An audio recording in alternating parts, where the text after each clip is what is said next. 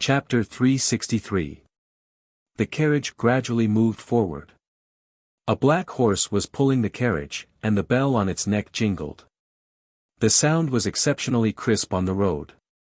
Nie Qianyu and Little Orange, who were in the carriage, were in a bad mood. They didn't say anything and were too lazy to pay attention to everything outside the carriage. They knew that after a while, the young man who was holding a long sword and leaping into the air would ride his David's deer and part ways with them. In this vast sea of people, they didn't know when they would meet again. They even faintly felt that this mysterious young man might not say goodbye to them when he left. Yes, goodbye, goodbye. It was a simple sentence, but it was filled with deep expectations. Sure enough, after the time of 2 meals, the curtain of the carriage hadn't been pulled open. The interior of the carriage was dusky. From time to time, light would penetrate through the gaps of the carriage, sweeping across the two's tightly stiff little faces. He really did leave. He left without saying goodbye. The two of them thought at the same time. However, when the crisp sound of the bell rang, it was like a deafening bell. Both of their delicate bodies trembled violently. Their gazes collided in the dusky carriage, and both of them were filled with surprise and disbelief. Almost at the same time, they whispered, "Why didn't I hear him talking to the bodyguard? Why are we outside the city?" Right now, it was quiet outside the carriage. Even the occasional sound was soft. Where was the impetuosity unique to Tanha City? If that bell was in the city, how could it have such a heavenly sound? The two of them seemed to have woken up from a dream and rushed to pull open the curtain in front.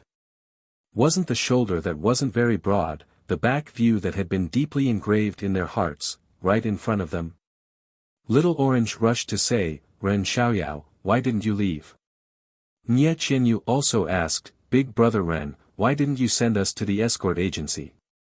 Why did you send us out of the city? Where is this place?" Zhang Xiaohua turned her head to look at the two girls who were overjoyed. Her heart also felt warm. It felt good to be protected by someone. Not to mention a man who could protect a girl. At this moment, Zhang Xiaohua truly felt like an adult. Zhang Xiaohua smiled and said, "This is the west gate of Tanha City.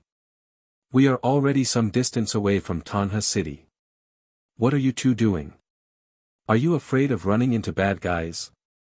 Are you hiding inside and not daring to come out?" The two of them nodded tacitly and said, "That's right. If we're discovered in the city, we won't be able to escape. There's no need for that now. They've all gone to the east gate and are chasing after you on the way we came. No one should be able to discover you for the time being." "Oh." Little Orange didn't quite understand.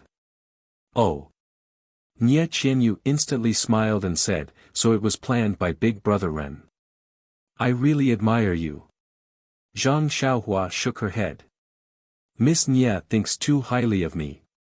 I just casually killed a few bad guys. How could I think so far ahead? Huh, Big Brother Ren is too modest." Nie Qianyu was not stingy with her words. Little Orange was puzzled and said, Young Master Ren, I still don't understand. Why didn't you send us to the escort agency?" Hearing Little Orange calling herself Young Master and calling herself a maid, Zhang Xiaohua frowned slightly and explained, "Little Orange, do you think I didn't want to send you to the escort agency? But even if I wanted to, they wouldn't dare to accept this mission." Little Orange was curious and asked, "Why is that, Young Master Ren?" Nie Qianyu smiled and said, "I see." This smile was very sweet. "Miss Nie, you're really smart and very impressive." Zhang Xiaohua couldn't help but praise her. Nie Qianyu waved her hands and said, "It's useless to be smart. In front of Big Brother Ren's powerful martial arts, any little trick is just a small trick." At this moment, Little Orange also understood. Looking at her Miss's excited face, her expression changed slightly. Then, she immediately returned to normal and said, "Miss is really amazing. I really admire you." Zhang Xiaohua told her about how she went to the escort agency to find bodyguards. Then, she shrugged and said, I didn't have a choice. I couldn't just watch you fall into the hands of the bad guys. Moreover, if those people returned and couldn't find you, they might return to Tanha City. I had no choice but to bring you out first. Sigh, it seems like we have to wait until we reach the next town. Hearing this, Nye Qianyu and Little Orange's expressions turned ugly. They looked at each other and Nye Qianyu asked, Big Brother Ren, can you tell me where you're going now? Zhang Xiaohua thought for a while and said, Miss Nye, can you tell me where Macho City is? Or do you know how to get to Macho City? Zhang Xiaohua didn't know where Macho City was, let alone how to get there. When he was at the escort agency, although he wanted to ask, he was afraid of attracting attention. However, this Miss Nye in front of him was only 12 years old. In his imagination, she might not know how to get there. Who would have thought that Nye Qianyu would only ponder for a moment before she explained the route from Tanha City to Carefree City clearly without any hesitation. Zhang Xiaohua was speechless. The thought of, why is there such a big difference between people, flashed into his mind again. He thought about how he had only just found out how to get to Pingyang City. Look at this 12-year-old girl. TSK, TSK. She was so much better than him. However, immediately, a little person appeared in his mind and advised earnestly, don't compare yourself with others, silly boy. You're the son of a farmer. Being simple is your true nature. Pooh. Zhang Xiaohua spat on the ground. He had Nye Qianyu's charm. He thought to himself, do nobles and generals have guts? Seeing Zhang Xiaohua's behavior, the two people in the carriage were surprised. They thought in unison, is this habit also contagious? From Nye Qianyu's explanation, Zhang Xiaohua found out that Macho City was south of Tanha City. It was about a month's journey away. The Pingyang City that he requested was southwest of Tanha City. It was still very far from Macho City. The two routes were completely separated at Tanha City. Of course, all roads led to U City, but the most comfortable official road was like this. If Zhang Xiaohua wanted to return to Pingyang City, he would have to go through the west gate of Tanha City. There was an official road that passed by several cities before reaching Pingyang City. This was also the route that Ji Xiaohua had drawn for him. If he wanted bodyguards to escort Nye Qianyu, he would have to go through the south gate of Tanha City. There was also an official road that led to Macho City. That was also the direction that the unknown gang was pursuing Nye Qianyu. Of course, Zhang Xiaohua still had a choice. In the first 10 days, there would be a famous escort company in a big city. It was not a bad idea to let them escort Nye Qianyu. However, this would delay Nye Qianyu's journey and take a lot of detours. Thinking of the detours, Zhang Xiaohua suddenly had a new idea. He stroked his chin and thought carefully about the possibilities. Behind him, Nye Qianyu and Little Orange saw that Zhang Xiaohua did not say anything after asking for the location of Macho City. They sat quietly in the carriage and looked at the passing scenery outside. However, they did not pay attention to anything. They only secretly prayed, will he change his mind? Will he send us to Rejuvenation Valley? After a while, Zhang Xiaohua said, Miss Nye, I have an idea. Do you think it will work? Nye Qianyu asked curiously, please speak, Brother Ren. Actually, I originally planned to hire bodyguards to escort you two back to Macho City in Tanha City. However, I did not expect that Fu Shan Escort Company would not accept the escort to the south. Therefore, I have no choice but to place my hopes on the next city. However, I cannot guarantee that there will be a suitable escort company in the next city. Moreover, I am not sure if the escort company will be like Fu Shan Escort Company and not dare to accept this escort. Moreover, to hand you two over to unfamiliar bodyguards, that. I have decided that I can't bear it. Nonsense. You only realized it now. So you have been treating us like goods and letting people escort us.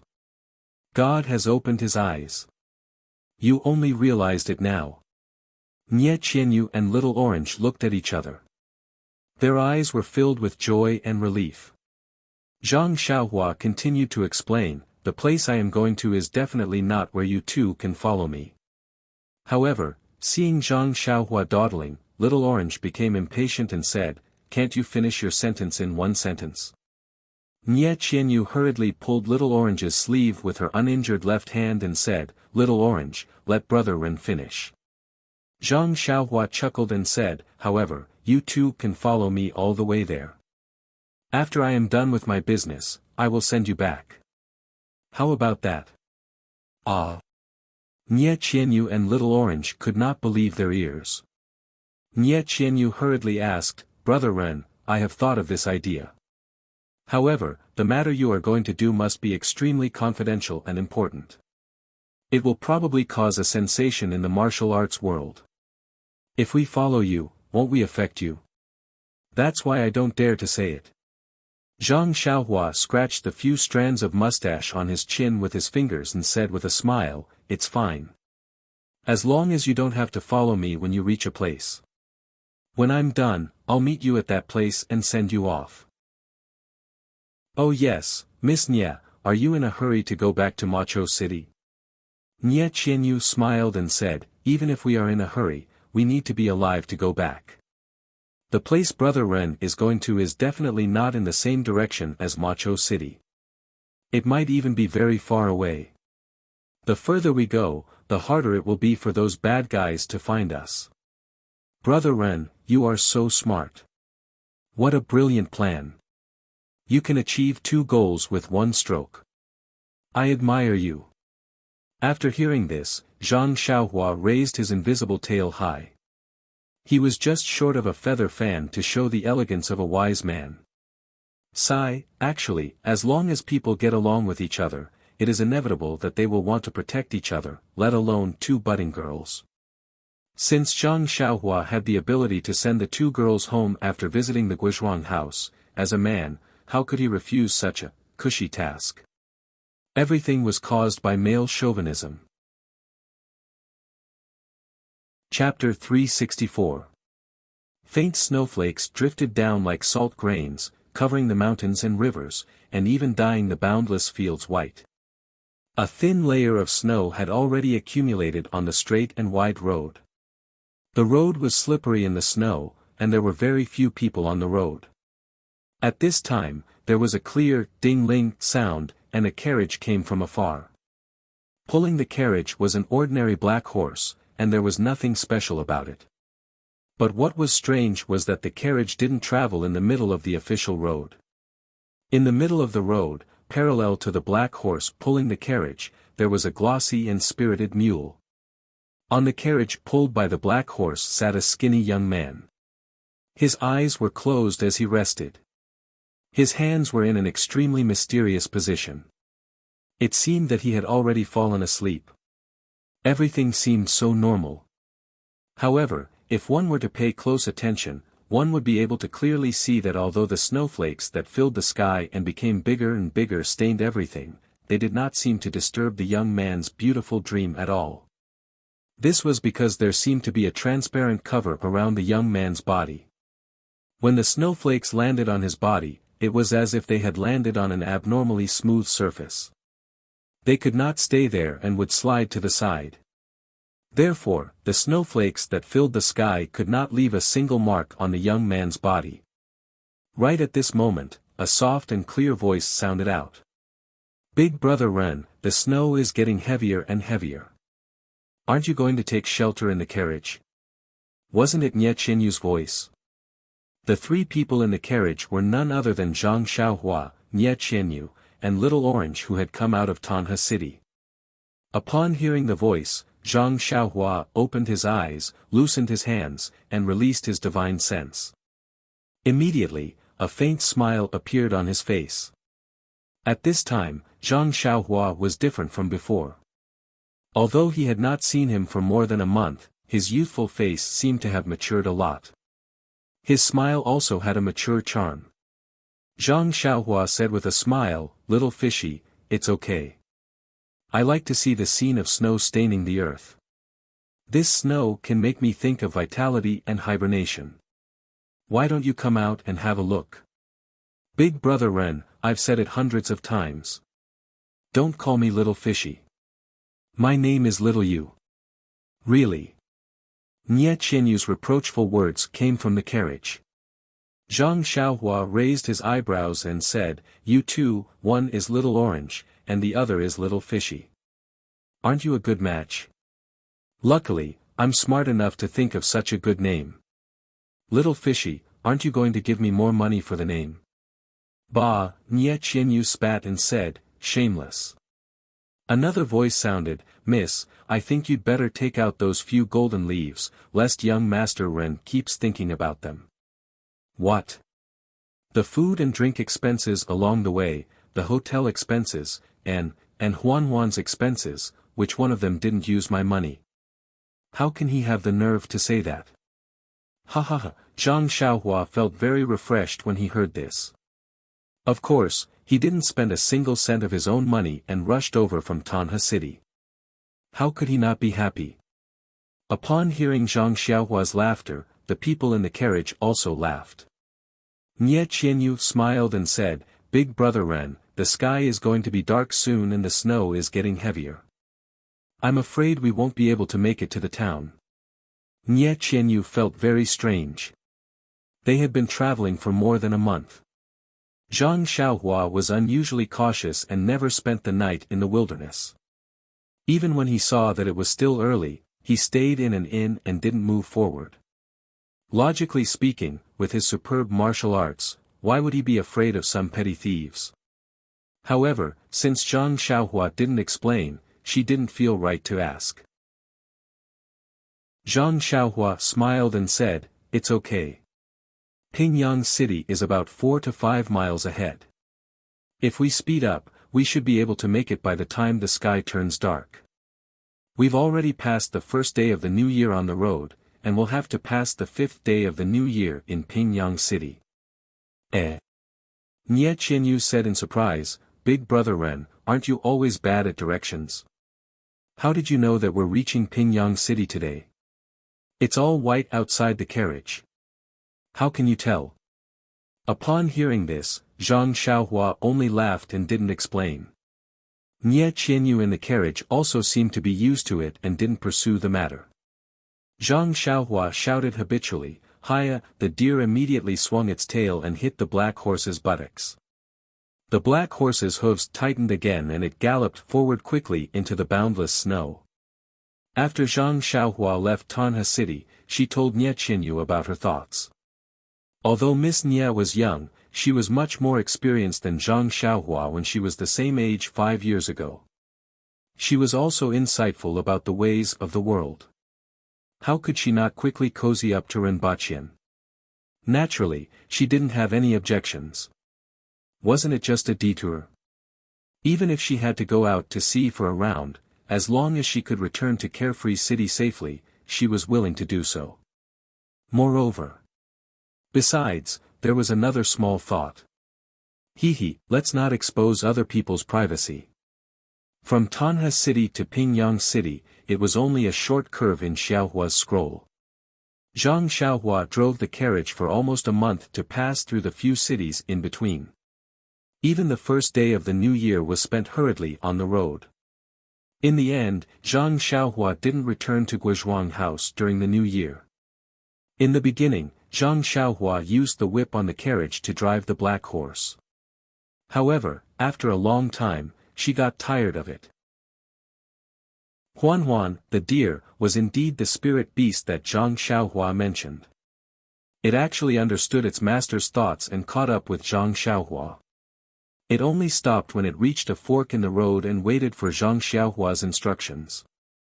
Along the way, Zhang Xiaohua was overjoyed and thanked Xiaohua even more in her heart. When Nie Qianyu and Little Orange saw that the deer was so intelligent, they were also very surprised and liked it.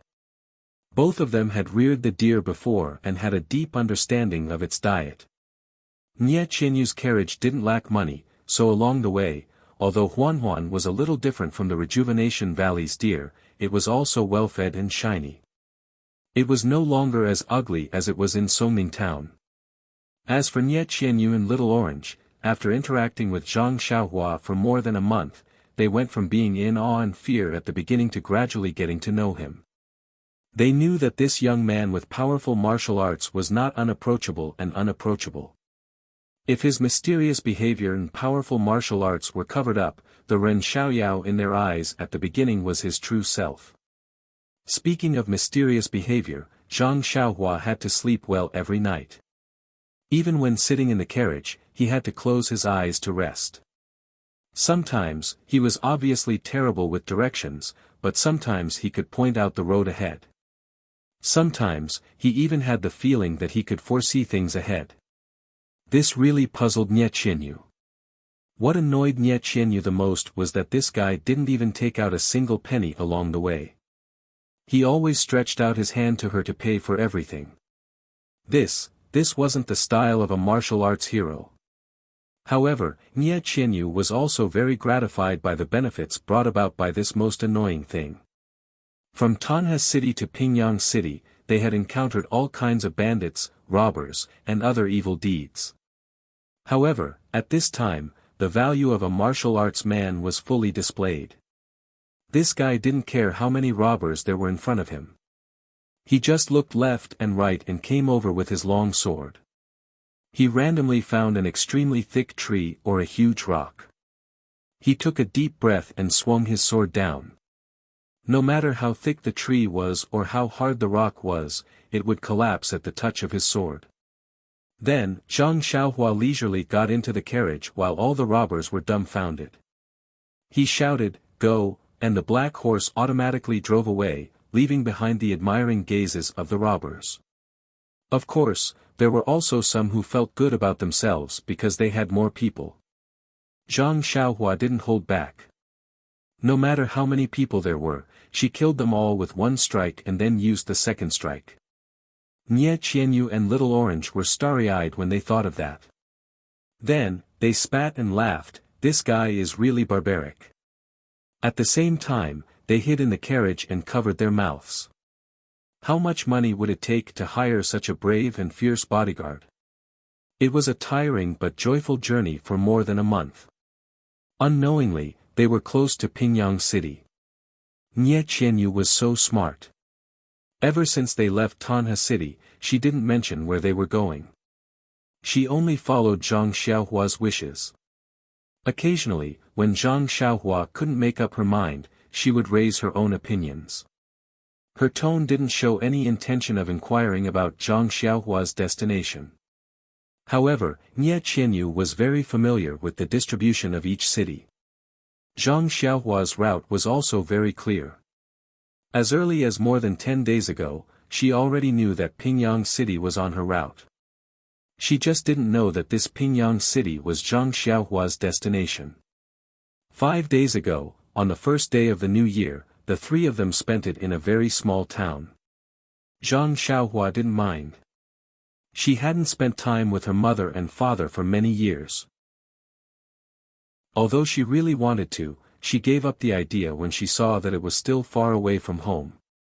She only felt a faint longing in her heart. However, Nie Qianyu was different.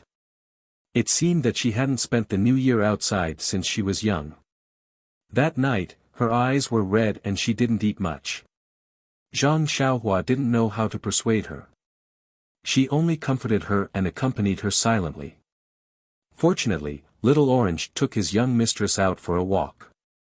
When they returned, although Nie Qianyu's eyes and face were red, she was in a good mood. It was just that she kept glancing at Zhang Xiaohua. She even toasted Zhang Xiaohua with a few cups of wine on a simple table.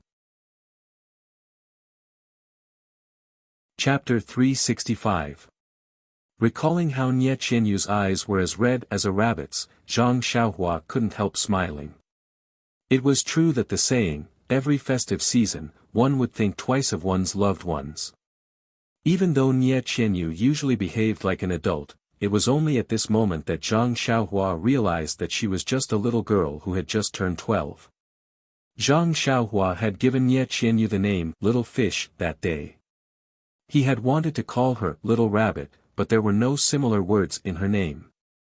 Therefore, he could only take a step back and call her Little You, as Little Fish. Anyway, it was Nie Qianyu who asked him to call her Little Fish. What did it have to do with Zhang Xiaohua? At first, Nie Qianyu was very happy, thinking that Zhang Xiaohua finally called her by her nickname. However, after listening carefully, she realized that it was not her imagination.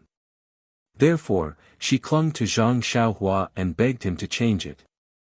However, until now, didn't Zhang Xiaohua still call her Little Fish? Thinking of Nie Qianyu's red eyes, Zhang Xiaohua could not help but think of the occasion when he celebrated Nie Qianyu's birthday. Before the three of them entered Tanha City, they had told each other their ages. At that time, Nie Qianyu said that she was going to celebrate her 12th birthday in a month. At that time, Zhang Xiaohua only felt that this little girl who was not even 12 years old had more experience than him. He could not compare with her at all. However, on that day, he suddenly had this idea on a whim. After counting the days, wasn't it the little girl's 12th birthday? That day, when they passed by a rural town, Zhang Xiaohua saw that Nie Qianyu and Little Orange seemed to have forgotten about it. Therefore, he got off the car at the last minute and went to an inn to buy 12 red eggs for Nie Qianyu. Yes, I remember when I was in Guizhuang house, didn't my mother cook eggs for me on my birthday? Since today is Nie Qianyu's birthday, I naturally have to buy her boiled red eggs. This was also the only thing Zhang Xiaohua bought with her own money along the way. Thinking back to the time when he saw Nie Qianyu's face full of surprise and gratitude, Zhang Xiaohua felt happy in his heart. After all, the price of 12 copper coins was reduced to 11 copper coins by him, and he even won the little girl's laughter. How could he not be happy? That day, Nie Qianyu was tearing up while eating the eggs, as if the eggs were the most delicious thing in the world. Thinking of her teary eyes, Zhang Xiaohua curls her lips secretly. Eating 6 eggs at one time. Isn't she afraid of choking? No wonder her eyes turned red when she cried. It would be a pity if she wasn't called Little Rabbit. As Zhang Xiaohua thought of the interesting things that happened along the way, the silhouette of Pingyang City appeared in her vision. In the snowy twilight, Pingyang City was still as majestic as ever. However, the people had changed. Zhang Xiaohua's eyes couldn't help but turn red. Galloping into the city, Zhang Xiaohua didn't dare to be careless. She found an inn in a more remote area of Pingyang City. It was the new year now and the inn's business wasn't very good. Seeing that there were guests, the innkeeper was very happy. This was the first business of the new year and they had booked an independent courtyard. According to the coachman, they were going to stay for a few more days. Naturally, the innkeeper was very attentive to them and tried his best to flatter the two ladies. However, after a while, seeing that the two ladies were following Zhang Xiaohua's lead, he realized that he had misjudged them. He immediately changed his attitude and walked towards Zhang Xiaohua. Zhang Xiaohua didn't have the patience for this. She drove the carriage to the courtyard and left the odd beasts and the black horse in the care of the innkeeper. She unloaded the items from the carriage and put them in a room. She didn't need the innkeeper to find help. Seeing this, the innkeeper naturally knew what to do. He instructed the shop assistants to do what they were supposed to do and quickly left, so as not to disturb the three of them in the courtyard. Seeing that Zhang Xiaohua had unloaded the items from the carriage, unlike in the past where she would leave everything in the carriage for the night in order to make it easier for them to travel in the morning, Nie Qianyu and Xiao Juzi's hearts skipped a beat. Could it be that Pingyang City is the place where he is going to do his business?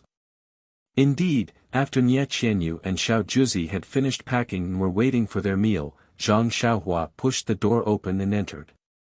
She smiled and said, "It's the 5th day of the Lunar New Year now.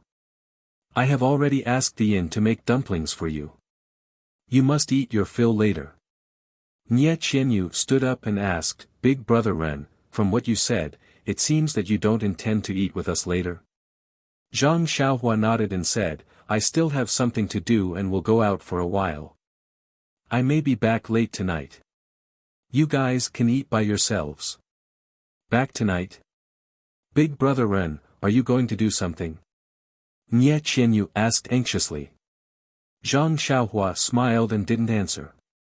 Nye Qianyu blinked and said, Big brother Ren, be careful. Zhang Xiaohua nodded and turned to leave the room. She walked into the snowy night in a few steps. Two pairs of concerned eyes followed him from inside the house until his figure disappeared into the darkness. Nye Qianyu turned around and asked, Xiao Juzi, do you think Big Brother Ren is going to do something tonight? Xiao Juzi smiled and said, Miss, how would I know? But seeing that he didn't answer you, it seems to be the case. But, from what he said, he will be back tonight. Does that mean that we can continue our journey to Carefree City tomorrow? But since we can leave tomorrow, why should we unload the things in the carriage? Xiao Juzi smiled bitterly and said, we don't have to worry about these things. Miss, you just focus on eating dumplings. I heard that the dumplings in the north are different from those in Carefree City. You have to try more dumplings later. Nye Qianyu looked disappointed and murmured, no matter how delicious it is, can it be better than red eggs? If Zhang Xiaohua was here, she would definitely refute her. Of course, braised pork is better than red eggs. Unfortunately, he was on the way to Misty Mountain Villa and didn't know about Nye Qianyu's girlish feelings. Yes, Zhang Xiaohua was walking to Misty Mountain Villa. The sky had already darkened, and the snow continued to fall endlessly. It had already covered the sun, and now it was no different from the night. There were few people on the streets, and they were all wearing new clothes and hiding in their houses to enjoy the rare New Year's atmosphere. Zhang Xiaohua did not intend to use the levitation technique or the earth escape technique, because his thoughts were now very chaotic. He was somewhat anxious to see the Misty Mountain Villa and the Huanxi Mountain Villa, but he was also somewhat afraid. This kind of contradictory mood could only be slowly calmed down by walking in the empty streets and alleys, and walking in the dark night. Zhang Xiaohua walked out of Pingyang City alone in the snow. The sky was also dark and there weren't many people in the city. Even if there were people hurriedly passing by in the snow, they wouldn't pay too much attention to him. Otherwise, wouldn't it be shocking if he didn't have an umbrella in his hand and snow on his body? Walking on the even more spacious road outside the city, Zhang Xiaohua suddenly stopped. He seemed to have figured something out. He looked up at the dark night sky and the snowflakes that floated in from time to time. He turned back to look at the footprints he had left on the snow. They had already been covered by the rapidly falling snowflakes. He then looked at the snow-white road in front of him that didn't have any traces. Zhang Xiaohua's lips curled into a smile. I've walked on the road behind me and left traces, but they won't last long. What kind of thing in this world can last long? It's just a matter of time. I haven't walked on the road ahead. It's up to me to decide what kind of traces I want to leave. They can be the same as the footprints behind me, or... At the thought of this, Zhang Xiaohua floated up and used the levitation technique. He leaped into the air and flew forward like a deity. I can also be different from before and not leave any traces on the road. Without destruction, there can be no construction. This must be the case. The Misty School has long been on the decline in the pugilistic world. It's a miracle that it has survived for so many years. In the pugilistic world, survival of the fittest is the most realistic thing. It's normal that the three sects would join forces to destroy it.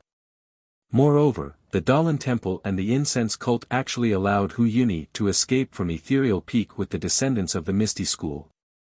This is an anomaly. Could it be that they let them go because they are all descendants of the immortal Tao? Or, is there something else going on? The Misty School is now as broken as it can be. However, the foundation of Misty Heights is still there. It's just that it's been occupied by the Righteous Alliance. The two leaders of the Righteous Alliance have been crippled. I don't know what's going on now. They probably won't have any extra thoughts on Misty Heights. It's not impossible for the Misty School to rise again. If there is such a day, I believe the ethereal sect will prosper once again. However, sect leader O has committed suicide. The Misty School has lost its backbone. Only 3 of the 6 Misty Tigers are left. 2 of them have been crippled. Hu Yunyi is also seriously injured and his martial arts have been greatly reduced. The eldest disciple of the sect leader, Zhang Qingyue, has also committed suicide. Sigh, it's like a plate of loose sand now. Forget it. After I send little fishy home, I'll go to the incense cult and find second brother first. I'm also not a disciple of the Misty School. Why should I worry about this for no reason? Although Misty Heights was quite a distance away from Pingyang City, Zhang Xiaohua quickly arrived in front of the archway of Misty Heights with her levitation technique. Zhang Xiaohua stood in front of the straight road and couldn't help but think of the scene when she first came here. Sigh, things remain the same, but people have changed. In the darkness, the smooth road was covered with white snow and reflected white light. Zhang Xiaohua sighed and walked up. It was as if she wanted to relive the feelings of that day. Zhang Xiaohua slowly walked towards the archway of Misty Heights and released her divine sense.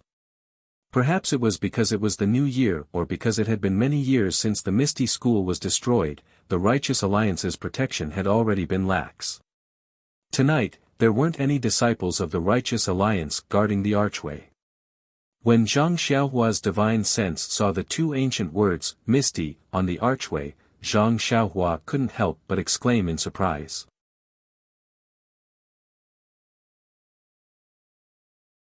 Thinking of this place where he had struggled in the past, Zhang Xiaohua had an idea. He did not know whether O Yen had found the reason why the herbs did not germinate. Thinking of the problem of the herbs not germinating, Zhang Xiaohua now had an incomplete idea. The growth of the herbs needed to absorb a certain amount of qi of heaven and earth. Those herbs that did not germinate must need more qi of heaven and earth. The lack of qi of heaven and earth in the herb field naturally could not provide enough qi of heaven and earth for the herbs to germinate. Of course, the herbs would not germinate. However, the spring water of the Guozhuang house was rich in qi of heaven and earth.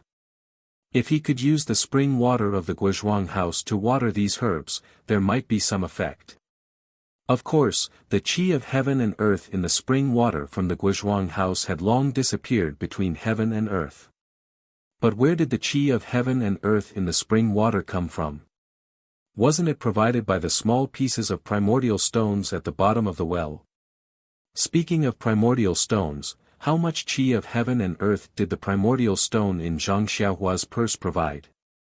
Therefore, in Zhang Xiaohua's mind, if he could put a piece of primordial stone in the water and use the water to water the herbs that did not germinate, it should be possible.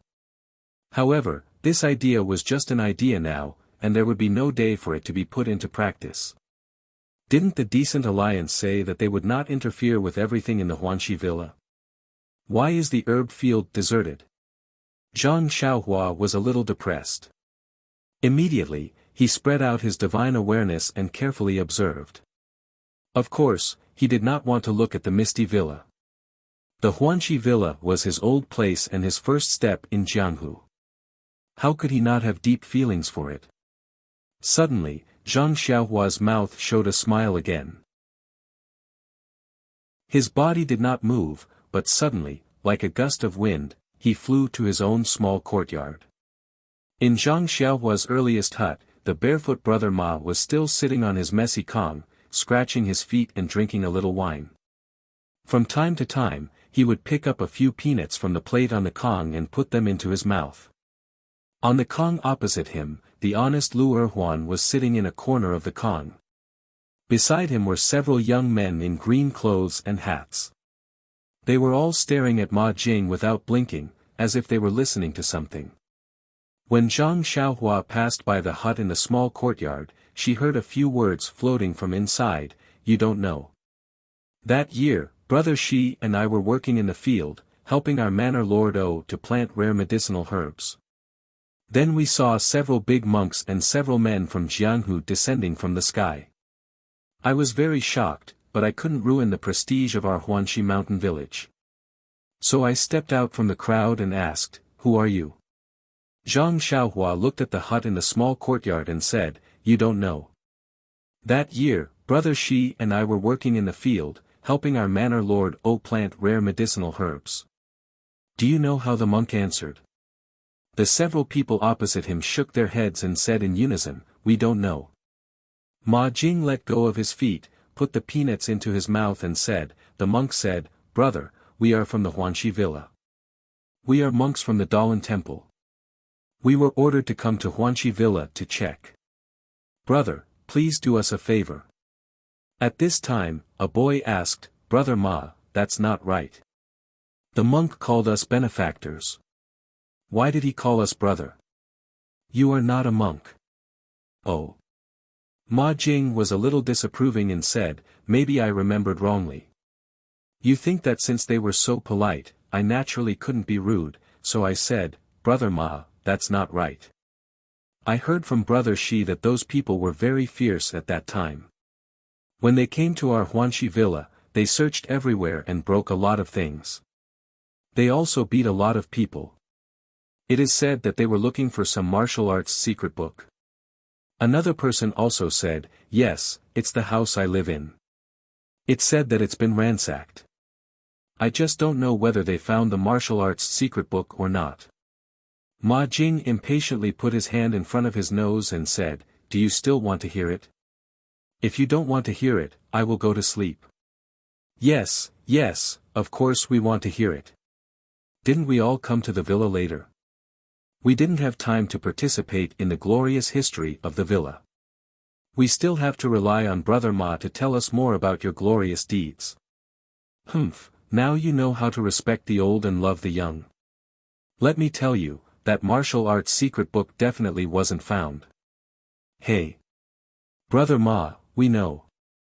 Brother Shi said that he didn't know. "Won't it be clear if you use your brain to think?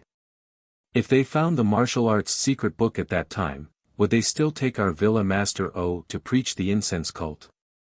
The servant said at once, "Yes, Brother Ma is right. We have been in the villa for more than 2 years, but we have never seen the villa master." "I heard that. I heard that our villa master is a great beauty. Brother Ma, you must have seen the villa master." Ma Jing was speechless.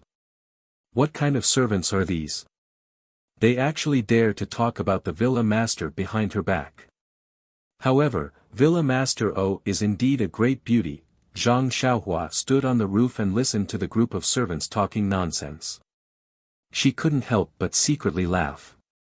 No, now that she thought about it, O Yen was indeed very beautiful. At that time, she was young and didn't understand. She only felt that O Yen was as kind as a sister-in-law. The servants nowadays are really good. Each generation is better than the previous. Zhang Xiaohua thought so. Then, she used her divine sense to scan the inner courtyard and was ready to leave. However, she suddenly frowned as if she saw something. Her figure flew into the inner courtyard again. When she stopped again, it was the small courtyard where she was stopped when she first entered the inner courtyard. The small courtyard was silent. There was only a dim light coming from a small house.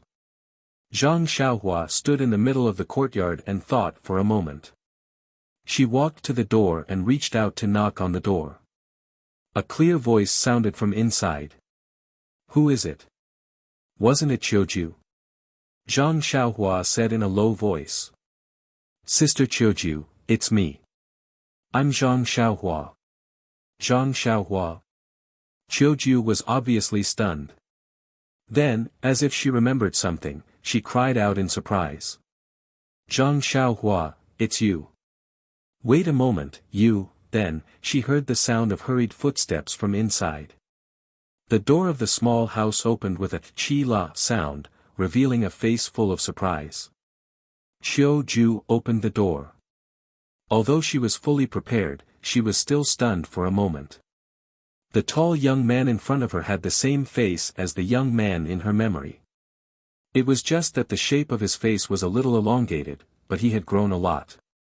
However, thinking about it, it had already been 4 or 5 years. Why hadn't this young man's face changed? She asked hesitantly. Are you really Zhang Xiaohua?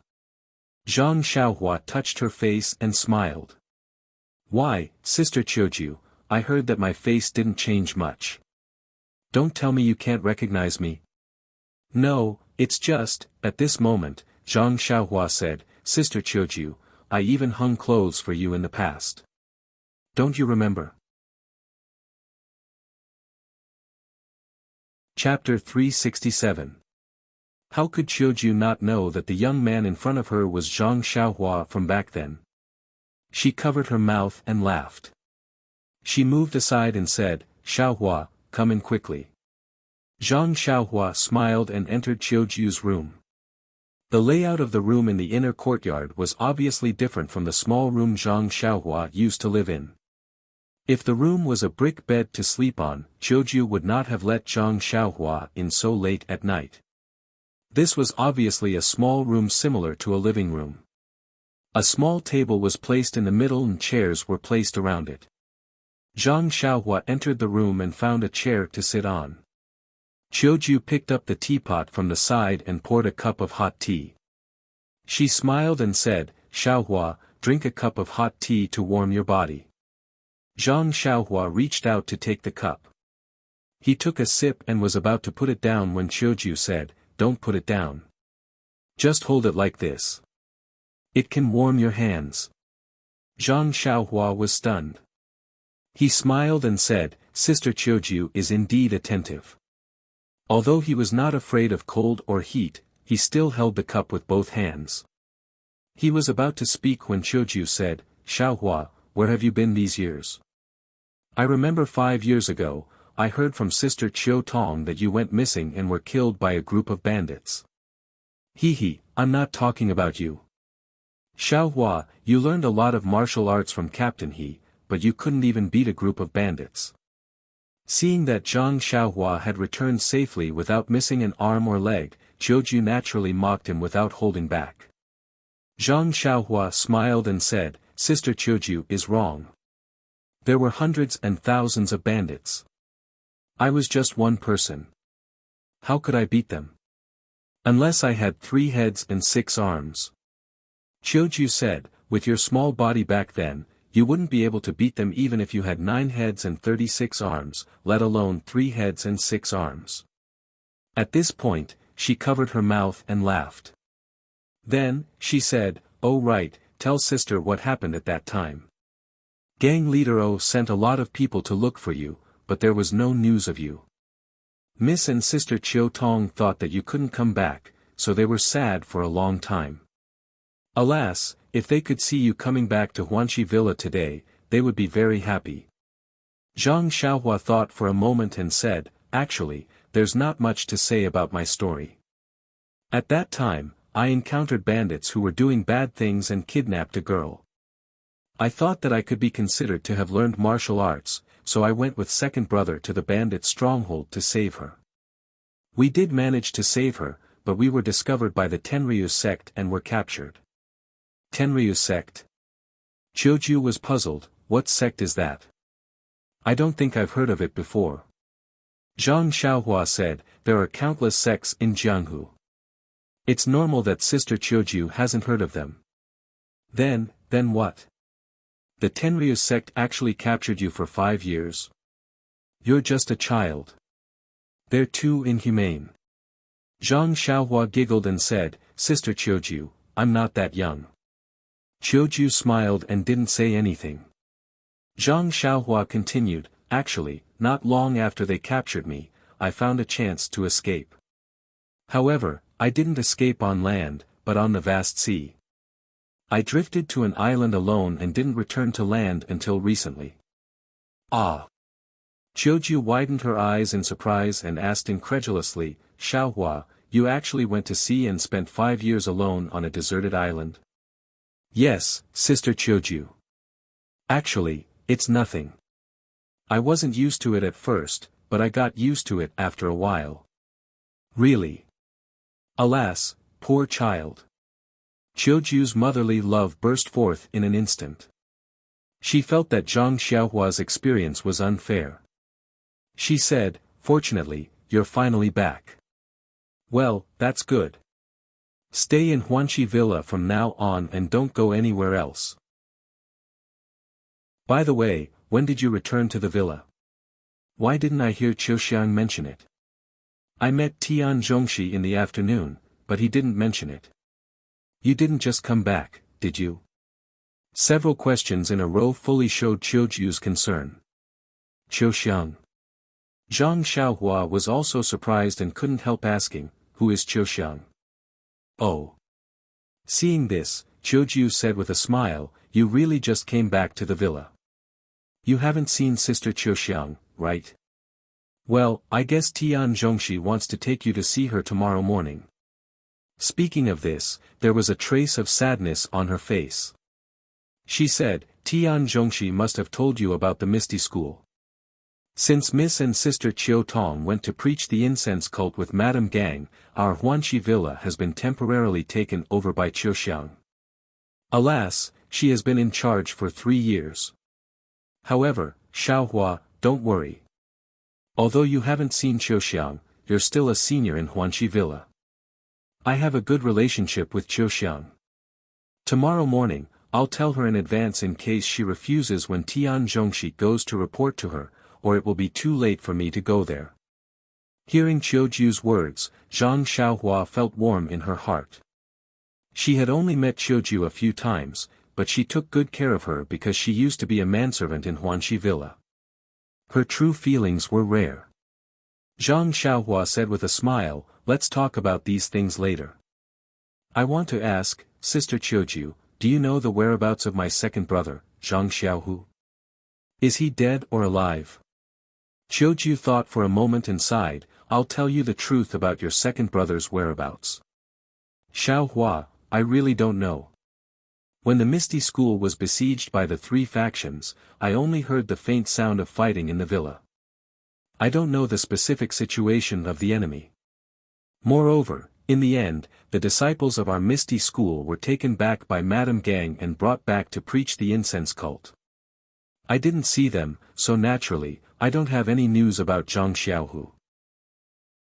Hearing this, Zhang Xiaohua sighed and said, "Then what about the situation of Miss O and Sister Qiu Tong, and the current situation of our Huanqi Villa?" Qiuju's face showed a worried expression again and said, "Our Huanqi Villa and Piamiao Villa have always been one, and we are related to each other. The Misty School was destroyed by the incense cult, the Dalan Temple, and the Righteous Alliance. Half of the disciples died on the spot. Although Elder Hu escaped, the rest of the disciples were mediocre in martial arts, and some of them were destroyed. They were all taken back by the incense cult.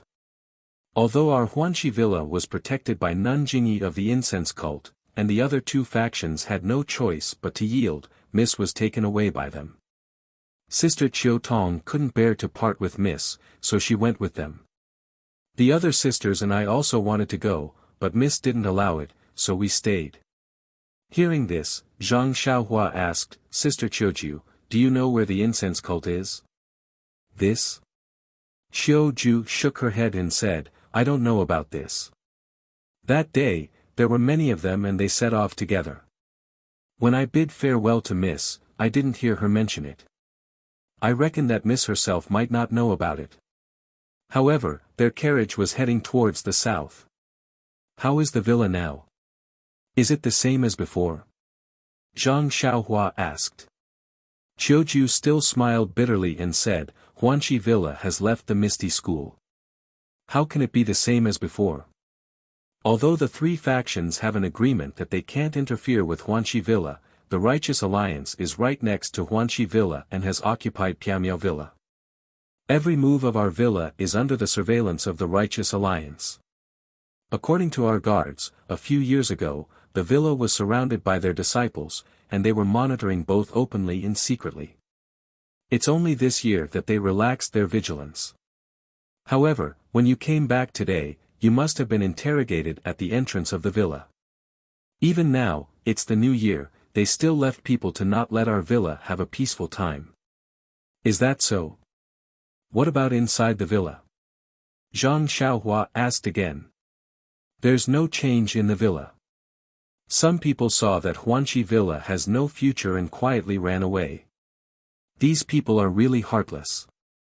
Mistreated them so well in the past, but they abandoned their conscience and ran away. Xiaohua, you don't know, many of them have sold themselves to the villa. However, under the intervention of the Righteous Alliance, nothing is settled. Zhang Xiaohua smiled faintly and didn't say anything. Looking at Zhang Xiaohua, Qiuju smiled and said, you still have a good conscience. Knowing that the villa is in such a state, you still came back. Miss and elder sister Qiu Tong treated you well in the past. However, the medicinal field in our villa has long been deserted. They are preparing to plant crops. Xiaohua, you came from a farming family, so you must be very proficient in this aspect. Let me talk to Qiuxiang tomorrow. Why don't you be Tian Zhongshi's assistant? Zhang Xiaohua smiled faintly and said, that's right, elder sister Qiuju, where did elder Yu go? Oh, elder Yu. He naturally followed Miss to the incense cult. Although he is the steward of the villa, he still has to protect Mississippi. Elder sister Qiu Tong can only serve Mississippi. If it's protection, it can only be done by elder Yu. Oh, I see. Zhang Xiaohua touched her nose with her finger. There are a lot of changes in the villa. However, as long as you work hard like before, your livelihood will definitely not be a problem. Xiaohua, Miss and Qiu Tong are not here. If you have any problems, feel free to tell elder sister. Although elder sister is not Qiuxiang, I can still speak for you. I definitely won't let you suffer. Hee, then I'll thank elder sister Qiuju first. Zhang Xiaohua smiled and said, however, I didn't come back to the villa this time. I haven't gone home to see my parents, and, Qiuju smiled and said, you came to the villa before going home. Xiaohua, Miss really has good taste. It doesn't matter. I'll ask Tian Chongxi to give you a month's leave. Go back and reunite with your parents. It won't be too late to go back to the villa. Zhang Xiaohua smiled bitterly and said, elder sister Qiuju, can you let me finish my words? Qiuju smiled and said, I haven't seen you for many years. I'm happy to see the old people in the villa. Alright, you say it. I won't interrupt. Zhang Xiaohua said, elder sister Qiuju, after I go home, I don't plan to go back to the villa. What? Qiuju's expression changed a little. Then she smiled bitterly and said, that's right. The villa is like this now. It's normal that you don't come back. It doesn't matter. Xiaohua, if you have time, just come back and see your old friends in the villa. Zhang Xiaohua said helplessly, elder sister, didn't you say that you won't interrupt? Only then did Qiuju stop interrupting. She didn't answer. Zhang Xiaohua smiled and said, I plan to go home to see my parents, and then go to find Miss and elder sister Qiu Tong. Ah. Qiuju couldn't help but interrupt again. She said in surprise, you really want to find them? Yes. Zhang Xiaohua said, I haven't seen them for so many years. I don't know if they are still alive in the world. Chapter 368. Miss really didn't misjudge you, Miss really didn't misjudge you. Qiuju couldn't help but repeat this sentence, which made Zhang Xiaohua blush a little. However, his heart was calm. Nonsense, I'm going to save second brother. Of course, I can also save O Yan and Qiu Tong. Qiuju is not wrong. Hee. But, Qiuju immediately realized something and said, but, the people of Chuanxiang cult are very good at martial arts. How can you see Miss? Well, if you say that you are a servant of Huanxi Manor, maybe they will let you in. But, how can you go to Chuanxiang cult? Do you know where Chuanxiang cult is? Didn't you just ask me this question? Qiuju said a few, and asked a few more questions, which hit the nail on the head.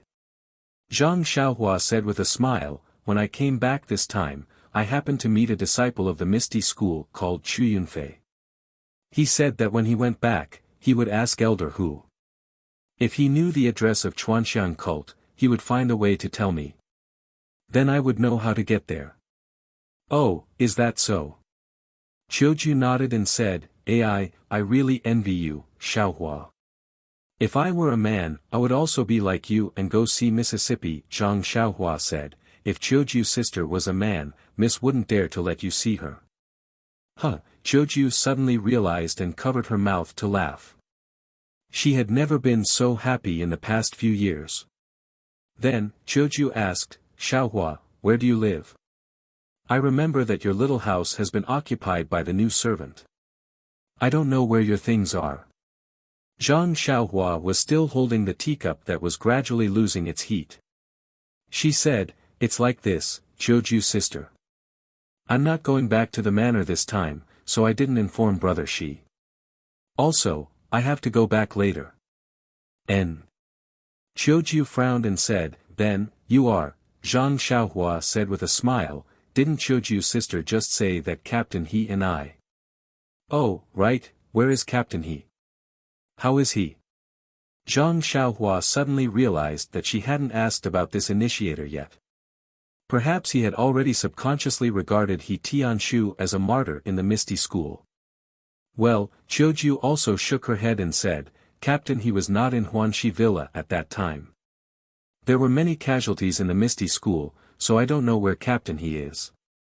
Moreover, when the fragrance cult left, the disciples of the Misty School were divided into many small teams, which were all guarded by the disciples of the fragrance cult. Oh, I see. Zhang Xiaohua sighed and said, I hope Captain He is fine. Then she explained, didn't I learn martial arts from Captain He? Although I'm not as good as the real disciples of the Misty School, I've made some progress. Tonight, I came directly from outside the villa, so I didn't see Brother Shi and the others. Oh, I see. Qiuju understood and advised, it's probably the new year now, and it's snowing heavily tonight. The disciples of the Righteous Alliance have all returned to the villa, so they didn't keep watch outside. Xiaohua, I heard that the disciples of the Righteous Alliance are very powerful. Be careful when you go out later. Also, next time when you enter the villa, don't walk around arrogantly. Just come directly from the main door and say that you're looking for me. You're not a disciple of the Misty School, so they probably won't make things difficult for you. Remember? Zhang Xiaohua nodded and said, I know, Sister Qiuju. The next time I come in, I'll use your name. Oh right, Sister Qiuju, don't tell anyone about me entering the villa this time. If the people of the Righteous Alliance find out, they might, Qiuju smiled and said, I know that. Actually, there might be people from the Righteous Alliance in the villa. Sister, you're not that stupid. Zhang Xiaohua put the teacup on the table and stood up. Since that's the case, I'll go back first. After I see Miss O and Sister Qiu Tong, I'll go back to the villa and tell you about their situation. Qiuju also stood up and said, okay, Xiaohua, if you see them, say hello to them. Tell them that I miss them a lot in the villa. I'll definitely say hello. Sister Qiuju, I'll go now. Okay, Xiaohua. Why didn't you bring an umbrella or something like that? It's snowing so heavily, don't freeze your body. Wait, I'll find you an umbrella. Seeing that Qiuju was still treating him as the youth from 5 years ago, Zhang Xiaohua felt warm inside. He said, there's no need, Sister Qiuju. When have you ever seen a person walking around with an umbrella in his hand? Qiuju patted her forehead and smiled. I didn't know about that, huh? Zhang Xiaohua walked to the door and turned back. Sister Qiuju, you don't have to come over. It's windy outside. Don't catch a cold. Qiuju said, Xiaohua hasn't been here for 5 years. I have to send you to the door. As she spoke, she was about to walk over. However, as soon as she took a step, she suddenly shouted, "Oh, Xiaohua, wait a moment. When I saw you just now, I was so focused on talking to you that I forgot about something. Alas, but it's just a passing cloud." With that, she turned and walked into the inner room. Zhang Xiaohua was surprised. She walked back to the table and waited in confusion. After a while, she saw Qiuju walk out with an envelope and a small paper box in her hands. As she walked, she blew the dust off the envelope and the box. Qiuju came to the table and put the envelope and the box on the table. She smiled and said, "These two things belong to Qiu Tong. Take them and give them to her when you see her." Zhang Xiaohua was stunned. She said, "Sister Qiuju, since they belong to Sister Qiu Tong, why didn't Sister Qiu Tong take them away that day? Didn't you say something passing cloud just now?" "Haha." Qiuju heard and smiled. These things were originally given to Qiu Tong by someone else.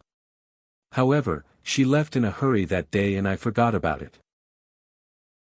If you didn't mention that you were going to see Qiu Tong today, I wouldn't have remembered. Alright, I'll tell you in detail. Actually, the matter was very simple.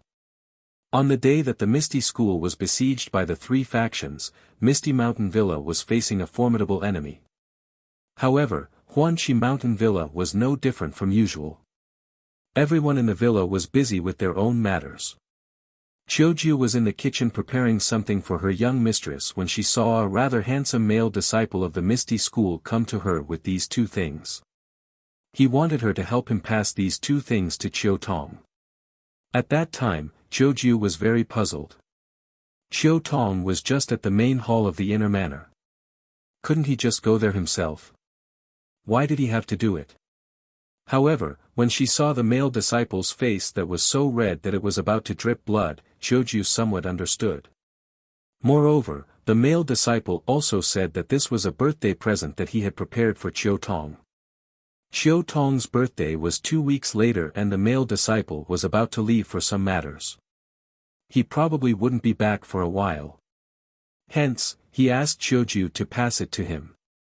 He especially said that he wanted Qiuju to pass it to Qiu Tong on her birthday.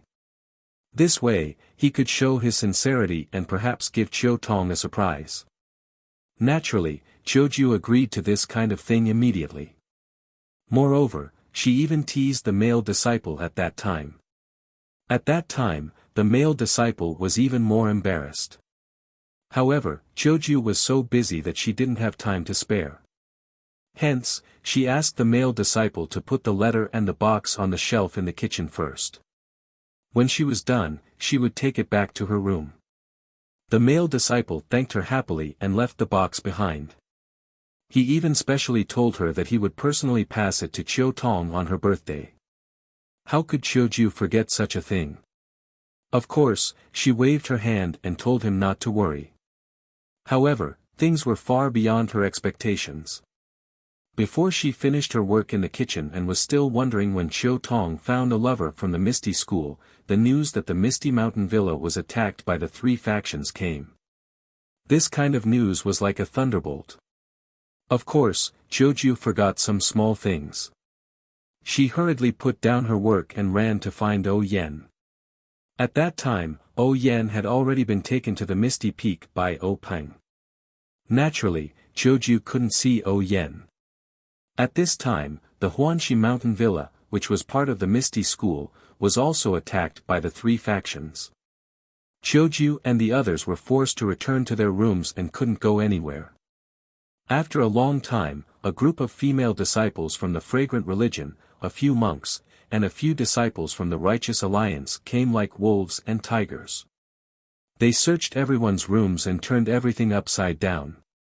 No one knew what they were looking for. Qiuju didn't dare to ask and just let them do what they wanted. Later, she found out that they were looking for a martial arts secret manual. Qiuju found it funny. There were many such things in the Misty Mountain Villa. She had never heard of it in the Huanxi Mountain Villa, let alone in the servants' rooms. What followed was a dark life. The Misty School was destroyed and O Yen was brought back to the Fragrant Religion. Qiu Tong and Elder Yu also went with her. Qiu Ju only saw Qiu Tong once when she was sending them off. How could she remember that a male disciple from the Misty School had secretly sent Qiu Tong a message? 2 weeks after O Yen left, on Qiu Tong's birthday, Qiu Ju suddenly remembered this matter. She quickly ran to the kitchen, which she hadn't seen for a long time, and found the letter and small paper box thrown crookedly in the middle of a pile of seasonings. Looking at the letter and small paper box, Qiu Ju couldn't help but feel sad. Thinking back to that day, that male disciple must have known that he didn't have much of a chance of survival, so he mustered up the courage to confess to Qiu Tong. Qiu Tong, on the other hand, didn't know that there was a male disciple from the Misty School who secretly admired her. No matter whether that male disciple was dead or alive, Qiu Tong had to know of his feelings. Hence, Qiu Ju still took these 2 things back. She wanted to personally hand them to Qiu Tong when she saw her in the future. However, she waited for 3 years and Qiu Tong never came back. Qiu Ju also forgot about the letter and paper box, and only covered with dust every day. After hearing Qiu Ju's story, Zhang Xiaohua looked at the letter that didn't seem old and smiled. This is an interesting story. Don't worry, big sister Qiu Ju. I will definitely personally hand these 2 things to big sister Qiu Tong. I just don't know the name of that Misty School disciple. Chapter 369. Qiu Ju smiled. How would I know? I did ask him, but how could I tell Qiu Tong his name if I didn't know? That disciple said that Qiu Tong would know as long as she saw the letter. I thought about it and didn't ask anymore. Is that so? Zhang Xiaohua smiled. He, won't we know if we see it now? Qiu Ju glared at Zhang Xiaohua and said, Xiaohua, you're not the child you used to be. Why are you still saying such irrelevant things? Not to mention that this is Sister Qiu Tong's privacy. Without her permission, you can't open it. Also, you know that this might be a suicide note left behind by a disciple who died for the sect. If you don't give it to Sister Qiu Tong and open it yourself, aren't you insulting her spirit in heaven? Zhang Xiaohua was taken aback. Then, he straightened his face and said, Big Sister Qiu Ju is right. Although I was just joking, I didn't think too much about it. Don't worry, I will definitely keep these 2 items well. When I see Big Sister Qiu Tong, I will personally hand them to her. Zhang Xiaohua carefully took the letter and the small paper box. He put them in his arms and said, Sister Qiu Ju, it's late. I'm leaving. Qiu Ju smiled. Okay, go. Be careful. If possible, come back and tell me about them. Okay, Sister Qiu Ju. Don't lose them. I know. No problem. After saying that, Zhang Xiaohua waved his hand and walked into the snowflakes floating in the dark night. Qiu Ju walked to the door and watched as Zhang Xiaohua walked to the door and disappeared. She closed the door and sighed deeply. Not long after, the lights in Qiu Ju's house went out. Everything fell into darkness. Zhang Xiaohua came out of Qiu Ju's room and went around the wall. First, he used the earth escape technique to walk for a while. Then, he jumped out of the ground and used the levitation technique to go back to the inn. When he came out of the Huanxi mountain villa, he used his divine sense to observe for a while. There was no one watching the entrance of the Huanxi mountain villa. Perhaps, as Qiu Ju said, it was the New Year's night and the people of the Righteous Alliance must be tired of it. After returning to the small room in the inn, Zhang Xiaohua first carefully took out the letter and paper box from her bosom. Then, she used her divine sense to put them into the space of her money pouch. Only then did she sit down cross-legged and digest the information she had just received.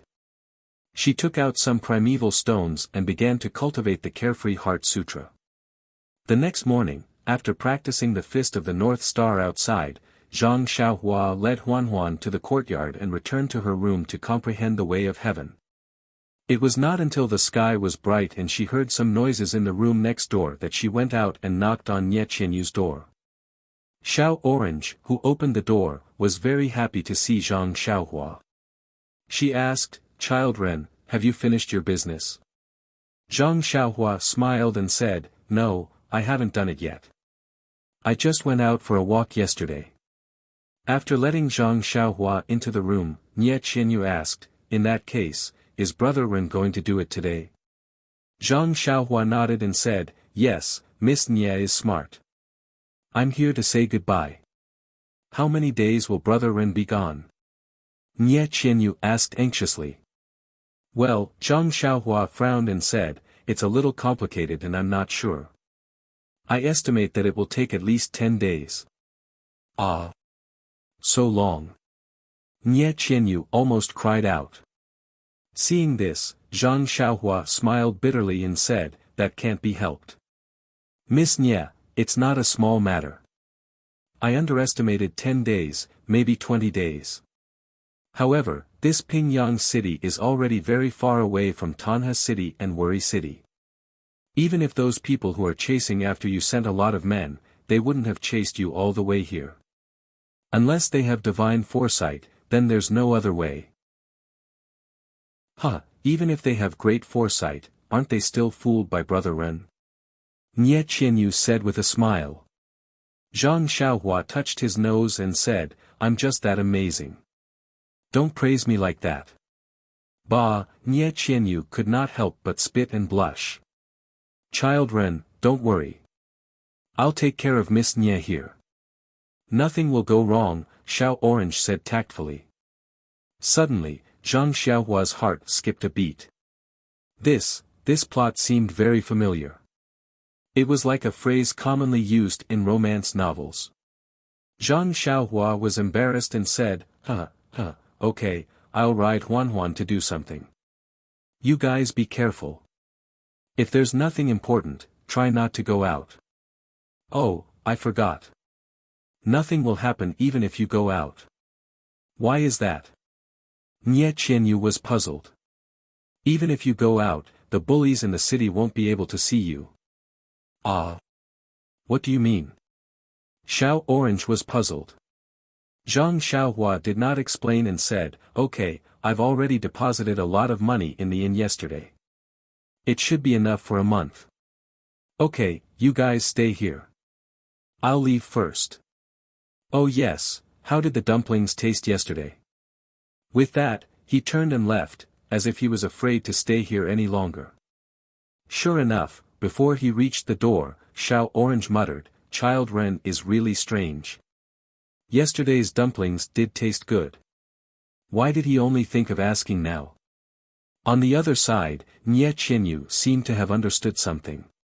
Her eyes were wide open and her soft voice was a little high-pitched. She shouted, "Ren Xiaoyao, how dare you say that we're not beautiful?" Zhang Xiaohua heard and did not stop moving.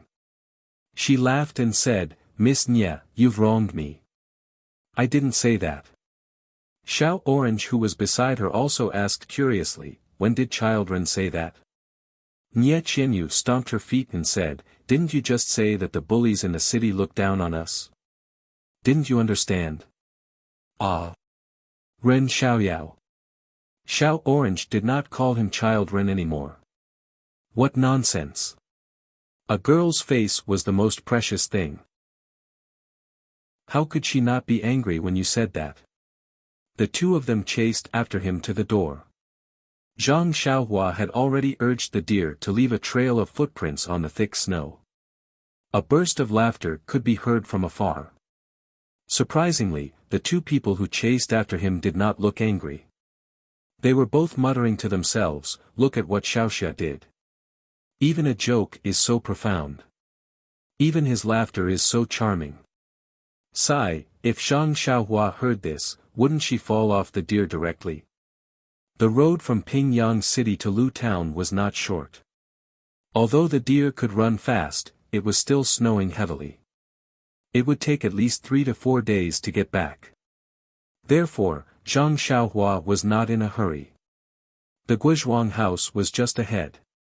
4 to 5 years had passed. Why should she be anxious now?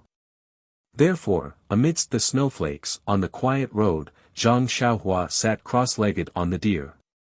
She closed her eyes and started to cultivate. At this moment, what Zhang Xiaohua wanted to cultivate the most was the Heaven Tao. The feeling of understanding the Heaven Tao was so good that it was hard for Zhang Xiaohua to give up. However, ever since he had reached the 9th level of the Big Dipper magical fist, there would be a bone-honing flow every time he practiced it. He did not have a target for his future cultivation. At that time, he had a sudden inspiration and thought of practicing it from the end to the end again. However, there was no need to recite the reversal of the fist technique. He only needed to read it word by word. Therefore, he did not have the time to think about it carefully.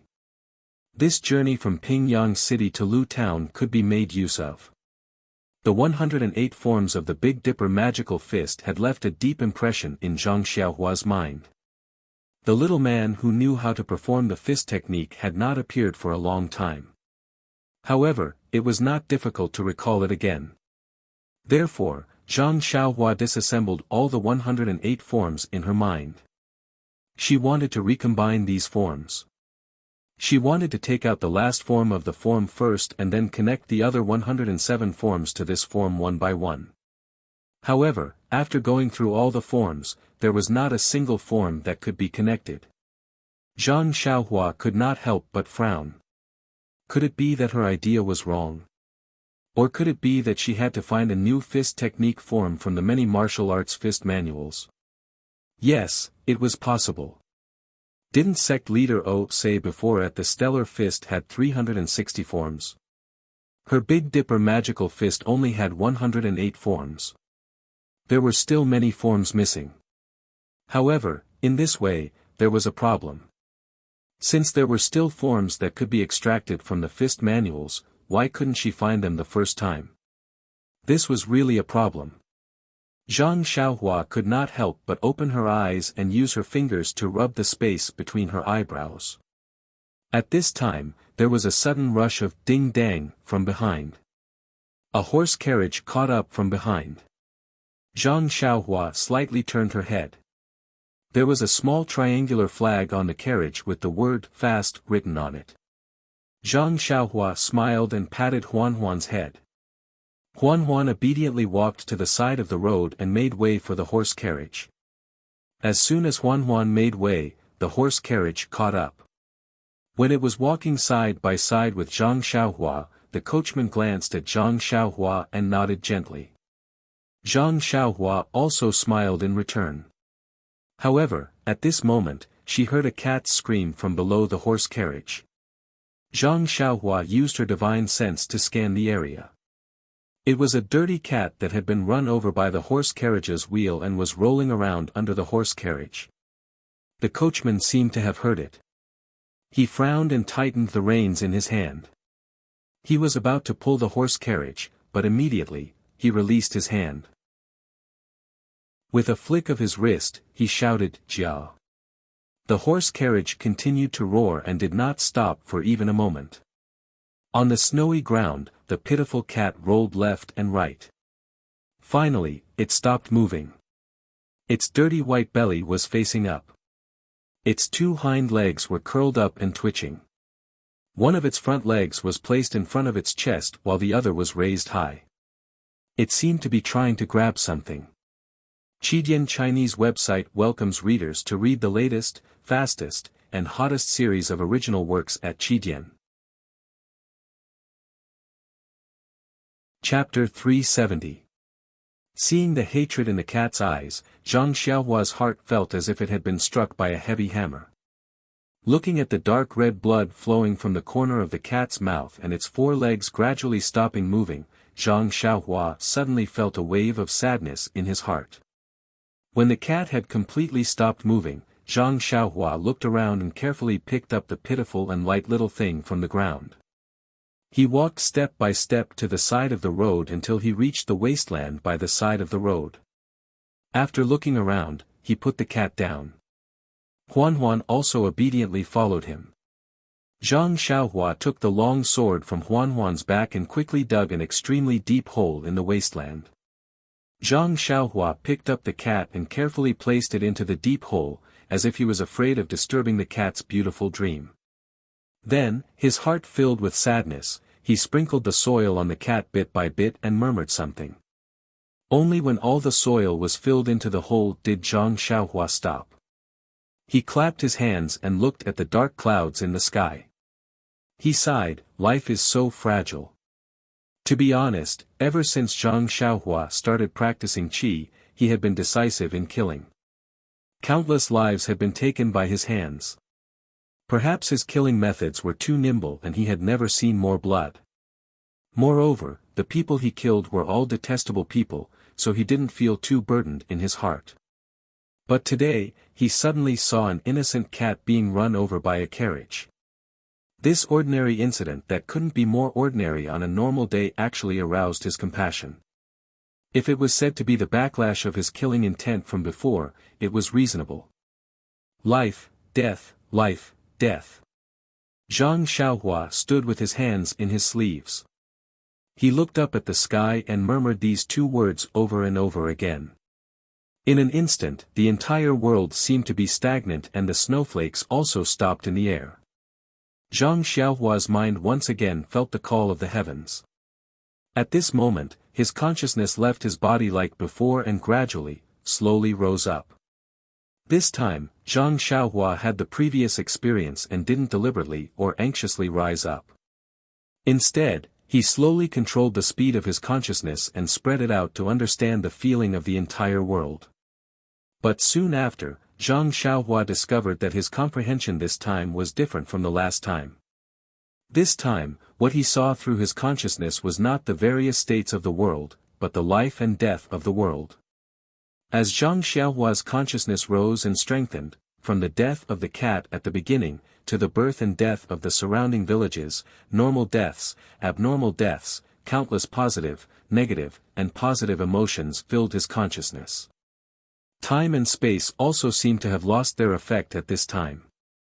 Zhang Xiaohua also saw the battle between the disciples of the Misty School and the disciples of the three sects in the Misty Mountain Villa.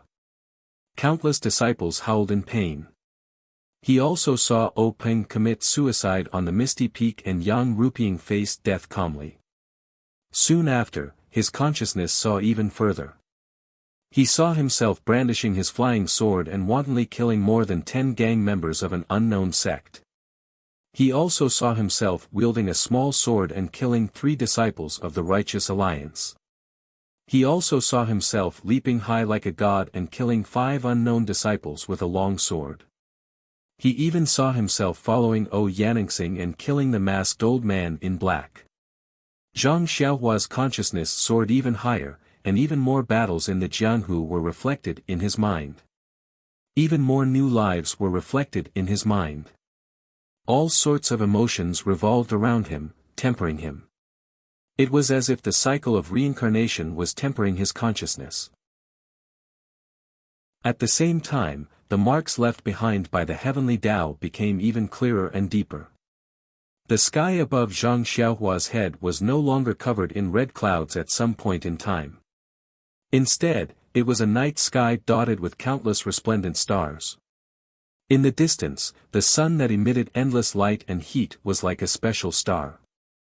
It hung there, no different from the other celestial bodies. The starry sky became clearer, more complete, more vivid, and more lively. Zhang Xiaohua's consciousness was still rising. Although he was deliberately controlling it, it was still rising. The land that he looked down on was still endless.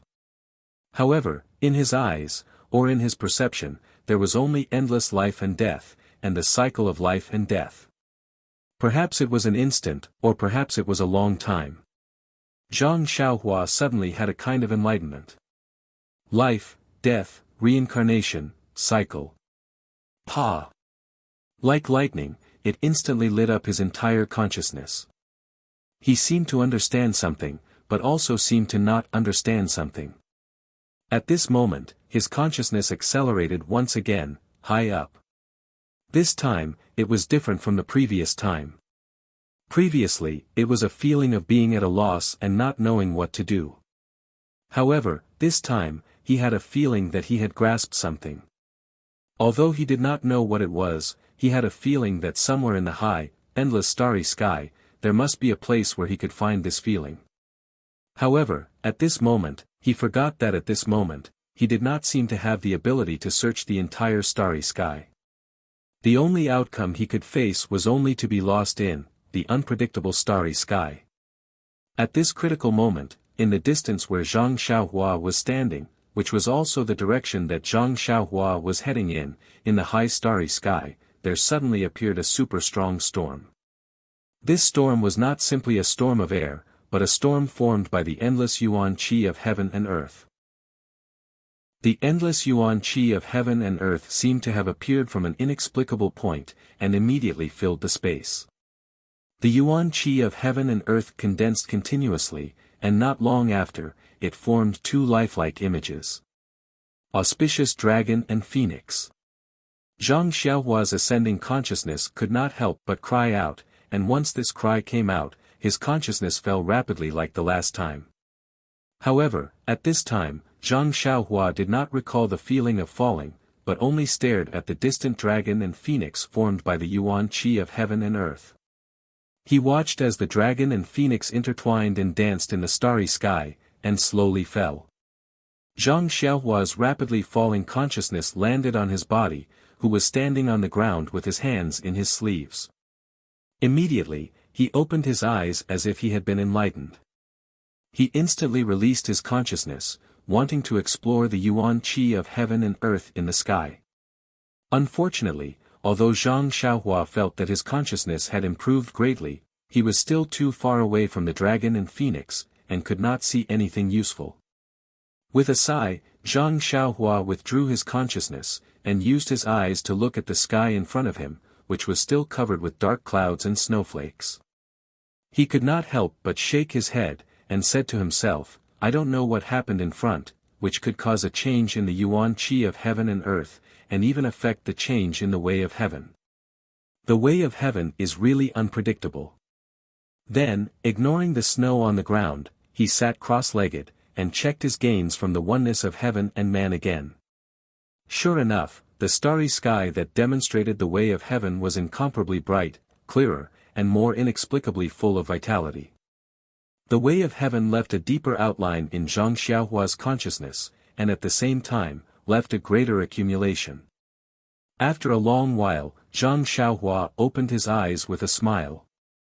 This smile was so vivid, and seemed to be the same as a moment ago, but also seemed to be different. It seemed to have more understanding of life and death.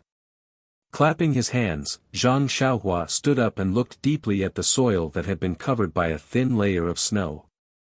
There was a stray cat's body buried deep there. Yes, there was a cause, and there was an effect. If he had not coincidentally witnessed the cat's death and buried its body, how could he have such an opportunity? Life and death, how could it be so easy to understand? How could the way of heaven be so easy to approach?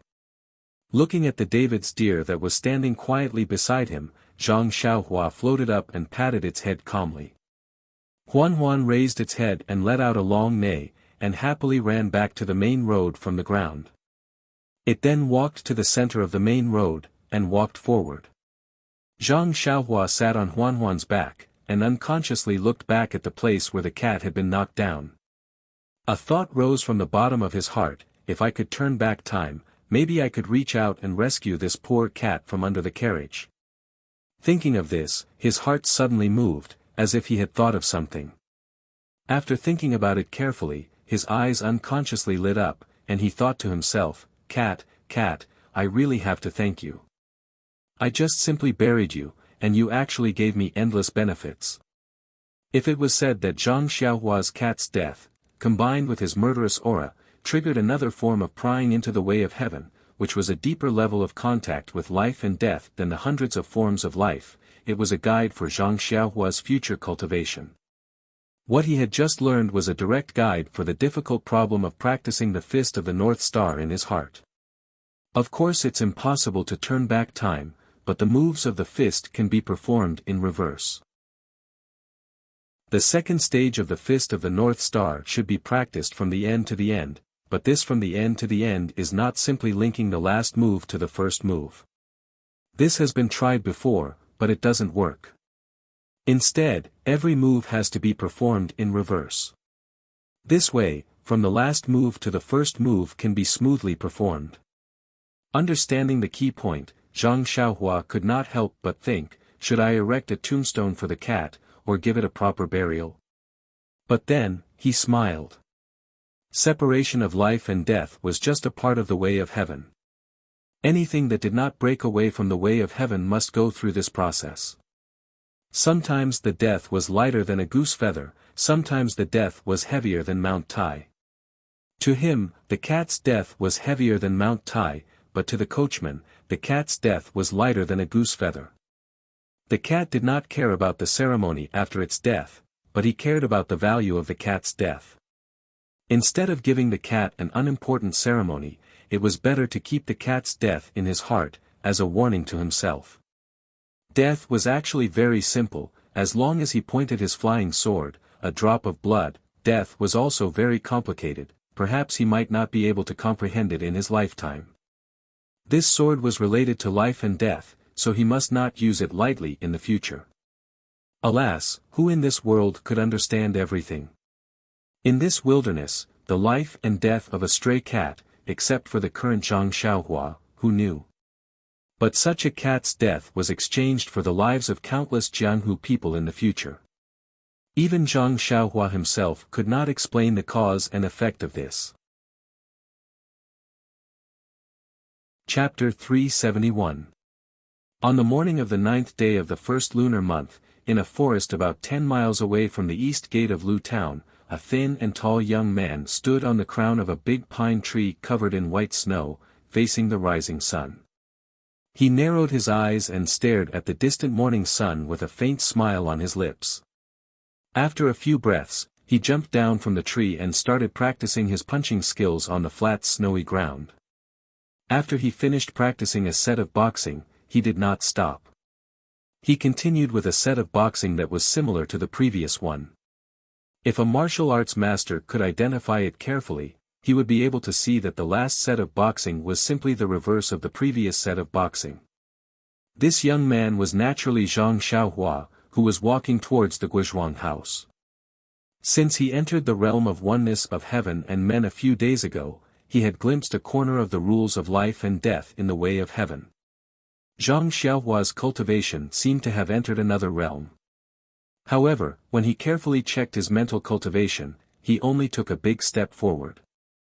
It was not the qualitative leap that he had imagined. However, Zhang Xiaohua knew very well that he must have made great progress in an aspect that he did not know about. It was the improvement in his daily understanding of the way of heaven. Since he did not understand what it was, he knew how to practice it. That was enough. On the other hand, the death of the stray cat had awakened the direction of upgrading the Fist of the North Star. Therefore, while Zhang Xiaohua continued to understand the way of heaven, he put his mind on the reversal of the Fist of the North Star. After 2 days of pondering and thinking, he finally understood all the 108 moves of the Fist of the North Star. Last night, Zhang Xiaohua tried it before he went to sleep. It was indeed effective. The inexplicable flow appeared from his right foot. With the moves of the Fist of the North Star, it was in the opposite direction from before. It tempered the bones one by one until it reached the bones of his left foot. As a matter of fact, Zhang Xiaohua suppressed his excitement and performed the Big Dipper magical fist technique 18 times.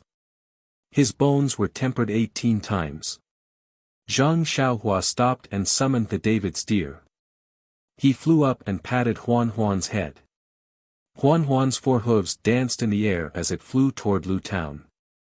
Zhang Xiaohua sat cross-legged on Huan Huan's back. She closed her eyes and thought, Northern Dipper Divine Fist and Reverse Northern Dipper Divine Fist are both Northern Dipper Divine Fist. Wouldn't it be too troublesome to call them Northern Dipper Divine Fist? However, if that's the case, then the Misty School's Fist of the North Star manual will be incomplete. Thinking of the misty school, Zhang Xiaohua couldn't help but feel sad for her second brother. Maybe I have to go home quickly and ask if my second brother has brought any news back home. If he hasn't, then I'll have to go to the fragrant cult. The fragrant cult is in the south. Sending Nie Qianyu there won't be any delay. Zhang Xiaohua looked ahead and thought slowly. Suddenly, the expression in Zhang Xiaohua's eyes changed. It turned out that in the sky not far away to the right, high up in the sky, a pure white cloud had suddenly been blown away. Zhang Xiaohua frowned and immediately released his divine sense. Sure enough, under the white cloud, the originally sparse qi of heaven and earth seemed to have been blown in, becoming denser and denser.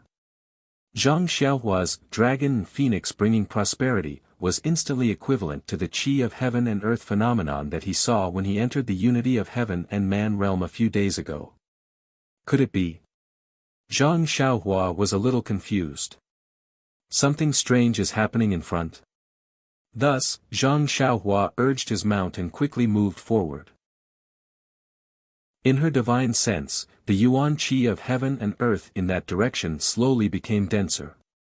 When Zhang Xiaohua arrived at Lu Town, she could already see part of the body of the dragon and phoenix. This? Zhang Xiaohua really didn't understand. However, when she arrived at Lu Town, Zhang Xiaohua had to turn east, which was the direction of the yuan qi of heaven and earth.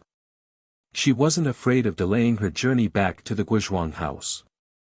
Zhang Xiaohua tried to release her divine sense to observe the changes in the yuan qi of heaven and earth while urging the David's deer to rush to the Guizhuang house. At this time, the David's deer, Huanhuan, also seemed to feel a trace of change in the yuan qi of heaven and earth. It was a little uneasy and was a little bit afraid to go forward. Zhang Xiaohua frowned and gently stroked Huanhuan's neck to comfort her. But the more she went forward, the more anxious Huanhuan became, as if she was extremely afraid of the things in front of her. At this time, Zhang Xiaohua's divine sense had already observed that the yuan qi of heaven and earth had revealed more than half of its body. Isn't the Guizhuang house directly below the yuan qi of heaven and earth?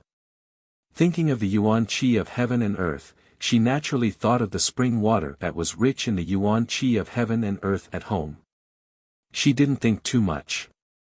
The change in the yuan qi must be related to her home. Zhang Xiaohua didn't dare to be negligent. She patted the head of the David's deer and floated up.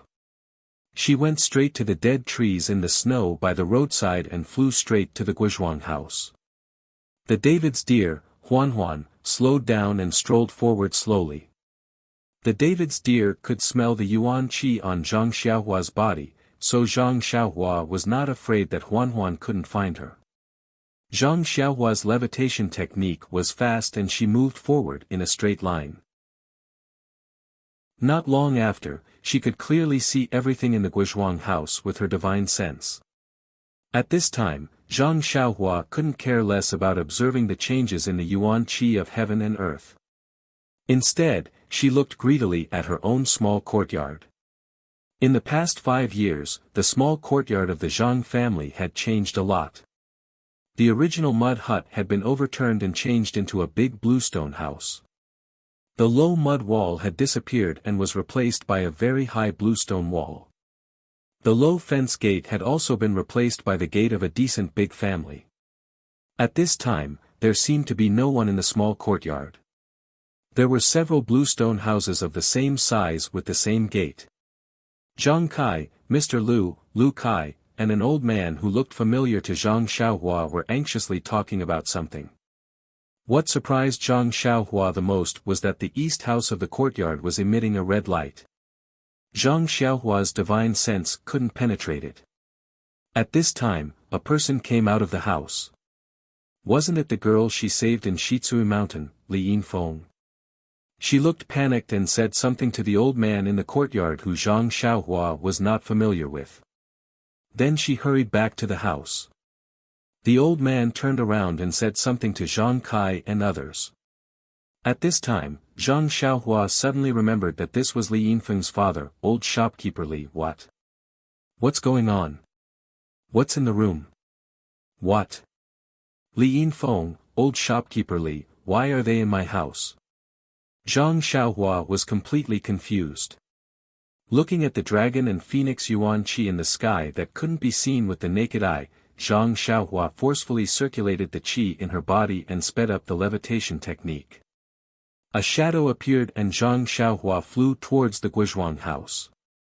When Zhang Xiaohua was about to reach the Guizhuang house, she saw that there were too many villagers in the village and it was no longer suitable for levitation. Zhang Xiaohua twisted her body, made a hand seal, and drilled into the ground. She thought she would get lost, but once she went underground, she felt a strong Yuan Qi fluctuation in front of her. It seemed like she had a direction to guide her. Zhang Xiaohua activated the earth elemental escape and went there. When she got close, Zhang Xiaohua jumped out from the ground. When she looked up, she saw that it was the small courtyard where her father and Mr. Lu were. She was standing behind them. Zhang Xiaohua's eyes were filled with tears. Finally, she didn't go in the wrong direction. At this time, Mr. Lu said, "Lu Kai, go out and see Xiaolong. Why isn't he back yet? It's just looking for a midwife, why is it taking so long? I think Qian won't be able to hold on for much longer." When these words entered her ears, Zhang Xiaohua suddenly understood. So her little nephew was about to come into the world. At the same time, she released her divine sense.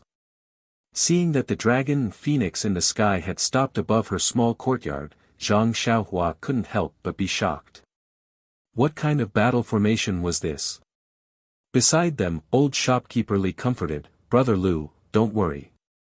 Sister-in-law Zhang and my wife are both inside. Although they aren't specialized midwives, they have a lot of experience. My wife has been vegetarian and praying to Buddha for the past few years. She has also helped a lot of people deliver babies for a living. There won't be too big of a problem." But Mr. Lu only started, but he couldn't finish his words. He could only look at Zhang Kai. Both of them smiled bitterly. "That's right, your wife has helped a lot of people deliver babies, but they were all normal babies. The unborn baby in this house had stayed in his mother's stomach for 5 years. This morning, he suddenly had abdominal pain and knew it wasn't good. He could only ask Zhang Xiaolong to go out and look for a midwife." This situation naturally couldn't be directly told to old shopkeeper Li. Lu Kai listened to his father's orders and nodded, "Father, don't worry. A mother relies on her son, little sister will definitely be fine. I'll go out and take a look. Jin Feng is with Xiaolong, so there won't be too much of a delay." After saying this, he turned around and walked out of the small courtyard. But when he turned around, he saw Zhang Xiaohua who had just walked behind them. He couldn't help calling out, "Xiaolong, why are you alone?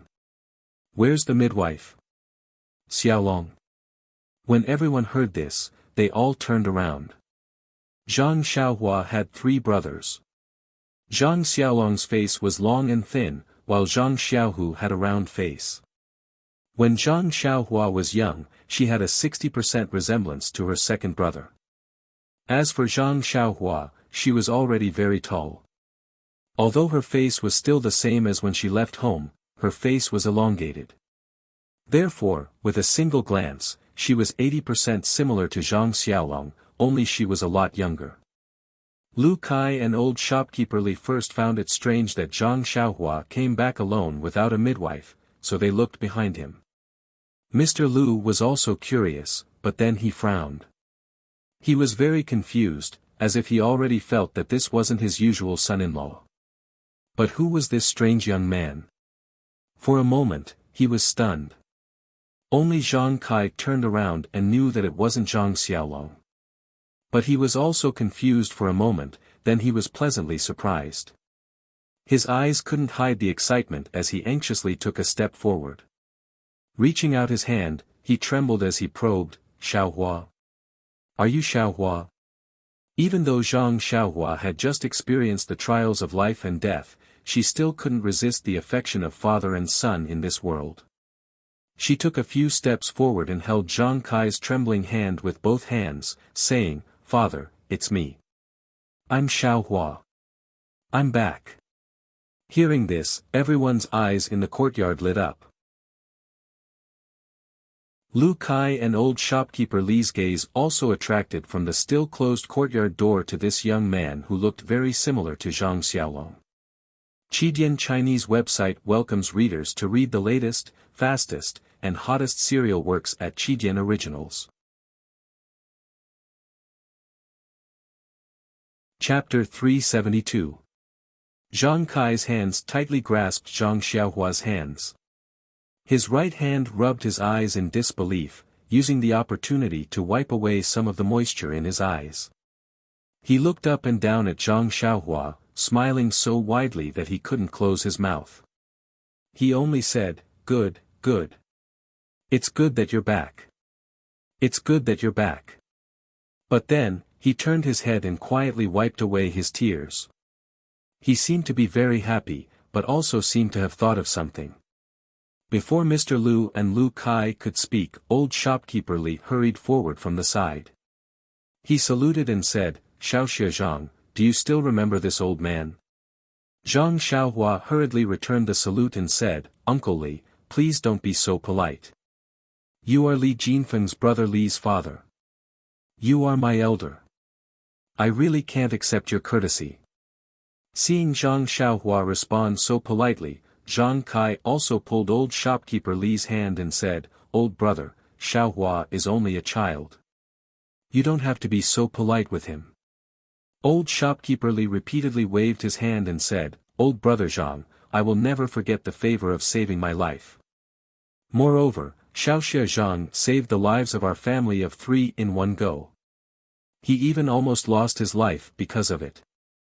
Zhang Xiaohua was greatly embarrassed and said, "Uncle Li, just call me Xiaohua. I really can't stand being called Xiaoxia Zhang." Mr. Lu also smiled at the side and said, Zhang Xiaohua, it's better to call you Xiaohua. Let the people of the Jianghu call you Xiaoxia Zhang." Hearing this, Zhang Xiaohua also hurried forward and saluted. Mr. Lu chuckled and helped him up. Then, Zhang Xiaohua and Lu Kai both saluted each other. Only then did they stand still. Just as they were about to speak, suddenly, Zhang Xiaohua's nose smelled an extremely rich and light fragrance descending from the sky. At this moment, all the pores on his body didn't wait for him to circulate his energy. They all opened up and absorbed this extremely strange fragrance as if they were absorbing starlight at night. At this moment, the people in the courtyard seemed to have noticed something different. They looked at each other and twitched their noses, searching for the source of the fragrance. Only Zhang Xiaohua released his divine sense. He clearly saw that the dragon and phoenix Yuan Qi in the sky had already descended to the sky above the small house. The dragon and phoenix formed by the Yuan Qi seemed to be real, dancing in the sky. After a long while, the dragon and phoenix flew towards the sky above the small house from different directions and silently collided. The dragon and phoenix instantly disappeared and turned into countless petals that floated down. Heavenly maiden scattering petals, this phrase inexplicably flashed in Zhang Xiaohua's mind. As early as when Zhang Xiaohua used the oneness of heaven and man technique, he saw the majestic dragon and phoenix Yuan Qi in the starry sky. At this moment it turned into a rain of petals and fell down, covering the entire sky above the Guizhuang house. Only a small part of the rain of petals seeped into the small house in the courtyard. Seeing this, Zhang Xiaohua released his divine sense with all his strength. Other than the Yuan Qi that directly fell into the small house, he didn't disturb it. Most of the scattered Yuan Qi were drawn into his small courtyard by him and absorbed with all his strength. At this moment, Zhang Xiaohua was already in the 6th layer of the Qi refining realm. He could already control the Yuan Qi to the smallest detail. In addition to his powerful divine sense and the help of his Dantian's core, he absorbed all the scattered Yuan Qi outside the small house into his own meridians like a whale swallowing seawater. As for the Yuan Qi above the small house, Zhang Xiaohua didn't dare to act rashly. Of course, he wouldn't compete with his little nephew. However, the small house was still covered by the red light that couldn't be seen by the naked eye. His divine sense couldn't know the use of the yuan qi. After a while, the scattered yuan qi of heaven and earth had become sparse. Suddenly, an inexplicable sound of music entered his mind, as if it was ringing in his heart. Zhang Xiaohua was about to use his divine sense to look when he heard a burst of exclamations in the small house. The red light that covered the small house immediately changed to a brilliant golden brilliance. Zhang Xiaohua frowned. When he was hesitating whether he should use his divine sense to look or not, he heard the door of the small house open. Li Yinfeng ran out with a pale face and whispered, oh no, Sister Qian, she gave birth to a monster.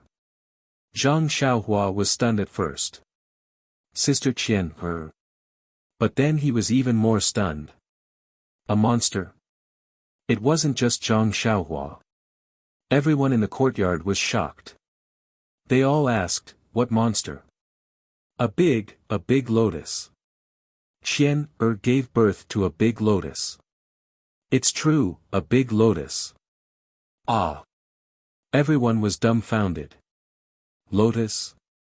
Little Feng, are you seeing things? Lu Kai stepped forward and held Li Yinfeng's hand. He asked anxiously. Seeing this, Zhang Xiaohua was stunned. These two were so intimate. Could it be? Sure enough, Li Yinfeng's hand trembled. She couldn't finish the sentence and said, it's true, husband. I really saw it. Mother and Auntie Guo were so scared that they couldn't move. That lotus, it could open and close as if it was blooming. At this time, Li Yinfeng also saw Zhang Xiaohua. She shouted, Xiaolong, why don't you go in and take a look?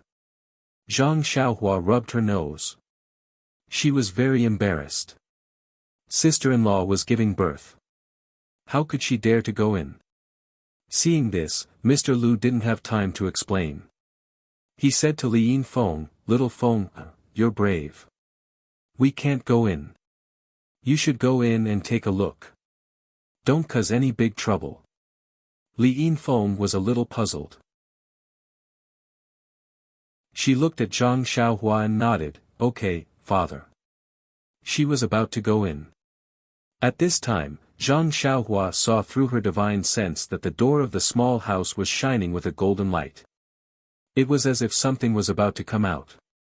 Zhang Xiaohua didn't dare to be careless.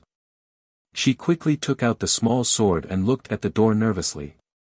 Sure enough, when the golden light appeared in the small courtyard, Zhang Xiaohua saw her mother holding a big round ball and walking out. The ball was wrapped in a layer of flowing golden light. It was like flowing water that kept flowing. From time to time, it emitted a golden light that couldn't be seen by the naked eye. When Zhang Xiaohua looked with her eyes, she saw that the golden light was imitating the shape of a lotus flower. As the light radiated, it imitated the opening and closing of a lotus flower. At this time, Guo Sufei's face was pale. She bit her lips and her hands were trembling. Step by step, she slowly walked to the center of the small courtyard.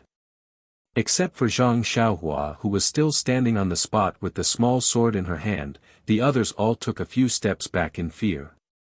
Their faces were filled with nervousness and fear. Everyone's retreat naturally made Zhang Xiaohua stand out. Although Guo Sufei's eyes were blurred and frightened, when she saw Zhang Xiaohua, she was pleasantly surprised. She called out, Xiaohua. Although her voice was low, Zhang Xiaohua heard it clearly. She replied with tears in her eyes, Mother, I'm back. Guo Sufei nodded, hinting her to step back a bit. But Zhang Xiaohua shook her head and said, Mother, it's okay. Then, she looked around and said, Mother, put it on this stone table. Guo Sufei still shook her head, but her eyes were looking at the door of the small courtyard. How could Zhang Xiaohua not know her mother's intention? She walked straight over and said, Mother, it's okay. Let me see. How could Guo Sufei let her get close? She took a few steps back and said with a trembling voice, "Xiaohua, you stay away, stay away." Zhang Xiaohua stopped and said, "Mother, you've forgotten. That year, I was the one who saw that eldest sister-in-law was pregnant." Guo Sufei was stunned. Zhang Xiaohua continued, "Give this to me. I'll see what's going on." Guo Sufei asked, "Is it really okay?" Zhang Xiaohua smiled and said, "It's okay. Mother, it's just my nephew or niece. What's there to be afraid of?" After saying that, she took a few steps forward and took the lotus from Guo Sufei's hand. Seeing this, Guo Sufei could only comply. But she still followed behind Zhang Xiaohua, feeling extremely worried. The lotus that the ball turned into was very similar. It also felt like a lotus in her hand. Zhang Xiaohua walked to the side of the stone table and placed the lotus on it. She looked at it with her eyes. It was just like a real lotus. She couldn't see any abnormalities. It was just that the lotus kept opening and closing, which made people feel strange. Zhang Xiaohua immediately released her divine sense and carefully observed the ball. As soon as she released her divine sense, Zhang Xiaohua was shocked. What kind of ball was this? This was clearly a mysterious array formed by countless golden talismans that looked like tadpoles. Those countless golden talismans seemed to be alive. They were colluding together and constantly rotating in the air like flowing water. When Zhang Xiaohua immersed her divine sense into one of the tadpole-like talismans, she was shocked to find that this talisman was also formed by countless talismans. Those tiny talismans were also like tadpoles, intertwined together. This. Zhang Xiaohua couldn't help but be tongue-tied. This was far beyond her imagination. It was far beyond the array and prohibition that she knew. She could only vaguely feel that the entire ball array seemed to have existed since the beginning. It was not something that could be formed by human strength. It was also not something that could be broken by human strength. As for those tiny talismans, Zhang Xiaohua simply used his divine sense to know that the intricate structure of the talismans was millions of times more powerful than the array formation that she had obtained from Fire Dragon Immortal on the deserted island. Yes, perhaps even more. But this difference was not something that Zhang Xiaohua could understand. What should I do? The child is probably in this array. If I can't break this array, the child will not be able to come out. But this array, I think no one in the world can break it. What is going on? Sister-in-law only drank the spring water that was rich in vitality. I only gave her a small vitality stone. How could it give birth to such a strange thing? Moreover, it is protected by this innate array. That's right, the dragon and phoenix bringing prosperity in the morning, and the heavenly maiden scattering flowers just now, and even the sound of a musical instrument, they were all for this child, right? But since there was a natural phenomenon, the vine should have fallen when the melon ripened, and the vine should have fallen when the time was ripe. Thinking about this, Zhang Xiaohua turned to look at her mother who was standing beside her. Guo Sufei's expression seemed to have calmed down. Perhaps it was because she saw another son, or perhaps it was because she believed in her son's ability. When the others saw this, they all took a few steps forward. Other than Zhang Kai and Mr. Liu who stood beside Zhang Xiaohua, the others still kept a distance. Zhang Xiaohua sighed. Just as she was about to tell her mother, the golden array happened to turn in a direction. Zhang Xiaohua inadvertently looked at it with her divine sense and could not help but be happy. There are many stories that have yet to be told. The interest of the faction is paramount. This is the rule of survival for every faction in the Jianghu. If there is a faction that selflessly helps the Misty School, that would be strange. Chapter 373.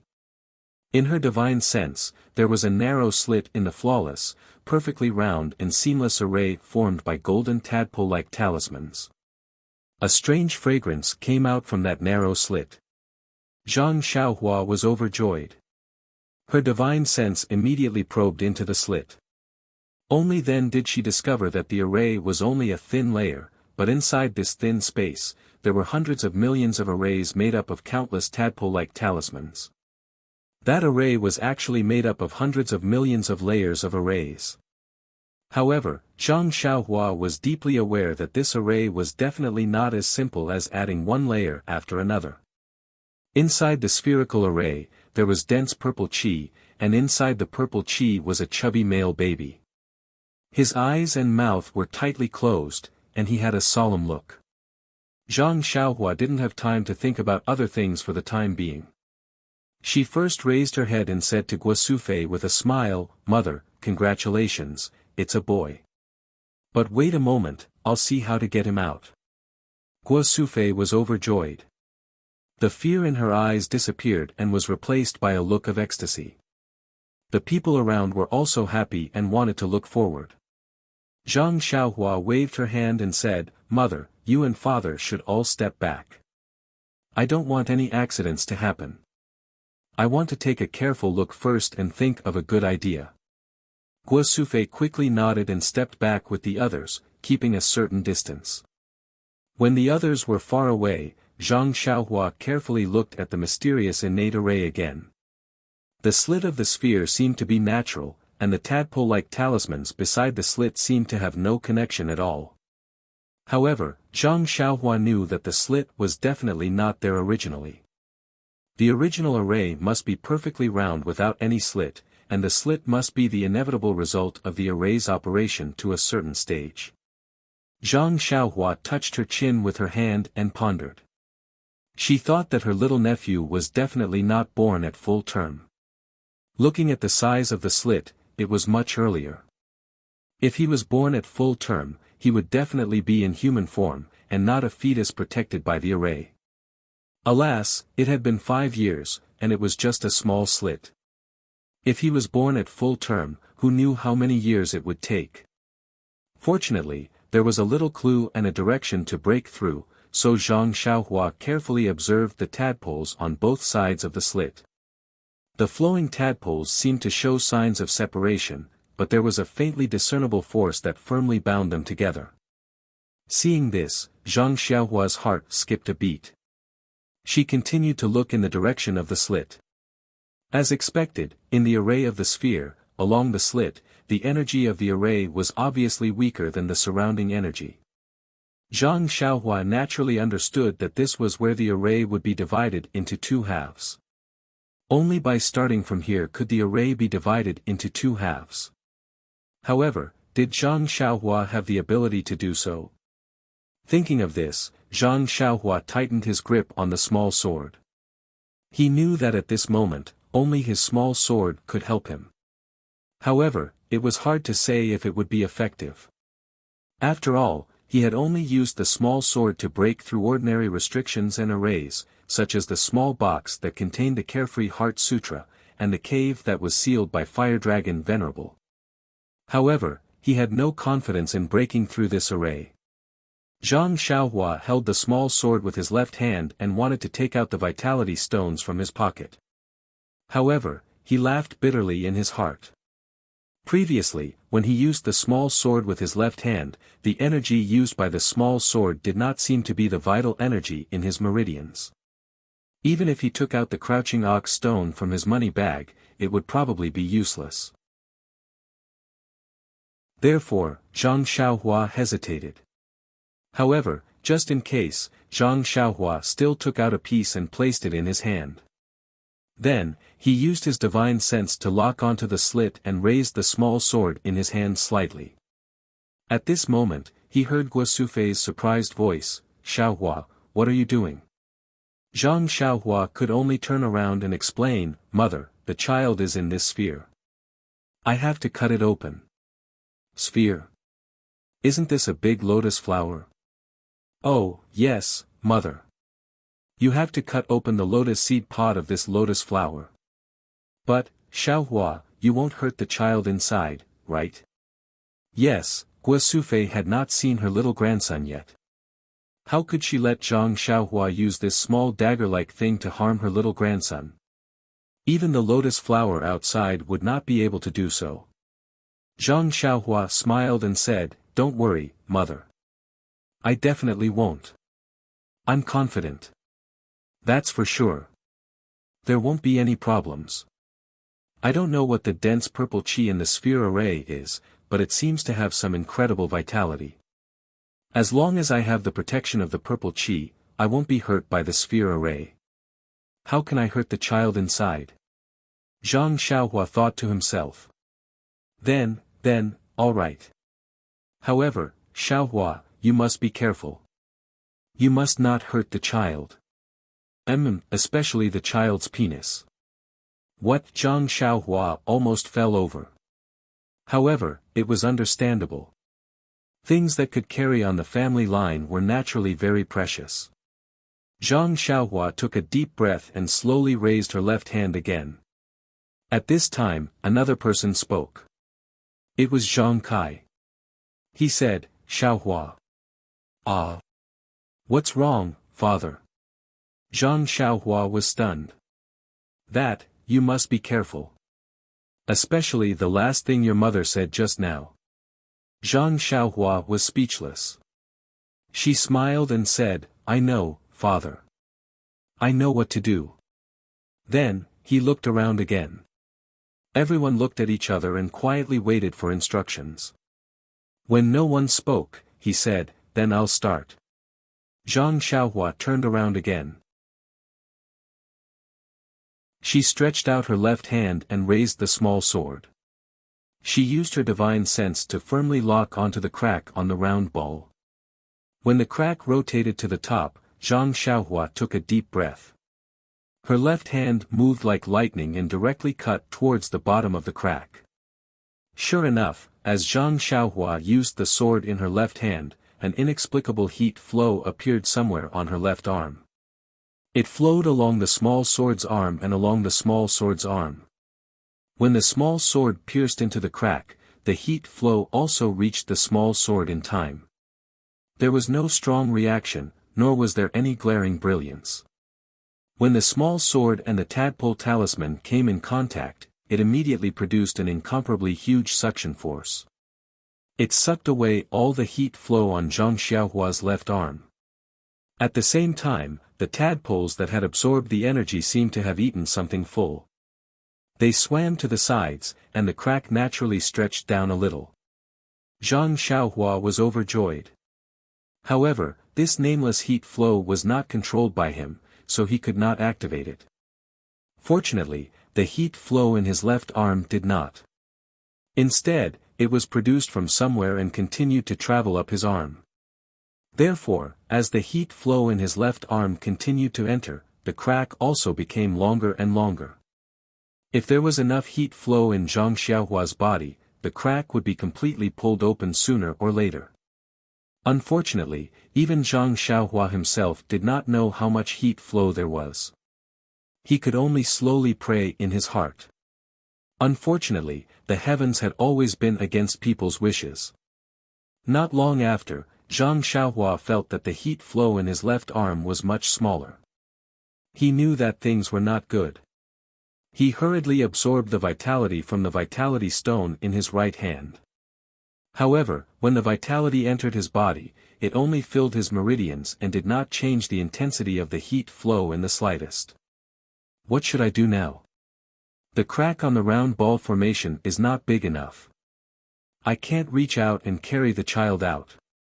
Just as he was thinking, there was no more heat flow in his left arm. The small sword could no longer cut it. However, at this moment, something abnormal happened. The purple gas in the round ball formation seemed to be attracted by something. It flowed along the tip of the small sword into Zhang Xiaohua's left arm. It also formed a warm flow. It followed another path up his left arm until it disappeared. After a moment, another warm flow was produced. It flowed from the original path to the small sword.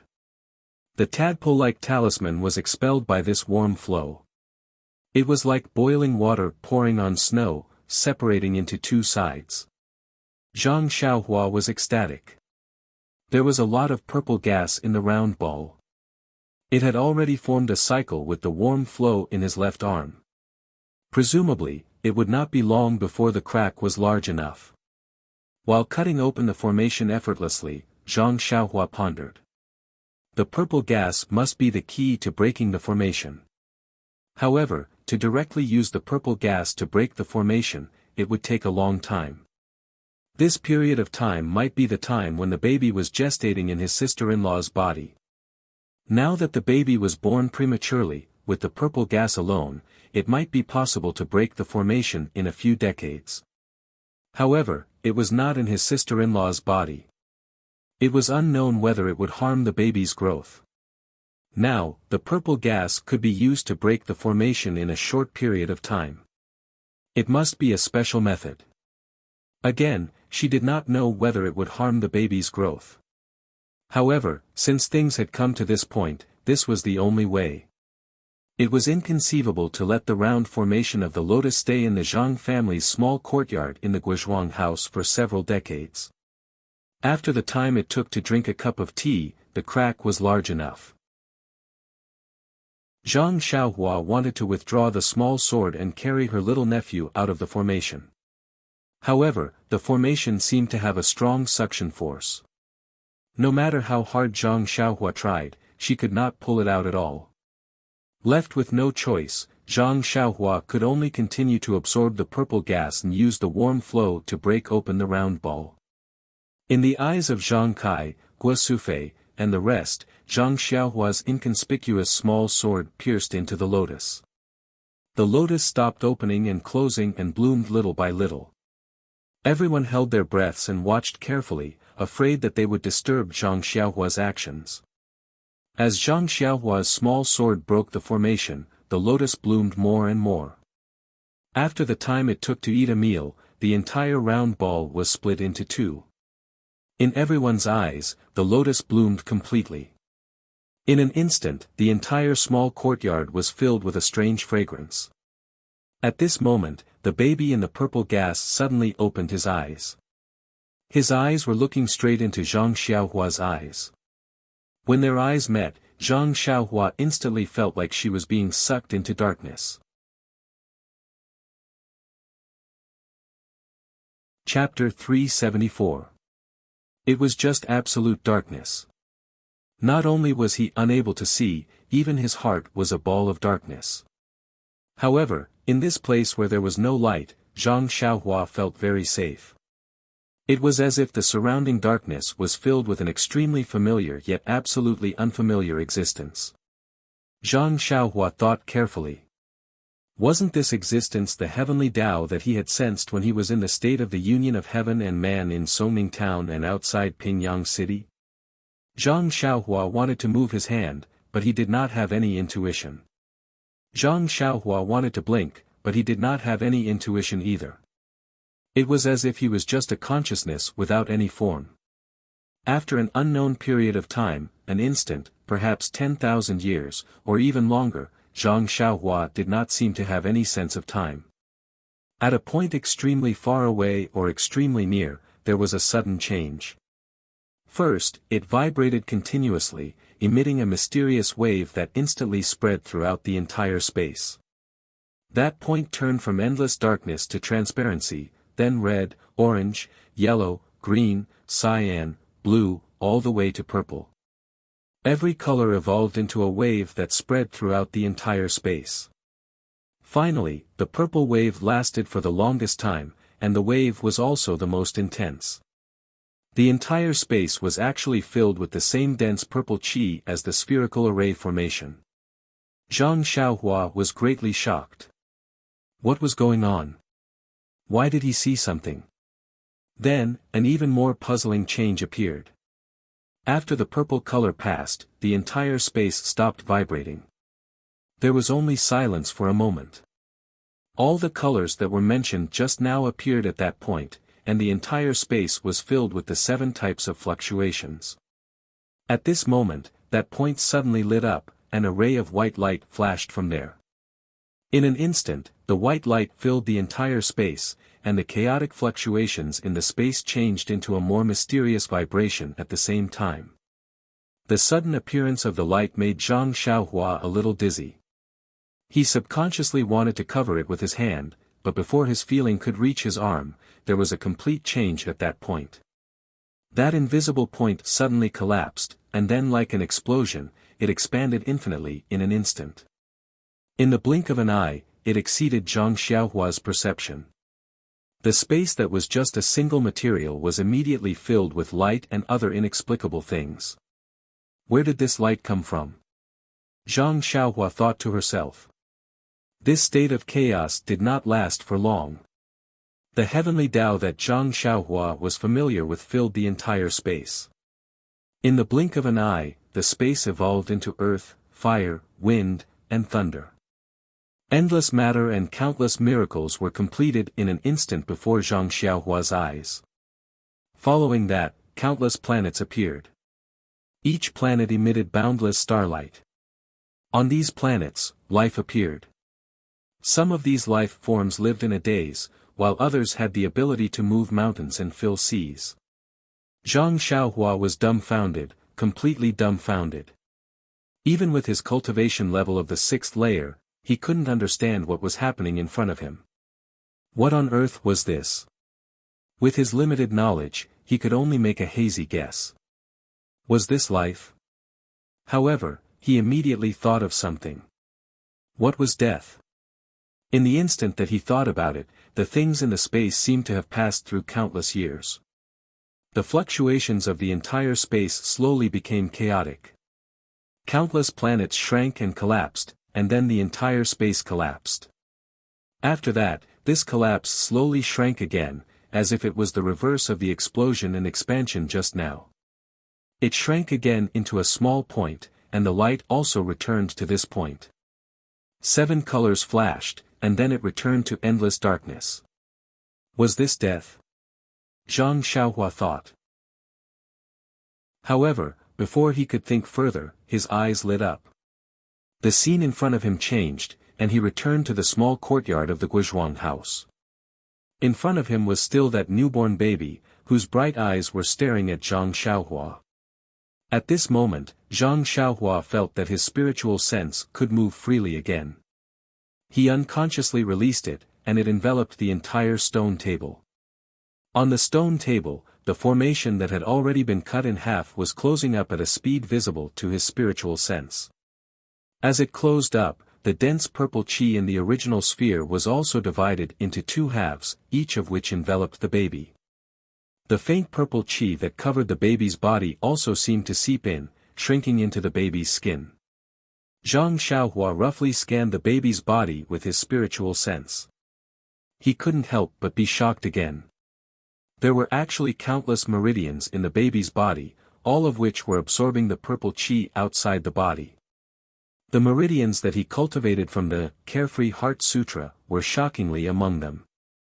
At this moment, no matter how stupid Zhang Xiaohua was, he knew that a great opportunity was in front of him.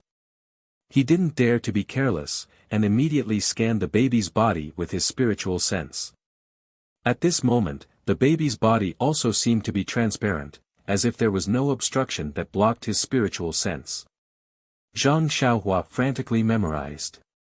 In just a few breaths of time, the thin purple qi on the baby's body was completely absorbed. In an instant, the baby's meridians flickered a few times before disappearing. No matter how Zhang Xiaohua scanned, he found nothing. However, a faint smile appeared on Zhang Xiaohua's lips. Just as Zhang Xiaohua was about to withdraw his spiritual sense, the 2 halves of the formation on the stone table had already closed up, forming 2 spheres of the same size that emitted a golden brilliance. Just like the complete spherical formation from before, countless tadpole-like glyphs flowed with brilliant light. Just as Zhang Xiaohua's spiritual sense focused on the 2 spheres, the spheres seemed to sense something and suddenly flew up from the stone table, flying towards Zhang Xiaohua's forehead. However, just as they flew halfway, one of the spheres suddenly changed direction. With a turn, it directly entered the baby's forehead on the stone table. The remaining sphere didn't change at all. When it approached Zhang Xiaohua's forehead, it turned into a ray of golden light and shot into it. The golden light entered Zhang Xiaohua's forehead and went straight into the Naiwan Palace of the Upper Dantian. In the Naiwan Palace, the essence of elixir that Zhang Xiaohua had painstakingly cultivated was slowly rotating. The golden light rotated in the Naiwan Palace and immediately covered the essence of elixir with a layer of golden light. However, the golden light didn't stay in the Naiwan Palace for long. After leaving the Naiwan Palace, it went straight to a mysterious place behind the head. Once it entered, there was no more sound. It wasn't the first time Zhang Xiaohua sensed that mysterious place. Back when he was on the deserted island, when the refining elixir heart with jade blood technique reached its end, Zhang Xiaohua's Naiwan Palace was about to be scorched by the internal fire. However, after the golden light entered, Zhang Xiaohua couldn't find any trace of it. Zhang Xiaohua sensed that the golden light entered a mysterious place behind the head and was very surprised. Before he could think about it, the baby on the stone table changed again. The golden light entered the Naiwan Palace between the eyebrows. In an instant, the baby's body shone with golden light and a golden shadow stood up from the baby's body. It looked like an adult. The adult baby pointed one hand to the sky and the other to the ground. There was a benevolent smile on the corner of his mouth. Zhang Xiaohua was stunned. What did this mean? When the shadow finished laughing, it first expanded and then rapidly shrank. It also entered the Naiwan Palace between the eyebrows and disappeared. At this time, the baby, in Zhang Xiaohua's mind, didn't have any abnormalities. It was the same as any ordinary person that he saw on a daily basis. There wasn't even the slightest fluctuation of the qi of heaven and earth. However, Zhang Xiaohua stood there in a daze. His mind didn't dare to relax for a moment. Today's encounter was really too magical. Everything was unimaginable. Perhaps, in the next moment, there would be a miracle that had never been seen before. Even if, now, this baby who was still sleeping soundly with his eyes closed immediately grew up and called him uncle with a smile, or could immediately fly into the sky, he would believe it without hesitation. However, at this moment, Zhang Xiaohua suddenly felt that someone was pulling his sleeve. Could it be the hand of Tian Dao? He felt a sweep of his divine sense. How was it the heavenly Dao? It was just his mother carefully tugging at him. Zhang Xiaohua hurriedly retracted his mind and asked, "Mother, what's the matter?" Guo Sufei was ecstatic and asked with a trembling voice, "Xiaohua, is the child well? Can I hold him? This way, I don't want my good grandson to freeze. After all, it's still winter. This child who has just been born can't be frozen at all." Zhang Xiaohua was startled and turned his head to look. Of course, there was nothing on the stone table. There was only a white and fat naked baby sleeping soundly with his eyes closed. It made people feel pain and pity for him. Zhang Xiaohua thought to himself, "Mother, don't worry. Even if I freeze, your good grandson won't have the slightest problem." However, he still didn't feel at ease and asked, "Mother, what did you see just now?" "What did I see?" Guo Sufei was startled and immediately said proudly, "Xiaohua, you've really grown up. Where did you learn the sword? It's so powerful that you could split the lotus with just one strike. It's really much more powerful than Butcher Lu's butcher's knife. And, you just stood there without moving after splitting the lotus. We didn't dare to disturb you, but isn't the child still young? He can't catch a cold. Look, can I carry him back to the house?" From what his mother said, from the time he split the lotus to her pulling his sleeve, it was only a very short period of time. However, in this very short period of time, he encountered something that others would never be able to understand in their entire lives. Zhang Xiaohua looked at the small sword in his left hand and smiled bitterly. He put it in his arms and said, "Of course you can. Mother, quickly carry the child back to the house." When Guo Sufei heard this, she was overjoyed. She hurried forward and carefully held the baby in her arms. However, the moment the baby touched Guo Sufei, he immediately opened his mouth and cried loudly. The cry was very loud and clear, echoing throughout the small courtyard. At this moment, a surprised voice sounded, "Ah! Mother, the child has been born. Is Xianxian okay?" Zhang Xiaohua turned around and saw that the door of the small courtyard had just been pushed open. A young man who was as tall as him was running towards the direction of the crying baby with a face full of surprise. That young and thin face looked 80% similar to Zhang Xiaohua's. Wasn't he Zhang Xiaohua's eldest brother, Zhang Xiaolong? Behind Zhang Xiaolong was an old woman with a depressed face. There was no need to look. Just by looking at her, one could tell that this was a midwife who didn't make it in time. Chapter 375. Hearing the child's cries, Zhang Xiaolong rushed into the small courtyard. Ignoring the people in the courtyard, he ran straight to his mother's side and looked at his child with concern. When he saw the child, he couldn't help but frown and ask, "Mother, why didn't you wrap the child in a quilt when you took him out? It's so cold. Won't the child freeze?" Guo Sufei smiled bitterly and was about to say something when the depressed midwife who had rushed over from behind revealed a happy expression. She said in an exaggerated tone, "Io, look at you. You don't have any experience at all.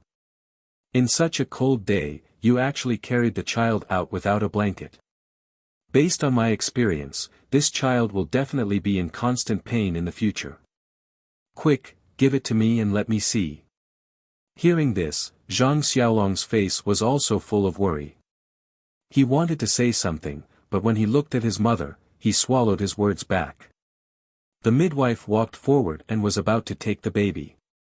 Just as she reached out, she immediately retracted her hand in shock and shouted, "Oh, why is this baby like this?" Zhang Xiaolong was stunned. He carefully looked at the child in front of him, but he couldn't see any abnormalities. Zhang Xiaohua was also puzzled. Could it be that the midwife could see some clues? But at this moment, even her divine sense couldn't detect any abnormalities. In the end, the midwife said in fear, "I've delivered babies my whole life. Newborn babies are all wrinkled like little old men. They're extremely ugly. It's only after they're a month old that they'll slowly grow white and plump. They're completely unlike your baby, who was born so beautiful. She's an evildoer, an evildoer." After saying that, she didn't even have time to say the reason she wanted to stay. She quickly turned around and ran away, leaving only Zhang Xiaolong behind. He opened his mouth and said, "This. Granny Li, you haven't received the money." But seeing the speed at which the old granny ran out of the small courtyard, he muttered to himself, "This old granny actually ran so fast. So it turns out that she was dawdling at home, taking a dump and peeing, and only saying that she couldn't walk, it was just to get more money from me." At this time, another figure that Zhang Xiaohua was very familiar with limped into the small courtyard. Wasn't that young master Li Jinfeng? Li Jinfeng shouted, "Xiaolong, what's going on? Granny Li had brought the child out so quickly. Even so, you should at least leave some food for him. Wouldn't it be extremely rude to just let him go like this?" At this moment, Zhang Xiaolong had no time to explain to him. He hurriedly said to Guo Sufei, "Mother, quickly carry the child into the house. It's warm inside." Guo Sufei seemed to wake up from a dream. She quickly ran into the house with the baby in her arms. At this time, Zhang Xiaohua's face was a little gloomy. She reached out and took out the small sword. She frowned and thought for a while. Then she slowly put it back into her clothes. She seemed to have made her own decision. Other people in the small courtyard, such as Zhang Kai and Mr. Lu, looked at what was happening in front of them as if they were watching a play. They had no chance to interrupt. When Guo Sufei carried the child into the house, they also seemed to wake up from a dream. Zhang Kai asked, "Xiaolong, what's going on now? Why did you take so long to invite Granny Li over?" When Zhang Xiaolong saw his father blaming him, he helplessly replied, "Father, when my own child was born, how could I not be anxious? Young Master Li and I had already arrived at Granny Li's house, but this old thing just kept dawdling. One moment she said her stomach hurt, the next moment she said her feet hurt. I gave her more money, but she still said we were all from the neighboring village, so I didn't need to be polite. I didn't know what she meant until I accidentally said the wrong amount of money, saying it was 3 coins. Li Jinfeng next to him also laughed. Uncle Zhang, don't blame Xiaolong. You see, when I fell from the donkey, Xiaolong didn't even bother to help me. He only pulled Granny Li and hurried on. Zhang Xiaolong asked apologetically, Young Master Li, I'm really sorry. How are your injuries? Li Jinfeng waved his hand and said, It's fine, it's fine. No matter what, I'm still a rider. This is just a small accident. Zhang Kai wanted to speak again, but Mr. Lu next to him laughed and said, It's really a lucky hit. Old brother Zhang, Xiaolong's delay is really wonderful.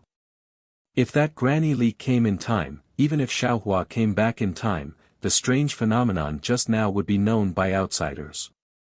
Maybe, that's for sure. This Granny Li will definitely spread the news of the strange phenomenon just now. If this was known by outsiders, this child's life will be in big trouble. Everyone in the small courtyard suddenly understood. Only Zhang Xiaolong and Li Jinfeng were confused, asking, Strange phenomenon? What strange phenomenon? Immediately, Zhang Xiaolong's eyes widened, asking loudly, Xiaohua. Father said Xiaohua came back.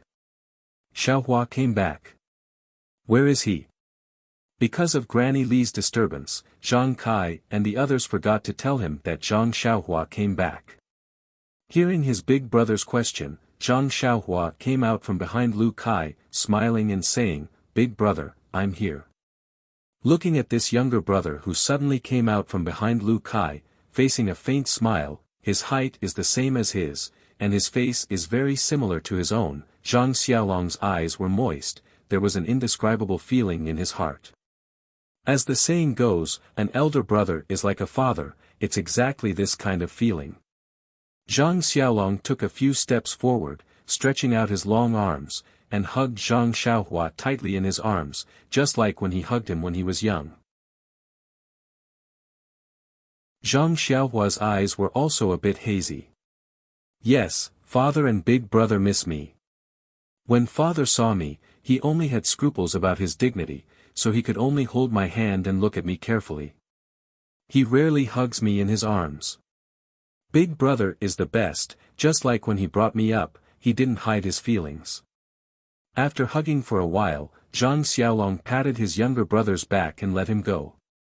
He looked up and down again, smiling, Xiaohua has also grown up, you're actually as tall as me.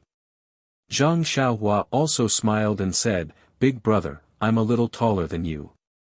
Then, he walked in front of Li Jinfeng, cupped his hands and said, Young Master Li, I trust you've been well since we last met? Li Jinfeng was even more excited, he quickly saluted and said, I've been well, I've been well, I've been well. I'm indebted to. Before he could finish, Zhang Xiaohua smiled and said, Young Master Li is my first teacher, there's no need to be so polite. Li Jinfeng was also an open-minded person, he smiled and said, Great kindness can't be thanked with words, I'll thank you once today, I won't thank you again in the future. Finished speaking, he deeply saluted. Zhang Xiaohua also quickly returned the salute. Li Jinfeng got up and patted Zhang Xiaohua's shoulder, he said with a smile, In the past, I was able to touch your head, after not seeing you for a few years, I can only pat your shoulder. Time is like water, there's no turning back, good, good. She didn't know what kind of emotions this guy was feeling, sad one moment and admiring the next. Zhang Xiaohua looked at Li Jinfeng, who was already a little shorter than her, and sighed in her heart. Back then, they had met by chance in the carriage, she never thought that the situation would be like this today. Meeting by chance could be very strange. At this moment, Li Yinfeng, who had been staring at Zhang Xiaohua, walked up with Lu Kai. When Zhang Xiaohua saw her coming, she quickly waved her hand and said, "Big sister Li, oh, I should call you sister-in-law, but please don't salute me anymore. Uncle Li and brother Li have already thanked me just now, if you come over and thank me again later, I'll really blush." When Li Yinfeng heard this, her face turned a little red. Just as she was about to speak, Zhang Xiaohua interrupted and said, "Moreover, sister-in-law, who asked my character to be so good? The heavens have seen that I've worked hard to save people and have repaid me handsomely. You don't have to be so courteous anymore." Hearing Zhang Xiaohua calling her sister-in-law, Li Yinfeng's face had already turned red. Until Zhang Xiaohua nagged for a long time and stopped when her mouth was dry, she then said, "Zhang Xiaohua, I'm not thanking you this time." "Ah." Zhang Xiaohua was stunned. "You should have said so earlier. Sigh, you've been too evasive for so long, you've hurt my reputation." Zhang Xiaohua's face was a little hot. Li Yinfeng looked at Lu Kai's expression and asked, "Seeing that you're back, I'm finally relieved, but, do you know where Xiaohu is? I heard from Big Brother that the Misty School had been destroyed and the Misty School outside Pingyang City had been taken over by another sect. But why hasn't there been any news from Xiaohu? Is he alive or?" She couldn't finish the last word. Xiaohu. Zhang Xiaohua was stunned, but she immediately understood a little. Looking at Lu Kai's awkward expression, she understood everything. She secretly laughed in her heart and also felt a little sad. She could only sigh and said, "Sister-in-law, I've also just returned and haven't returned to Ethereal Heights for 4 to 5 years. I really don't know the details of the Misty School. Although I went to Huanxi Heights a few days ago, I didn't get any useful news." Hearing this, everyone was stunned. Zhang Kai asked nervously, "Xiaohua, why did you go to Huanxi Heights for no reason? Are you looking for trouble? If that sect saw you, do you still want your life?" Zhang Xiaohua was also stunned. The Righteous Alliance didn't know that she had killed their disciple, why would they find trouble with her? But immediately, she understood that her father had misunderstood. She smiled and said, "Father, don't worry, I'm also not a disciple of the Misty School. Even if I went to Ethereal Heights openly, no one would recognize me. Moreover, I'm only going to Huanxi Heights and it has nothing to do with the Misty School." "Oh. I see." Zhang Kai seemed to understand and said, "Then you have to be careful and don't run around for no reason." At this moment, a trembling and shy voice sounded, that, "Xiaohua, did you see Qiu Tong?" "Ah." Zhang Xiaohua looked over in surprise. Of course, Li Jinfeng's pale face was slightly red and he was looking at her with his dry lips.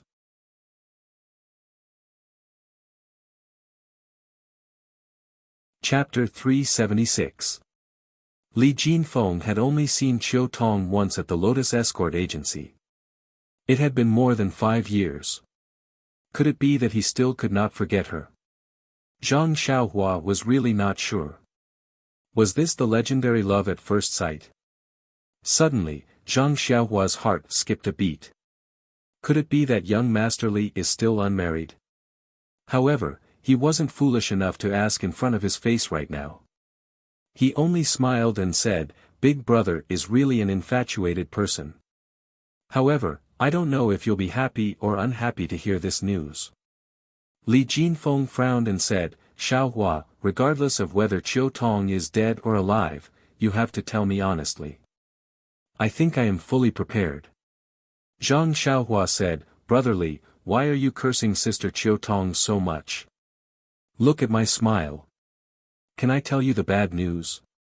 Then you mean, you saw Miss Qiu Tong at Huanxi Manor?" Li Jinfeng was a little ecstatic. Zhang Xiaohua smiled bitterly and said, "Big Brother, calm down, calm down. You have to pay attention to your image. I only received news of Sister Qiu Tong at Huanxi Manor. I did not see her." "Is that so?" Li Jinfeng was obviously a little disappointed. However, his eyes lit up again. He said, "It's good that you have news, it's good that you have news. How is she now? Where is she now?" She. He seemed to have some questions that he was too embarrassed to ask. Zhang Xiaohua said, "Sister Qiu Tong is said to be fine. Her life is not in danger.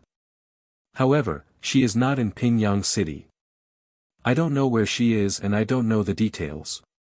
I knew it. Li Jinfeng's face lit up. He said, "She is only the manager of Huanxi Manor. She has nothing to do with the Misty School. How could she be in trouble for no reason?"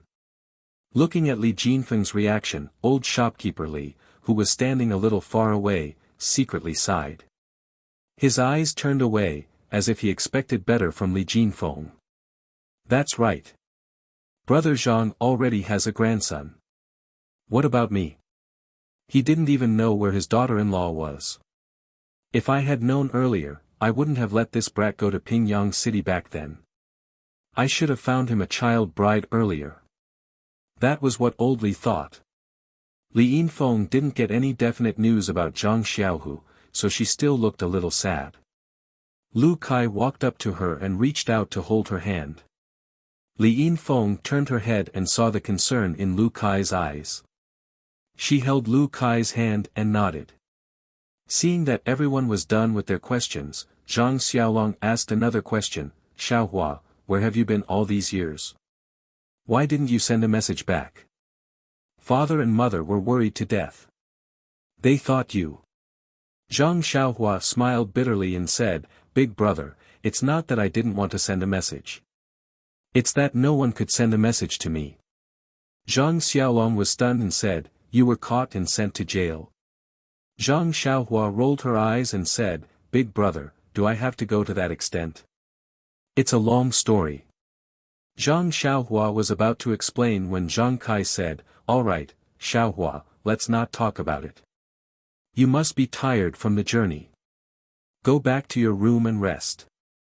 Also, Mr. Lu, brotherly, we can't keep standing in this courtyard. Anyway, the child has been safely born. We're all relieved. Let the women be busy. Let's go back to the room and have some tea." Everyone nodded in agreement. Therefore, other than Zhang Xiaolong and Li Yinfeng who entered the room, everyone else followed Zhang Kai out of the small courtyard and prepared to go back to the original Zhang family's small courtyard.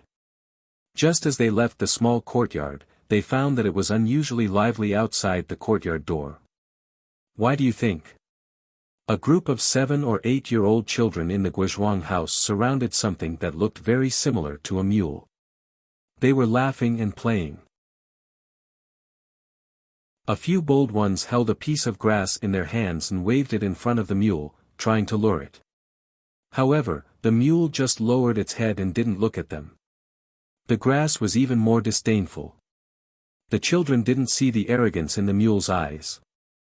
They only regretted that their tried and tested method had failed. The timid children stayed far away and only looked at it enviously. Sometimes, they were narrow-minded and even threw 1 or 2 small stones to tease it. In the distance, there were a few idle people in the village who looked at it from time to time. They seemed to have their own plans. Wasn't this mule Zhang Xiaohua's odd beast mount, Huan? This spirit beast really had a good nose. It smelled the entire way and found its way to the door. When he saw the strange thing in front of his door, Zhang Kai was also stunned. He looked at it in a fluster. Mr. Lu was first stunned, then confused. After that, he separated the group of urchins and looked at it from head to toe. He repeatedly exclaimed in surprise, "Could this be the David's David that was written in the book?" He smacked his lips a few times and raised his head to ask, "Whose family's mule is this?" Zhang Xiaohua smiled from behind and said, "Mr. Lu, this is my mount." Seeing this, Mr. Lu slapped his forehead and said with a smile, "I'm going to faint. When I saw this strange thing, I forgot about you. Our Guizhuang house has always had very few people coming. Today, other than you, there shouldn't be any outsiders. Naturally, I thought of you first." "That's right, is this animal an odd beast? Just as he finished speaking, Huan didn't agree.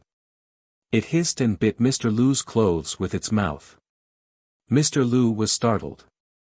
Zhang Xiaohua patted Huan's head and said with a smile, "Mr. Lu, it's an odd beast. I call it Huan. Don't be fooled by its appearance. It's clear in its heart that if you call it Huan, it'll definitely be happy." Mr. Lu was even more surprised. Like a child, he called out in a low voice, "Huan. Huan seemed to understand and hissed again. However, its head was raised high. Mr. Lu clapped his hands in wonder. Zhang Xiaohua led Huan and followed the crowd back to the Zhang family's small courtyard. She took the long sword from Huan's back and gently placed it by the wall of the small courtyard. Then, she also led Huan to the corner of the courtyard and let it do as it pleased. Zhang Xiaohua originally wanted to accompany her father. However, she was chased to the side room by Zhang Kai. She said that she was travel-worn and should rest more. However, Zhang Xiaohua had just broken the innate formation of the round ball and obtained too many things. It was also too inconceivable. He indeed needed to further organize and digest them. Therefore, Zhang Xiaohua didn't insist. However, before she rested, she still went to the back of the room and stood in front of her grandmother's grave for a long time. She kowtowed a few times before returning to the courtyard. She walked to the room on the left and pushed the door open to enter. At this time, the original location of her grandmother's small room had been demolished and rebuilt. The area was much larger, but the furnishings and layout inside were also the same as before. Seeing this, Zhang Xiaohua felt extremely peaceful. She floated onto the Kong bed and sat cross-legged, closing her eyes to meditate. In the small room, Zhang Xiaohua sat there quietly. He was as solemn as a mountain, but his heart wasn't as peaceful as it usually was when he cultivated. To be honest, the birth of his little nephew had shocked him far too much. In the past, when he was still in the Guozhuang house, he felt that knowing martial arts was incomparably powerful.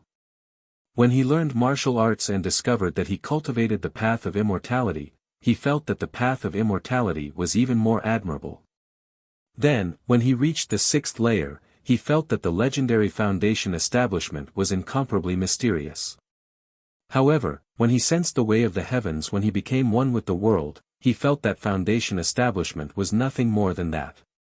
However, in such a short period of time in the eyes of everyone in the small courtyard today, the evolution of the way of the heavens in a single instant or 100 million years in his consciousness had given him a completely new understanding. 100 million years, these weren't just two words. When Zhang Xiaohua broke free from his consciousness and saw the people in the small courtyard under the sunlight, he felt as if a lifetime had passed. Yes, he was no longer the Zhang Xiaohua from a moment ago. However, as a 6th layer Qi practitioner, Zhang Xiaohua really didn't know what exactly was different.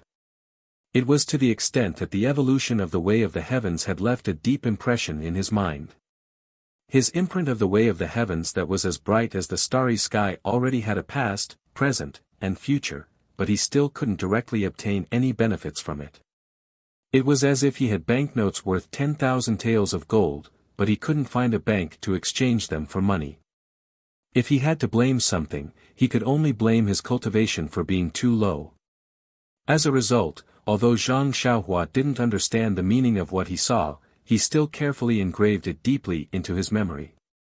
He didn't understand it now, but there would be a time when he would understand it. As long as he had banknotes, he wouldn't have to worry about not finding a place to spend them. Secondly, what shocked Zhang Xiaohua the most was the meridians in his little nephew's body that he saw when he absorbed the dense purple qi. Although Zhang Xiaohua hadn't cultivated the last 12 layers of the Carefree Heart Sutra, he still remembered all the meridians and cultivation techniques. All these meridians added together were only a drop in the ocean in the body of an infant. At that time, Zhang Xiaohua had only tried his best to memorize it. Now that he thought about it, a question surfaced in his mind. Is it because the meridians in little nephew's body are different from normal people's? Or is it because all normal people have this many meridians? It's just that no one has discovered it yet.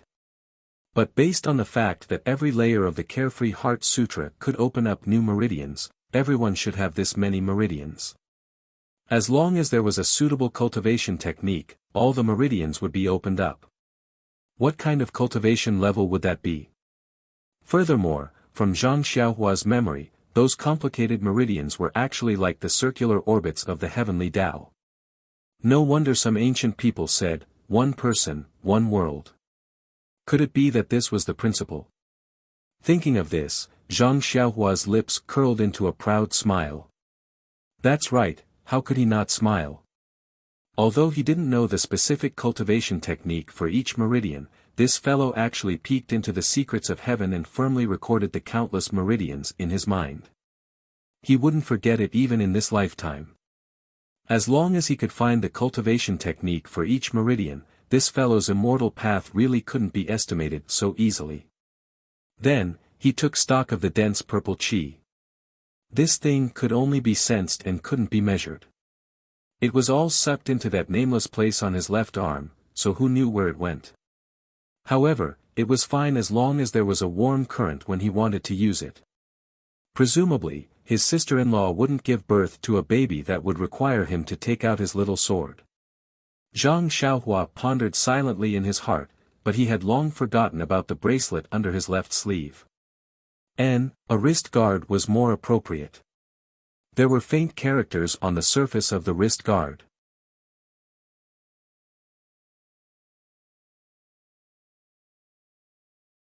Chapter 377.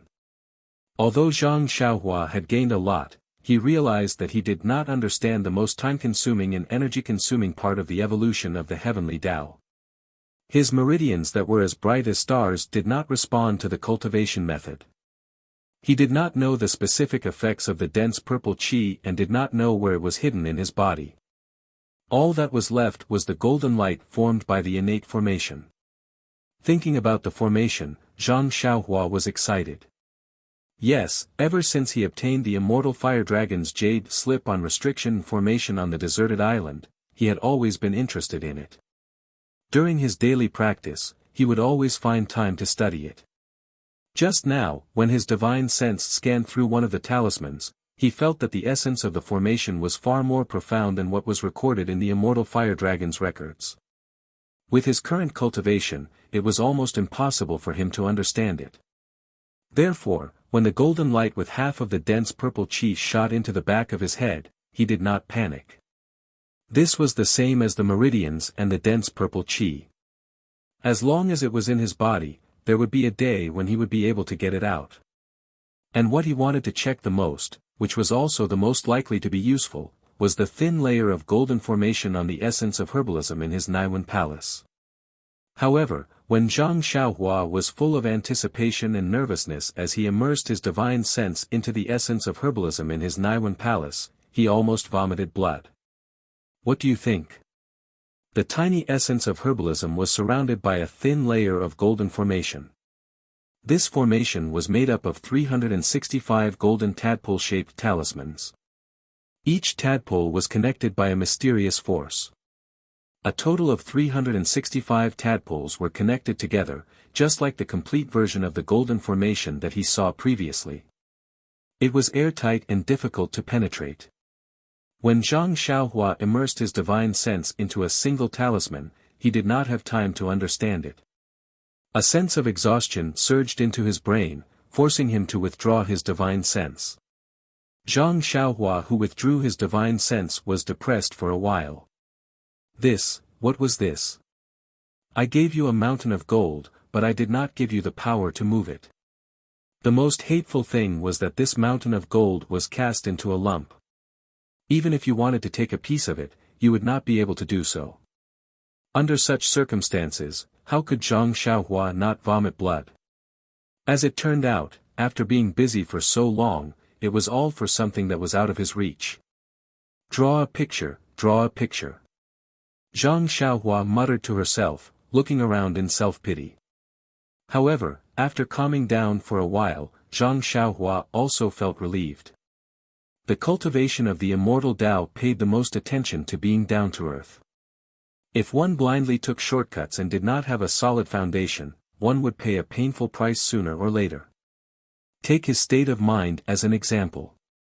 He originally thought that repaying kindness and enmity quickly and killing decisively was a clear path. However, the death of the innocent cat caused him to feel uneasy. If he blindly killed anyone he saw, it was inevitable that he would fall into his own inner demons in the future. Although this kind of tempering was not cultivation, it was better than cultivation.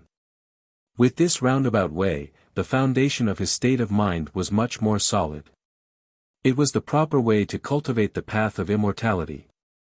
Now that he thought about it, being able to rescue his little nephew from the golden ball was perhaps his greatest gain. Thinking of her cute, chubby little nephew, Zhang Xiaohua couldn't help but smile. However, who did this kid look like? Why couldn't she tell? After thinking about it, Zhang Xiaohua calmed down and started to comprehend Fire Dragon Jinren's Tao of Arrays. Of course, with a mountain of gold in front of her, she had to train her chi first. In fact, Zhang Xiaohua had been calculating for a long time. Just when she thought that she had gained nothing, she had neglected the part that she had gained the most from. Of course, Zhang Xiaohua did not understand all of this. It was basically playing the lute to a cow. However, as a bystander, watching coldly for hundreds of millions of years was not something that anyone could experience. It was very important for the cultivation of one's Tao heart. From then on, Zhang Xiaohua's immortal Tao heart was incomparably firm. To a cultivator of the immortal Tao, this was the greatest gain.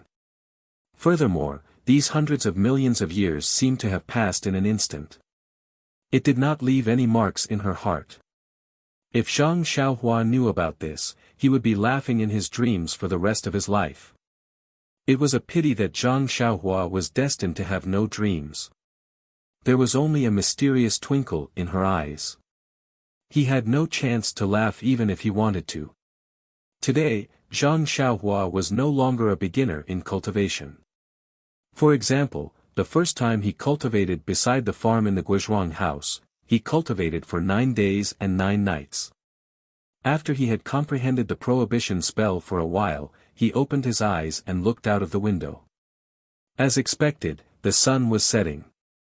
Immortal cultivation had no time. Zhang Xiaohua was very emotional.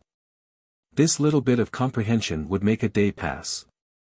Zhang Xiaohua walked out of the house and saw a strange scene. The snow in the clean courtyard had been cleared. Everyone was surrounding the corner and no one noticed her appearance. Looking at the corner, wasn't it where the odd creature Huan Huan was? Zhang Xiaohua walked over. Li Yinfeng, who was standing outside, heard the footsteps and turned around. When she saw Zhang Xiaohua, she smiled and said, "Xiaohua, did you sleep well?" "No way, sister-in-law. In the morning, you were still calling Zhang Xiaohua. In the afternoon, you're acting like a sister-in-law and only call me Xiaohua." Zhang Xiaohua's face was filled with righteous indignation. Li Yinfeng blushed and said, "This. Brother Kai said that I don't have to be polite with you. How about I call you benefactor?" At the end of her words, a trace of cunning flashed through Li Yinfeng's eyes. Zhang Xiaohua waved her hand and said, "Don't, sister-in-law. I'm just joking with you. If you call me Xiaohua, I'll be very happy to hear it. Don't go back to that. By the way, how are my sister-in-law and the child?" Li Yinfeng also smiled and said, Xiaohua, I'm just joking too. Xianxian is very good. She seems to have recovered very well. I think she can walk tomorrow. The child is also very good. Yes, very good. When he entered the room in the morning, he cried and drank milk. After eating, he fell asleep. He might not even wake up now. Antigua and my mother are over there. You don't have to worry. Oh, I see. Giving birth to a child is really tiring work. She can't walk for a day. Yes, from what you said, this is still good. Could it be that her body is so weak that she can't walk for 3 or 4 days? Being a mother is really hard. Poor thing. Li Yinfeng's face turned red again. Zhang Xiaohua looked and felt very strange. This Miss Li, oh, no, this sister-in-law, why is she so shy? When the people at the side saw Zhang Xiaohua coming over, they all smiled and turned around. When they heard what she said, they all laughed. Only Mr. Lu said, Xiaohua, where did you get this Davids from? According to the ancient books, some of the most famous immortals in the ancient times rode on the David's deer. Zhang Xiaohua shrugged and said, Mr. Lu, I've only heard about it. My David's deer was given to me by a kid named Xiaohua. She's also called Xiaohua. Everyone in the courtyard was interested. Seeing that they were eager to hear the story, Zhang Xiaohua said, Father, Mr. Lu, Uncle Li, let's wait for Mother and the others to come and I'll tell them together. This story is quite long. I can't tell it twice, right? Zhang Kai laughed and said, You little brat, you're actually keeping your father in suspense. Well, after dinner, we'll light up the lamp and tell you. At this time, Zhang Xiaohua saw that everyone was looking at Huan. In front of the David's deer, there was a huge bathtub full of water. Huan was stretching her neck and drinking. Zhang Xiaohua frowned slightly. This David's deer had been in his hands for a long time, but he had never seen it drink like this. When he swept it with his divine sense, he immediately understood. Wasn't this the spring water that his family drank? Could it be that this David's deer actually liked things that were rich in vitality? Oh, no wonder in Songning town, this thing came to me as soon as it saw me. So it was because it smelled vitality. I thought I had a good character. A shake of my tiger body attracted spiritual beasts to me. Zhang Xiaohua laughed and said, It can only drink water there. If it doesn't eat grass, it will starve to death. After saying this, he suddenly remembered that Nie Qianyu had said that the David's deer liked to eat grass with dew. Thus, he patted Huan's head and poured out the basket of grass. He took away the bathtub with one hand and poured some water on the grass, saying, Eat the grass, or I won't let you drink the water. The David's deer felt extremely wronged. It hissed on the ground and obediently ate the grass. It looked at Zhang Xiaohua anxiously as she threw the bathtub aside. Zhang Kai looked at his son and said, Did you sleep well? Yes, very well. Father, I haven't slept on the Kong at home for a long time. It really smells good. That's good. I was afraid that you would be used to it and couldn't sleep when you came back.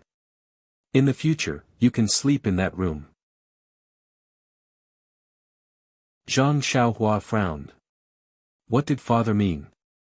Could it be, then, Zhang Kai said, Let's go, Xiaohua. Let's invite Mr. Lu and your Uncle Li into the room and look at the mule. Oh, the David's deer has been drinking water for a long time.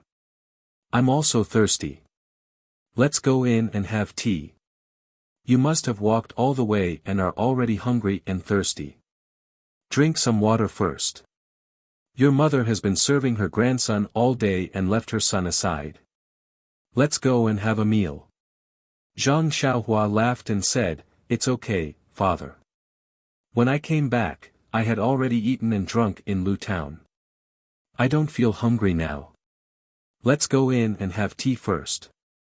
We can cook after mother and the others are done. There's no hurry.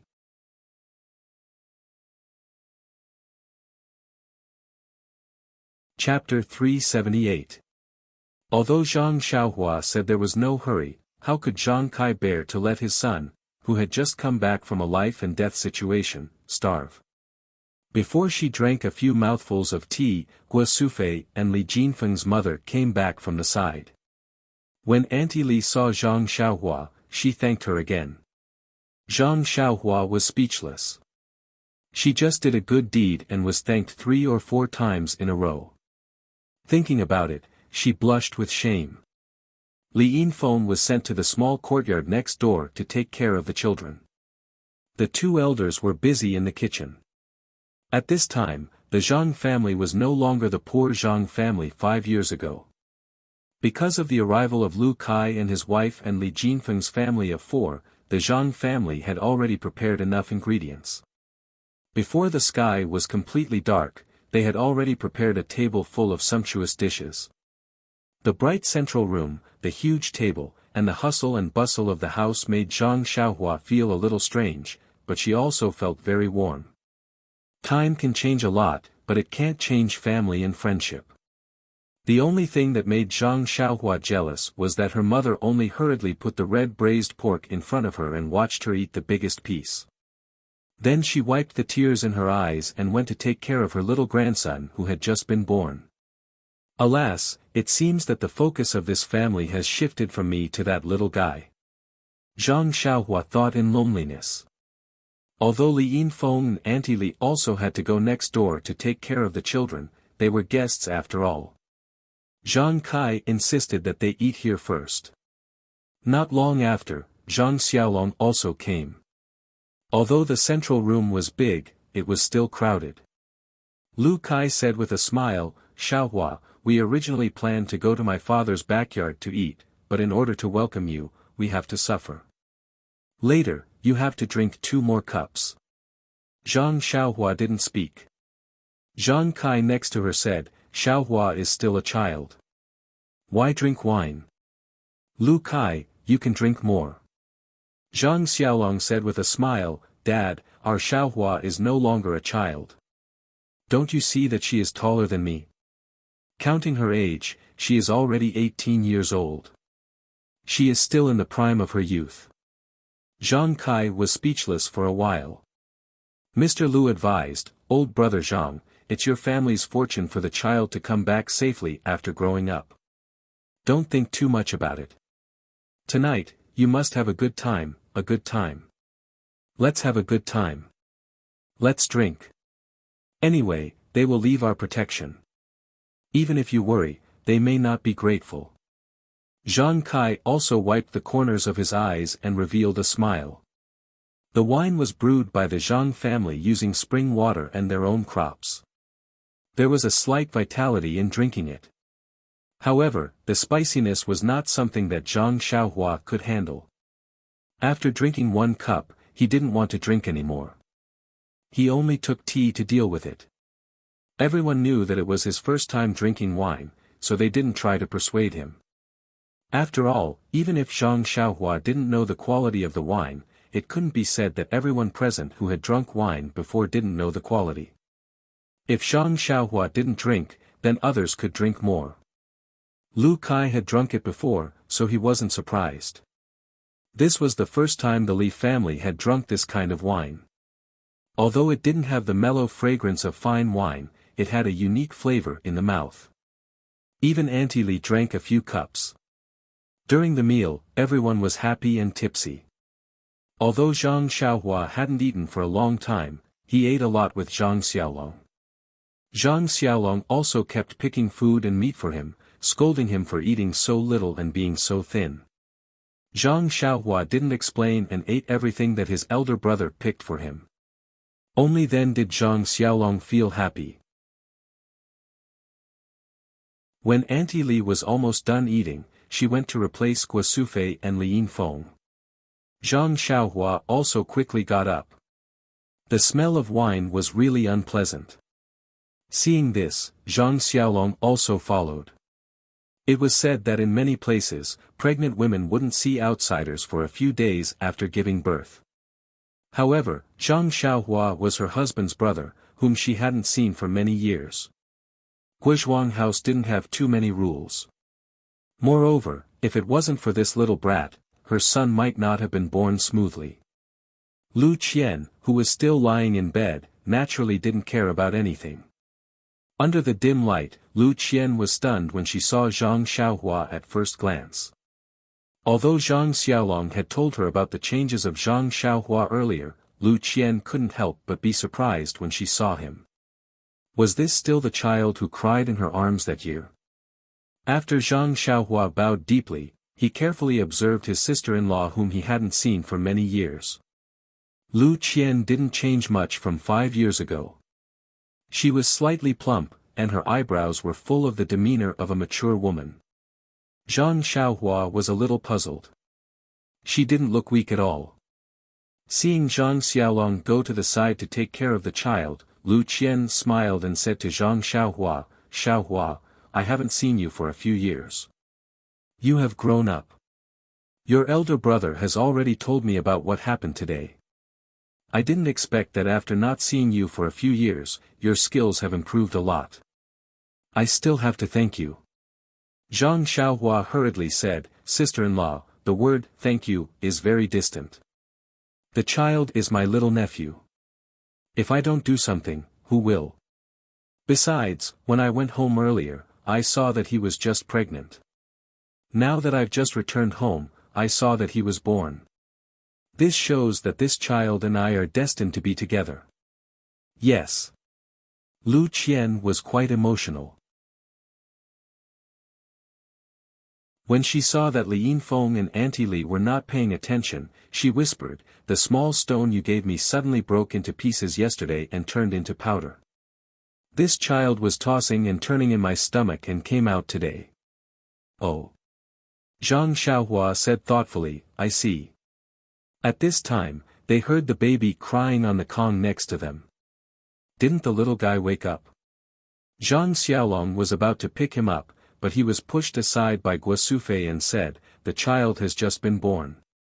His body is still very weak. He can't withstand the rough hands of you men. You stay aside." When Zhang Xiaolong heard this, he just stayed aside and smiled foolishly. "Perhaps he wants to drink milk." "Mother, carry the child over," Lu Qian said softly. When Zhang Xiaohua saw this, she wanted to leave. However, when she walked past the baby, the white and fat baby's eyes saw Zhang Xiaohua. He stopped crying and stretched out his chubby little hands with difficulty, indicating that he wanted to be carried. Guosufei was stunned and said, "Didn't you say that the child can't see anything before 6 months? How can he recognize Xiaohua?" Xiaolong was beside him just now, but he didn't even open his eyes. Zhang Xiaohua looked at the cute little baby, but she turned her body sideways and prepared to leave. Of course, the child's father didn't even let her carry him. Why should she join in the fun? Of course, Guosufei had no intention of letting Zhang Xiaohua carry him. She also stopped in her tracks and walked towards Lu Qian. However, the baby refused to accept it.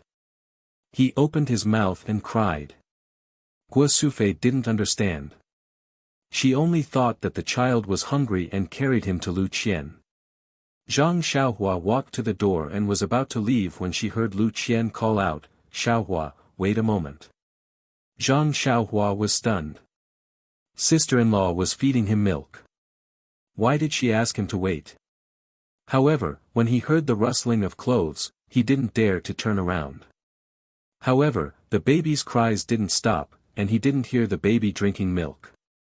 After a while, he heard Lu Qian say, "Xiaohua, it seems that this child is really fated to be with you.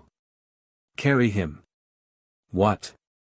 Guosufei called out, "Xiaohua hasn't carried a child before. If he falls or gets hurt, it won't be good. Mother, look at the child. He doesn't drink milk at all. His 2 hands and feet are messing around.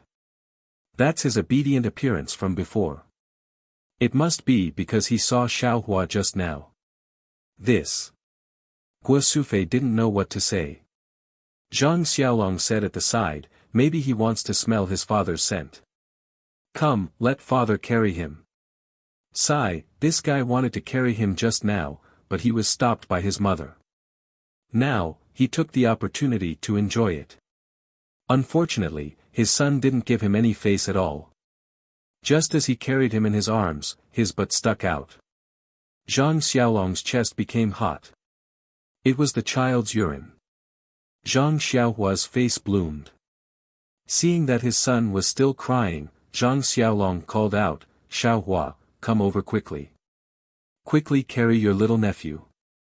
Zhang Xiaohua turned around helplessly and stole a glance. Her sister-in-law had already tidied up her clothes. Only then did she walk over slowly. Sure enough, as Zhang Xiaohua walked over, the baby's crying lessened. His round, sparkling eyes looked at her quietly. Zhang Xiaohua was helpless. She stretched out her hands as if she wanted to hold something. Zhang Xiaolong didn't care so much. He reached out and put the child in her hands. Then, he turned around and looked for clothes to change. Zhang Xiaohua's two hands, and her whole body, were extremely stiff. She held the baby and didn't dare to move. Yes, her hands were tens of thousands of pounds of strength. If she accidentally touched some parts of the child's body, it would be terrible. The baby was very relaxed in Zhang Xiaohua's arms. His small mouth was open and he laughed, revealing his toothless gums. It was quite cute. Zhang Xiaohua complained in her heart. She usually looked at the baby with a cute smile. Why did it feel so uncomfortable to carry him? She didn't dare to move. It was 100 times worse than fighting with others. Zhang Xiaohua hurriedly shouted, "Mother, come and save me. Take him away." But Guo Sufei just smiled and tidied up the diapers on the Kong bed.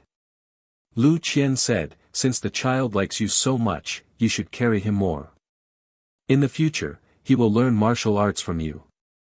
Now, you should cultivate your feelings." Zhang Xiaohua wanted to cry but had no tears. But the baby was very happy. His two hands made threatening gestures. One of his chubby little hands reached into Zhang Xiaohua's arms as if he had caught something. His laughter became louder. When he took his hand out of her arms, it was the small vitality stone that Zhang Xiaohua used for cultivation. The baby seemed to have gotten the best toy. One of his little hands kept moving, while the thumb of his other little hand reached into his little mouth and sucked on it with relish.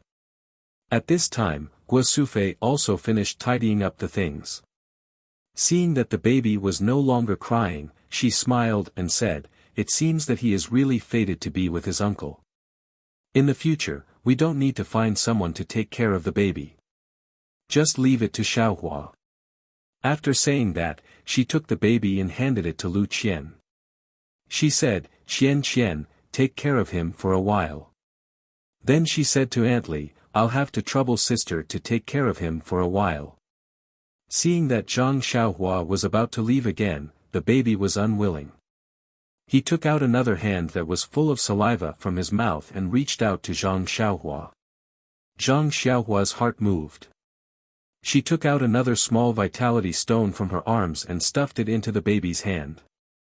Sure enough, the baby stopped crying and quietly closed his eyes. He seemed to be asleep. Alas, Zhang Xiaohua sighed in her heart. He was so young, but he had the potential to be greedy.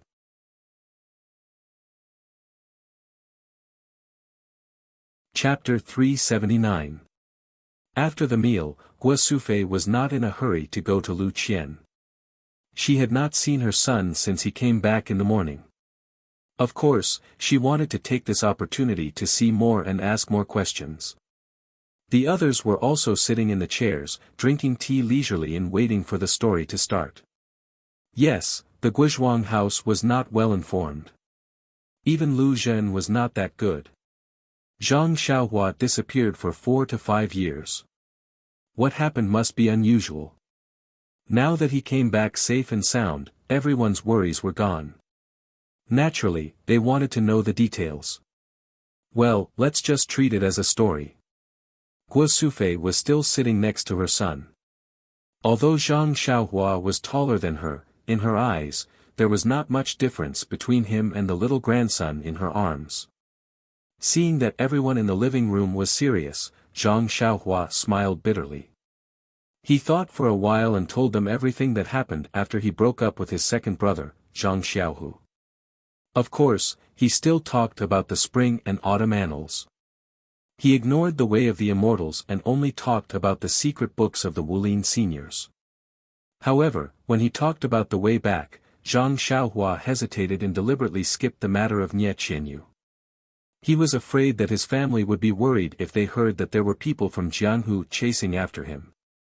In the past 5 years, Zhang Xiaohua had indeed experienced many twists and turns. He had been on the brink of death several times. When she heard that her son had been captured and wanted to be killed, that he had fallen into the sea and was almost eaten by the fishes, and that he had been living alone on a deserted island for 4 years, Hua Sufei's tears had long since fallen. She held her youngest son's hand tightly and refused to let go. She murmured, "Son, poor son. He can only eat sweet potatoes all day. He can't even eat braised pork. Just you wait, son. Mother will make more for you. Don't worry, son. You still have a lot of money from last time. From now on, mother will make braised pork for you every day and raise you to be as tall and mighty as your brother. Son, from today onwards, you are not allowed to take even half a step out of the Guizhuang house. Mother will watch over you every day." The others had thought that Zhang Xiaohua had only gone missing and that she might not encounter anything life-threatening now that she had returned. Therefore, they listened to the story with an appreciative heart. However, the story was so difficult and far exceeded their expectations. Their expressions became more and more serious until they heard that Zhang Xiaohua had met a child called Xiaohua Ji in Songning town and obtained the David's deer from him.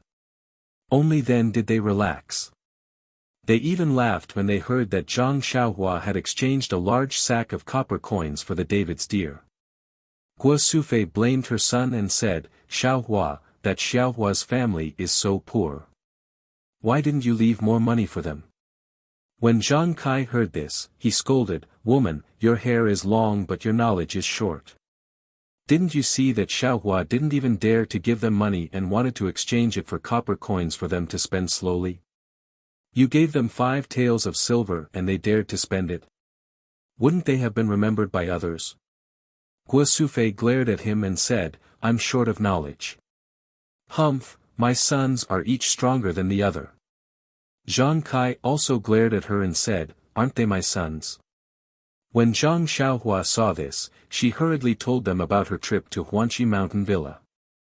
The 2 elders immediately became spirited. However, Zhang Xiaohua only said, "We don't know whether second brother is dead or alive.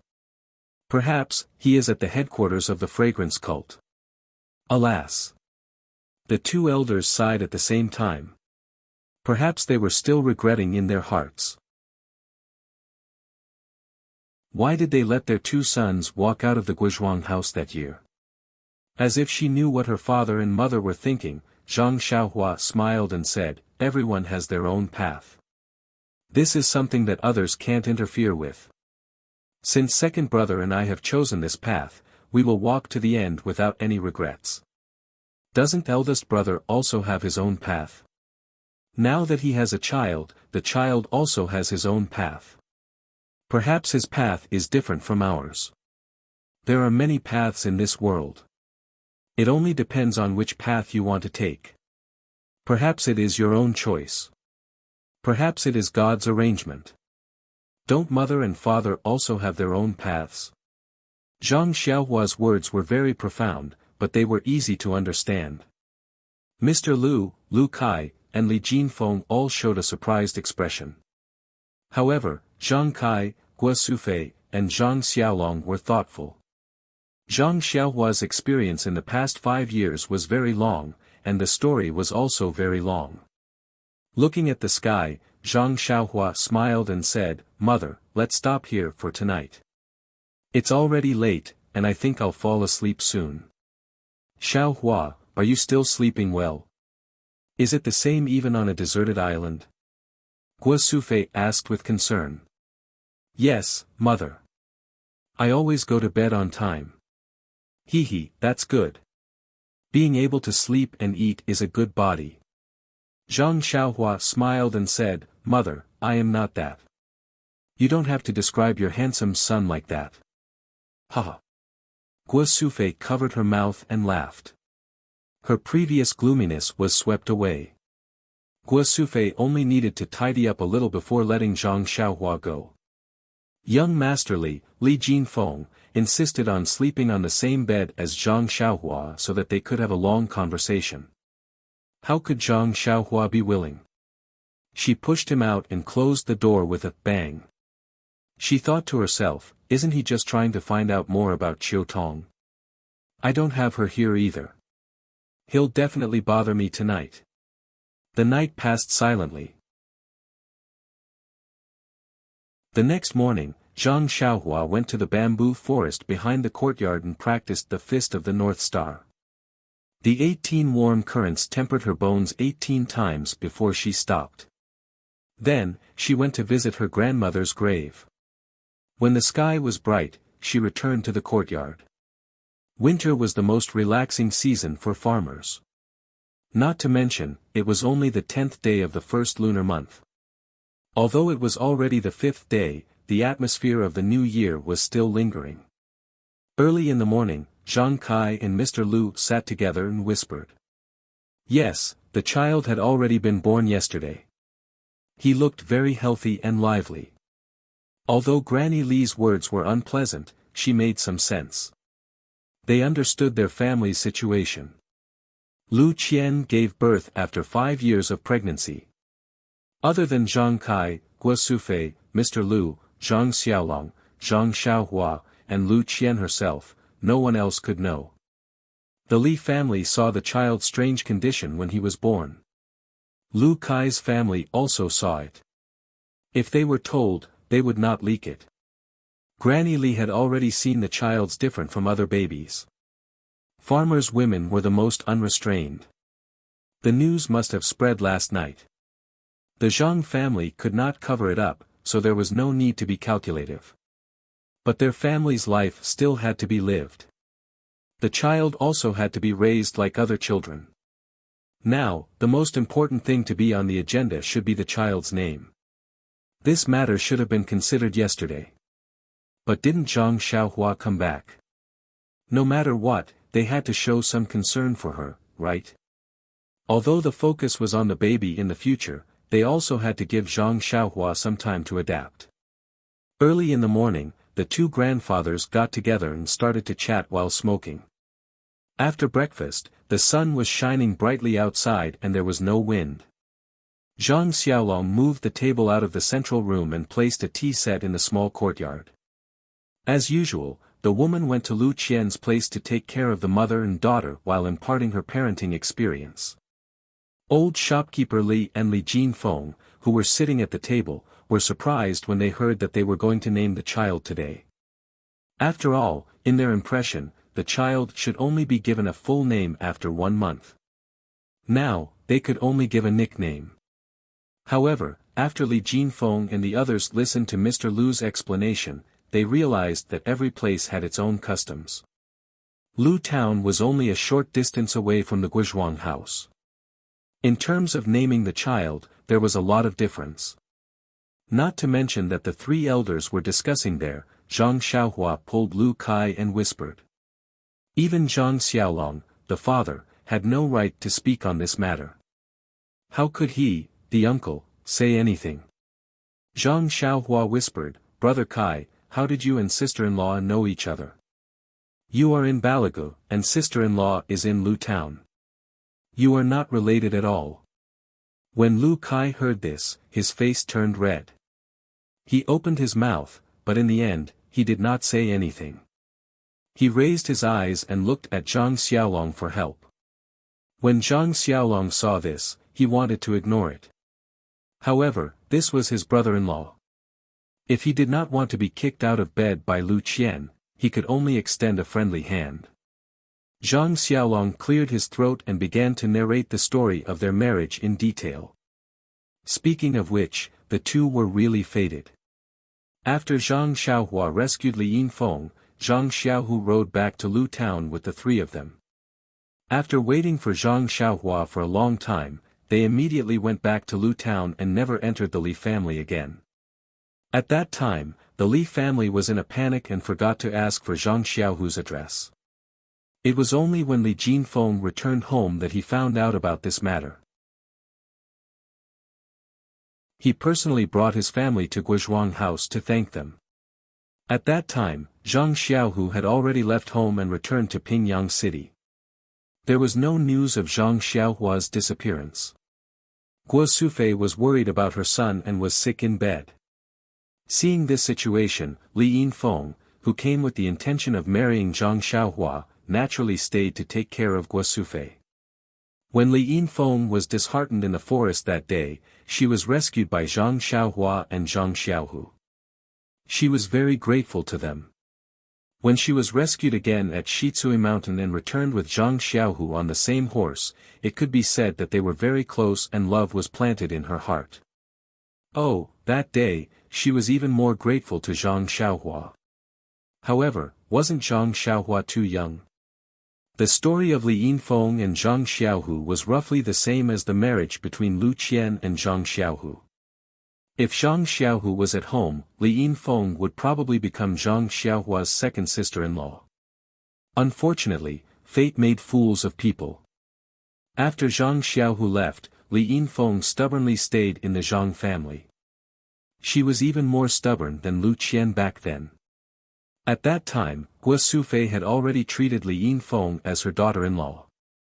Later, when the Misty School was destroyed, Li Jinfeng, who was nearby in Pingyang City, received the news and hurried back to Lu Town.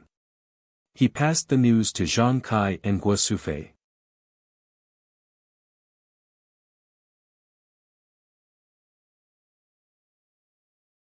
Alas, in Li Jinfeng's words, that speed was ungentlemanly.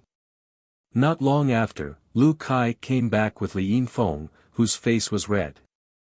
The two of them saluted Zhang Xiaohua again, making Zhang Xiaohua at a loss. She didn't know what they were up to.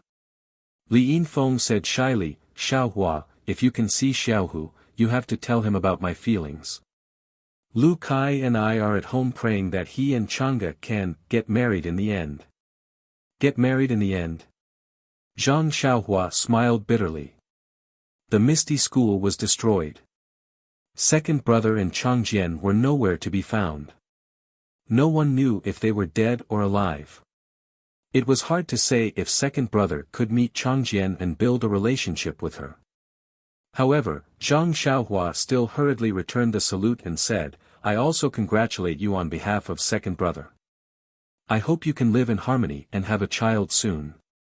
Li Yinfeng's face was even redder. While the younger generation was discussing love, the older generation was also concerned.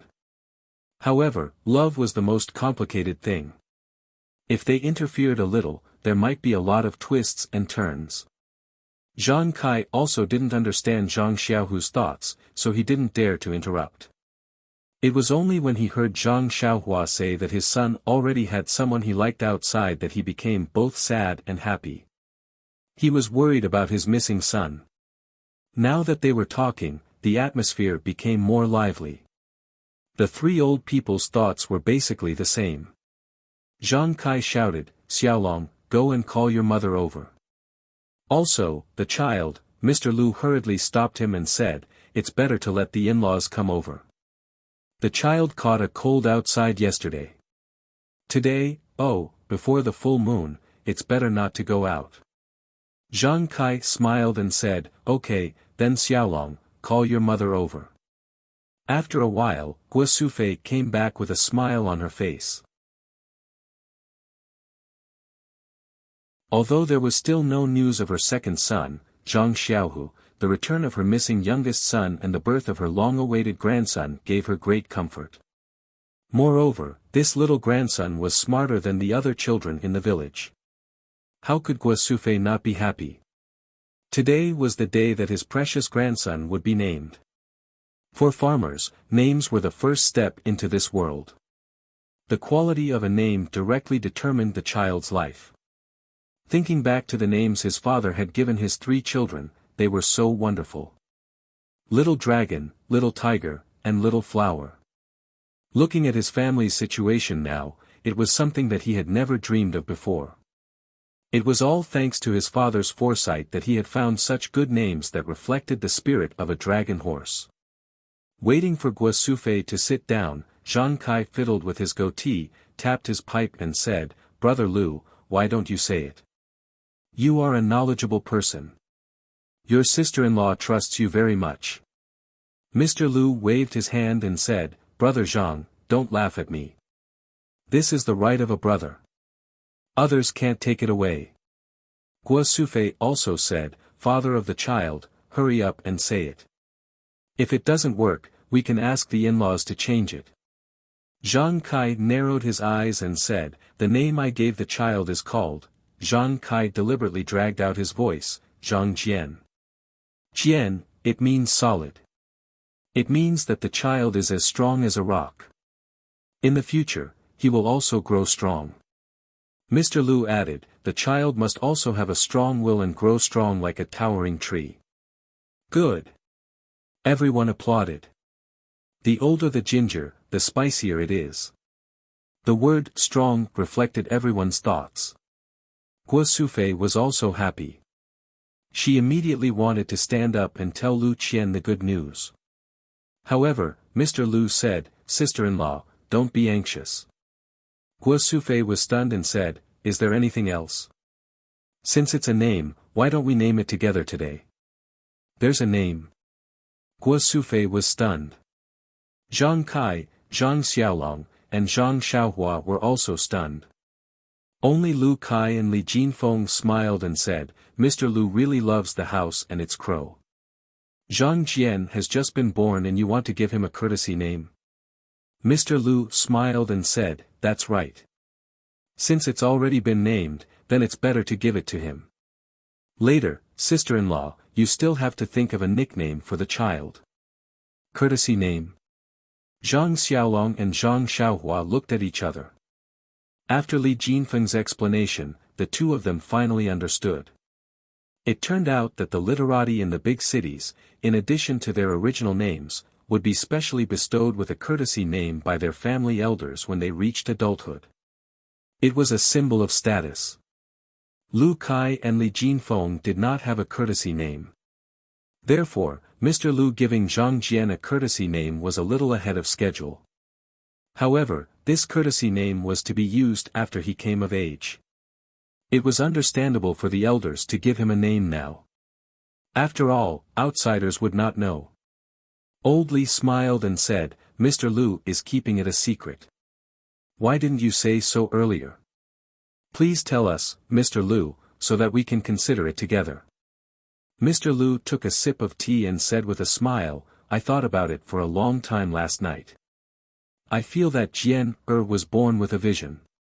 In the future, he will not be an ordinary person. Outstanding people are all proud and aloof. This is not good for life. Therefore, I want to give Jian a courtesy name. He will treat others kindly and treat others as his friends. This kind of person will be able to achieve great things. What do you think?" Zhang Yuyu. Li Jinfeng and Lu Kai thought for a while and both of them agreed. The name Zhang Jian could be heard from the Zhang family, but as for this Zhang Yuyu, to be honest, Zhang Kai and Guo Sufei really couldn't tell what it was. However, since the courtesy name was something of a scholar, it was naturally better for the scholar to say it. Zhang Kai and Guo Sufei also agreed. However, when it came to Guo Sufei's turn to come up with a nickname for the child, she frowned. After a long time, she said, "In-law, what do you think of Goshen, Erden, Dumbo, and Gubuli?" Mr. Lu's expression changed and he said with a smile, "Sister-in-law, since you already have a genteel courtesy name, it is not good to use a peasant's nickname. Think about it again." Guo Sufei thought for a long time and said, "Forget it. Let's give it to you. Why don't I ask Xianxian and see what she thinks?" At this time, Zhang Xiaohua, who had been silent all this time, said, "Father, Mother, Mr. Lu, I have a nickname. Listen and see if it is okay." Zhang Kai was about to scold her when Mr. Lu smiled and said, "It's okay. You say it. Xiaohua, now that you have been outside for several years, you have a lot of experience. This nickname may not be bad. If it is not okay, then let Xianxian decide. Zhang Xiaohua thought for a while and said, let's give Jian a nickname, Byron. What do you think?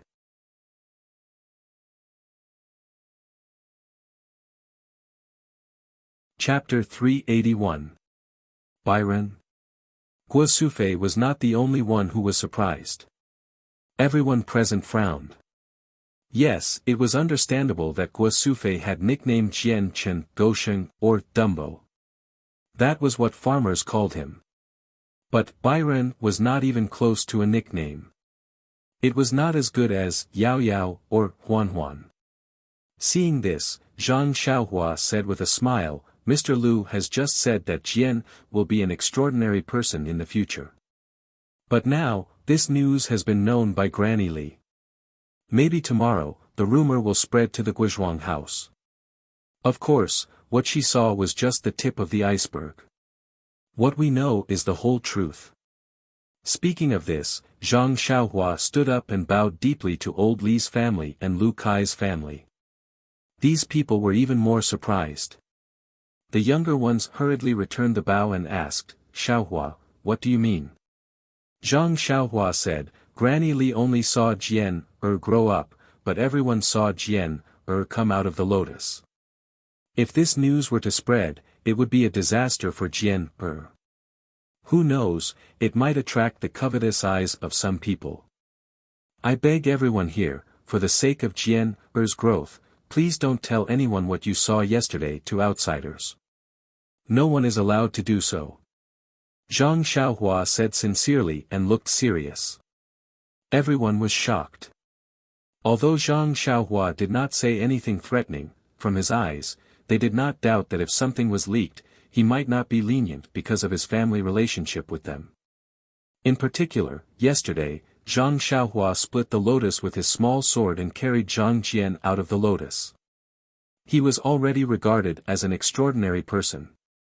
Moreover, as early as 5 years ago, he could safely rescue 3 people from the mountain bandits in Shitsue Mountain. 5 years after obtaining the secret martial arts book, it was easy to imagine how high his martial arts skills were. Therefore, the two families agreed with Zhang Xiaohua's proposal from the bottom of their hearts. After all, wasn't Zhang Jian their relative? Why should they make things difficult for their own people? Seeing that everyone had solemnly agreed, Zhang Xiaohua continued, but even Granny Li's rumors will definitely affect Jian Jian will definitely be bullied or encouraged by other children as he grows up. However, according to my observation, the possibility of Jian being at a disadvantage is not high. However, it is precisely because of this that Jian has to restrain himself and keep a low profile. As the saying goes, the rafters that stick out first rot. I hope that our Jian will keep a low profile. Only by enduring what ordinary people can't endure can he accomplish what ordinary people can't. Mr. Liu, do you think what I said makes sense? Clap, clap, clap. Mr. Liu excitedly clapped his hands and said, Xiaohua's words make a lot of sense. This is also what I wanted to say. But I didn't expect Xiaohua to see it so clearly. Good, it's better to travel 10,000 miles than to read 10,000 books. It's really not wrong. Zhang Xiaohua was very modest and said, Mr. Liu is too polite. This little one has seen too many such precedents in the Jianghu. That's why this little one spoke out. It's just that this little one has seen too many such precedents in the Jianghu. Mr. Liu smiled and said, Xiaohua, you don't have to be so polite. You don't have to be modest. That year when you followed Xiaolong to Bali village to fetch the bride, I could see that you were extraordinary. Now it seems that my eyesight was really not wrong. Oh right, do you still remember the bow you pulled in front of my house? Zhang Xiaohua nodded and said, of course I remember. That was the first time I pulled the bow and shot an arrow. How could I forget? Mr. Liu said, that bow is very famous. Eh? Zhang Xiaohua was stunned and said, I don't know about this. Please teach me, Mr. Liu. Mr. Lu said, that year when I knew that your big brother's arm was injured, I specially got someone to borrow a soft bow from the village's hunter. But it was just for the occasion. Those 3 arrows were easily shot away by you. At that time, no one paid attention to it. They also knew some of my arrangements. But after a few days, the hunter came back from hunting outside the mountains and apologized to me, saying that he had spoiled my happy occasion. This made me very surprised. Only then did I know that he had taken the wrong bow. Not only was it not a soft bow, but it was the hunter's ancestral 5-pickle strong bow. He had not pulled it out for many years. Xiaohua, ah, that's right. I knew that you were not a person of the small pond. So when you wanted to go to Pingyang City to see the world, I was also very supportive of it. Ah. Zhang Xiaohua smiled and said, so it's like this. I was saying that after shooting 3 arrows with that bow, all the strength in my body was gone. That's the secret. At this time, Li Jinfeng asked, Xiaohua, at that time you were only 11 or 12 years old, but your strength was already extraordinary. Oh right, I think I heard you say that you lifted a 500 gene stone weight at the Lotus Flower Escort Agency. Zhang Xiaohua smiled and said, when did I tell you that? I don't remember. Li Jinfeng scratched his head and said, maybe it was Shengguan Yun, maybe it was Yuluan. After a long time, I have long forgotten. That's because I only wanted to enter that Lotus Flower Escort Agency. Who would still remember how heavy the stone weight was? It was also 500 gene. Li Jinfeng was not satisfied and said, that was 5 or 6 years ago. You have practiced martial arts for such a long time, how much strength do you have now? Is it 1,000 gene? Zhang Xiaohua was about to shake his head and deny it, but when he saw his mother and father's proud eyes, and old manager Li's surprised gaze, he immediately denied his previous thoughts. He knew that although old manager Li was grateful and would not reveal Jian's abnormality, he was after all an outsider. He still did not dare to believe it. Listening to his mother and father's words, they wanted him to stay in the Guizhuang house from now on and never leave. But even if he would be free, what about his second brother, Zhang Xiaohu? If he really needed to save him, then wouldn't he have lost the opportunity? Therefore, taking this opportunity to establish his prestige and let the elders see his strength was not necessarily a bad thing. This was killing 2 birds with 1 stone, and Zhang Xiaohua liked to do it. 1,000 gene. Zhang Xiaohua said loudly, it's still a bit light. What?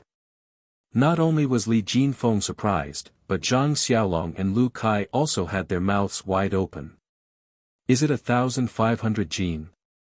Lu Kai gave a number. Zhang Xiaohua shook his head. 2,000 gene. Li Yinfeng also said in surprise. Zhang Xiaohua still shook his head. Xiaohua, don't scare us. Is it 3,000 gene? Zhang Xiaolong finally could not help but say an unbelievable number. Yes, what kind of concept was 3,000 gene? They themselves did not know. They only knew that 5 gene of pork was very heavy. Seeing Zhang Xiaohua still shaking his head, the 3 elders could not take it anymore and asked, 5,000 gene. 8,000 gene. 10,000 gene. When Zhang Kai said the last word, he already had a smile on his face. It was not a smile of pride, but a smile of ridicule. In his opinion, his son was probably joking. Seeing that everyone was looking at him with a smile, Zhang Xiaohua also smiled. His strength was not easy to describe purely from numbers. He thought for a moment, turned his head and looked at the long sword in the corner. He got up and took it, gently putting it on the ground and said, this is my weapon. You will know my strength when you try it. Oh. Li Jinfeng's eyes were sharp. He laughed and said, isn't this what the 4 odd beasts were carrying yesterday? Animals can carry it, so its weight must be limited. 100 gene should be enough. This is not commensurate with your strength. Zhang Xiaohua smiled and did not speak. Li Jinfeng did not go up himself. He knew his own weight, so he looked at Zhang Xiaolong to test his strength. Zhang Xiaolong felt funny. Xiaohua was obviously joking. How could this stone-like thing be a weapon? Even if it was heavy, it was only a few dozen jin. He could definitely carry it. Zhang Xiaolong got up and walked to the sword. He bent down and grabbed the hilt with one hand. He exerted his strength, but it did not move at all. Zhang Xiaolong frowned and then grabbed both sides of the sword with both hands. He exerted his strength at the same time, but it still did not move at all. Zhang Xiaolong got up, clapped his hands and laughed, "Oh, it is really heavy. I used all my strength, but I can't move it at all. Xiaohua, you are really powerful." This time, everyone knew that the two brothers were acting. Lu Kai also laughed and said, "Xiaohua is so powerful. I also want to try." Lu Kai also did the same as Zhang Xiaolong. He did not move at all. He got up and praised Zhang Xiaohua with a smile. Li Jinfeng could not sit still anymore. He also did the same. Then, with a strange expression, he also praised without restraint like the previous two. Now, even Li Yinfeng could not sit still anymore. She wanted to go up and try. Guo Sufei advised, "Yinfeng, don't learn from them. They are all playing with you. Can't you see?" Zhang Kai also laughed and said, "Yes, Yinfeng. Sit here. If you don't go up, you see who else they are going to trick. Anyway, I am not going up to try." Ha ha ha. Mr. Lu and old manager Li also laughed. At the same time, they said, "We have eaten more salt than you have rice. Can't we see what you are up to?" After the three of them finished laughing, the younger generation also laughed. They really did not expect that the old men's hearts were not old. They actually played this trick on them. Li Jinfeng laughed until tears were coming out of his eyes. He said breathlessly, "Little sister, father, we really can't move at all." What? This time, it was the four old men's turn to look at each other. So it was not a joke. Zhang Kai couldn't sit still any longer. That was because Mr. Lu was a frail scholar, and old manager Li often used an abacus. Only he still had some strength, especially after drinking spring water for so many years. He still felt very good about himself. Zhang Kai walked to the side of the long sword and carefully sized it up. He directly used both hands to hold it. He did not dare to use the strength of his whole body. If it was really not heavy, wouldn't he fall down? Let the younger generation laugh at him. Zhang Kai used 20% of his strength. That stone stick did not move an inch. Zhang Kai used 50% of his strength. That stone stick still did not move. Until the end, Zhang Kai used all his strength. That stone stick still did not move.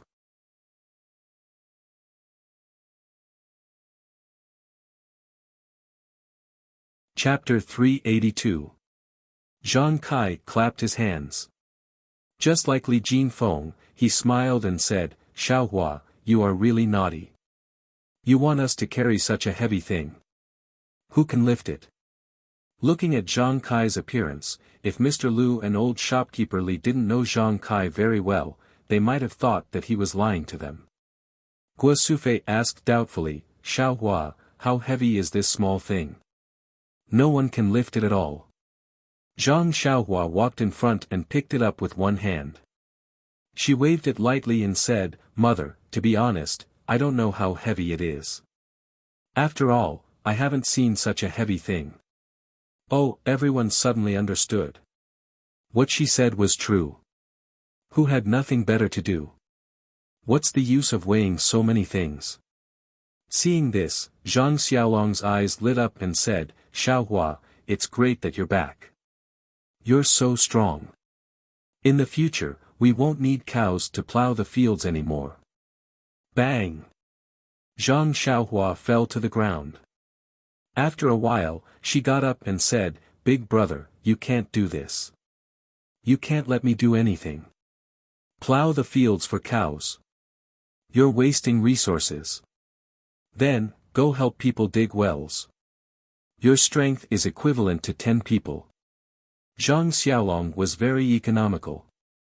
After everyone chatted for a while, Guo Sufei and Li Yinfeng went to the small courtyard next door and told Lu Qian the names of the 3 babies. Lu Qian was very happy when she heard it.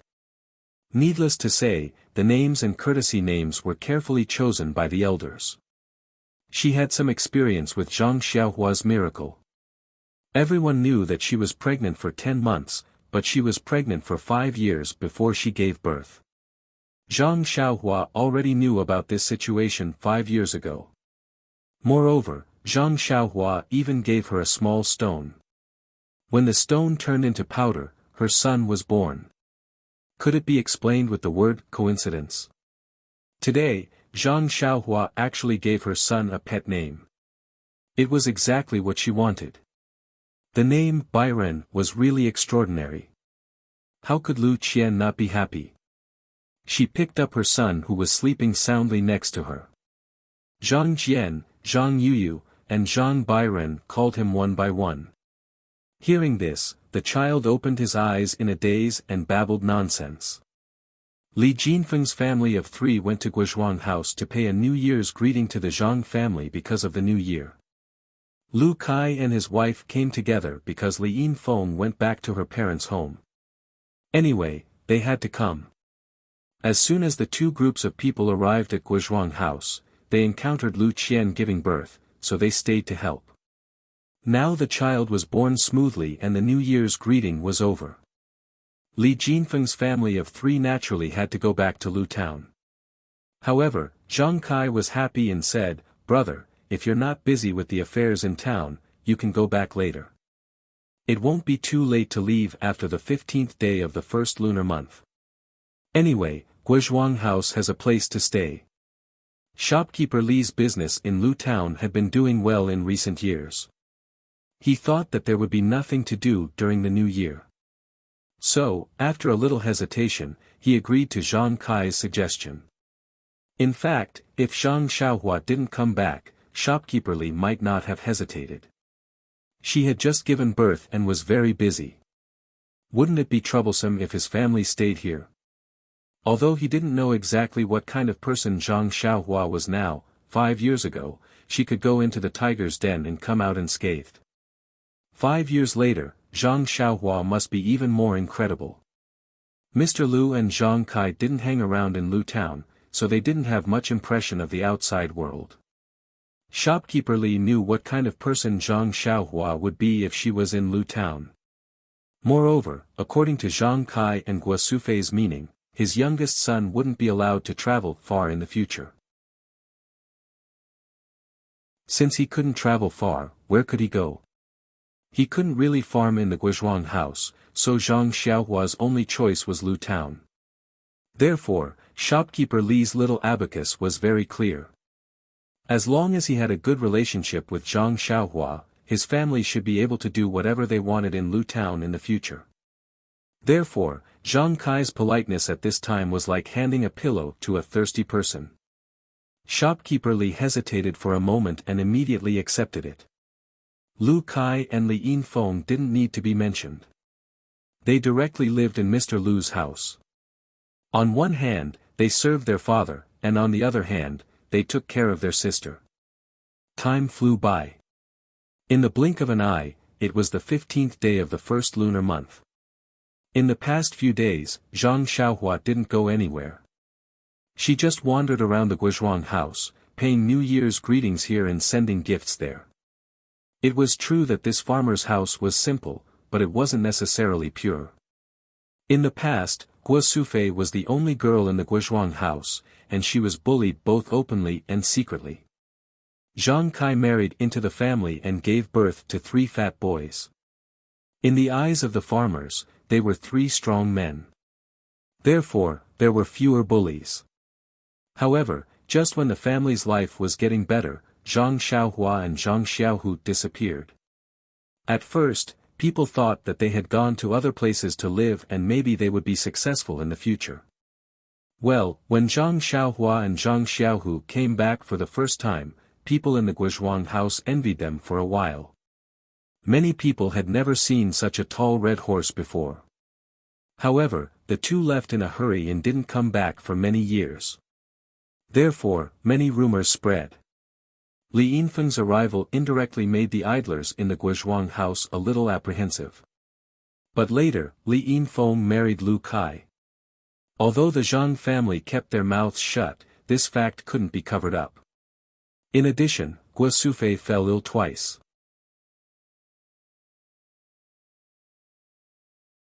How could the people in the Guizhuang house not know that something had happened to the Zhang family? In addition, Zhang Xiaohu and Zhang Xiaohua had brought home 3,000 to 4,000 taels of silver. Although they did not spend extravagantly, it was still needed to improve their lives. The original small courtyard was renovated, and a new courtyard was built next to it. The idle men in the village were jealous, and rumors began to spread.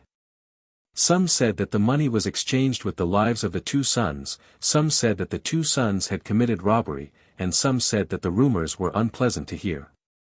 Fortunately, the Zhang family had always had a good reputation in the village, and many people leaned towards the former.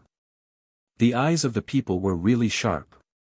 This rumor was really infinitely close to the truth. The Zhang family couldn't deny it. In fact, there was nothing to explain. In particular, due to Granny Li's adding fuel to the fire, there were already some rumors about Zhang Jian's birth. Although Zhang Xiaohua was just 18 years old, he had licked the blood of blades in the Jianghu. He had a good understanding of the human heart. The evolution of the way of heaven had given him endless training, and he had already clearly seen the undercurrents behind the simple farmers. Therefore, during this period of time, he had spent a lot of time hanging out with the idlers in the Guizhuang house. From time to time, he would show off his Jianghu experience, talk about the bloodshed of revenge, and when he was full of enthusiasm, he would pick up a stone or millstone with one hand to show off his strength. Even some young men who had learned a thing or two came forward to show off a few times, but Zhang Xiaohua didn't hesitate to send them flying with a kick. At most, there were about a dozen of them, and they all surrounded and attacked Zhang Xiaohua as if they were joking. Zhang Xiaohua didn't hold back at all. He didn't even use his hands, and with less than a minute of kung fu, he knocked them down one by one. This time, the crowd closed their mouths, and there was only fear and admiration in their eyes. Zhang Xiaohua was very satisfied with this result. He clapped his hands and left. Zhang Xiaohua went to Zhang Jian's place every day. He didn't tell anyone about Zhang Jian's extraordinariness, including Lu Qian. However, in these few days, he didn't see any special differences between him and other children. For example, he could talk and walk when he was born. Instead, he went to sleep every day after drinking milk. He didn't look like he was worrying at all. Yes, he didn't look like he was sleeping soundly while clutching the two ugly little stones. Seeing this, Zhang Xiaohua was slightly relieved. There was no one in the family who was particularly strong. If Zhang Jian stood out too much, it was inevitable that there would be trouble. Keeping a low profile was the way to go. As for his little nephew's future, Zhang Xiaohua wasn't worried at all. What a joke. The omen was so strong. If he didn't have a bright future, it must be God who was blind. On the 15th day of the first lunar month, old shopkeeper Li and his family decided to go back to Lu Town. In these few days, old shopkeeper Li tried to persuade Li Jinfeng to hang out more with Zhang Xiaohua. However, Li Jinfeng didn't care. Zhang Xiaohua was indeed powerful, but wasn't he his student who initiated him? Old shopkeeper Li opened his heart to him and became friends with him. There was really no need to flatter him deliberately. Li Jinfeng originally wanted to get information about Qiu Tong from Zhang Xiaohua. Now, Li Jinfeng would rather not ask than look for Zhang Xiaohua. This surprised Zhang Xiaohua for a while. On the 15th day of the first lunar month, Lu Town had festive lanterns. Guizhuang House also had this custom. However, it wasn't as lively as Lu Town. Old shopkeeper Li naturally invited the Zhang family to Lu Town to take a look. After giving birth, Lu Qian recovered very well. She could walk a few days ago. She didn't look as weak as Zhang Xiaohua imagined. However, she couldn't leave the courtyard until she was 1 month old. Guo Sufei and Zhang Xiaolong had to stay at home to take care of Xiao Jian. Only Zhang Kai and Zhang Xiaohua were left in the Zhang family. Zhang Kai didn't want to go.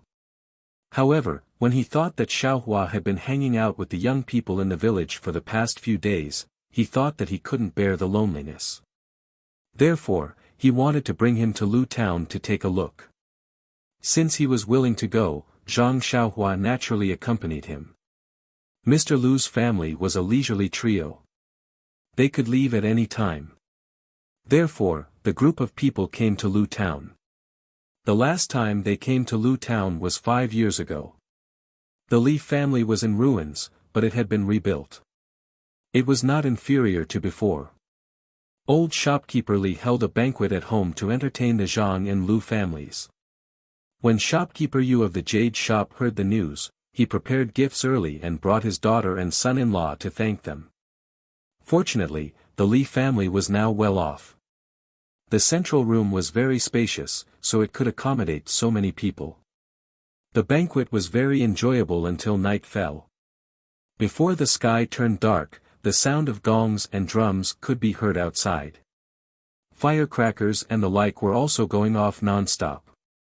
Although Four Trees was not the most prosperous place in Lu Town, it was still a hubbub of voices and unusually lively.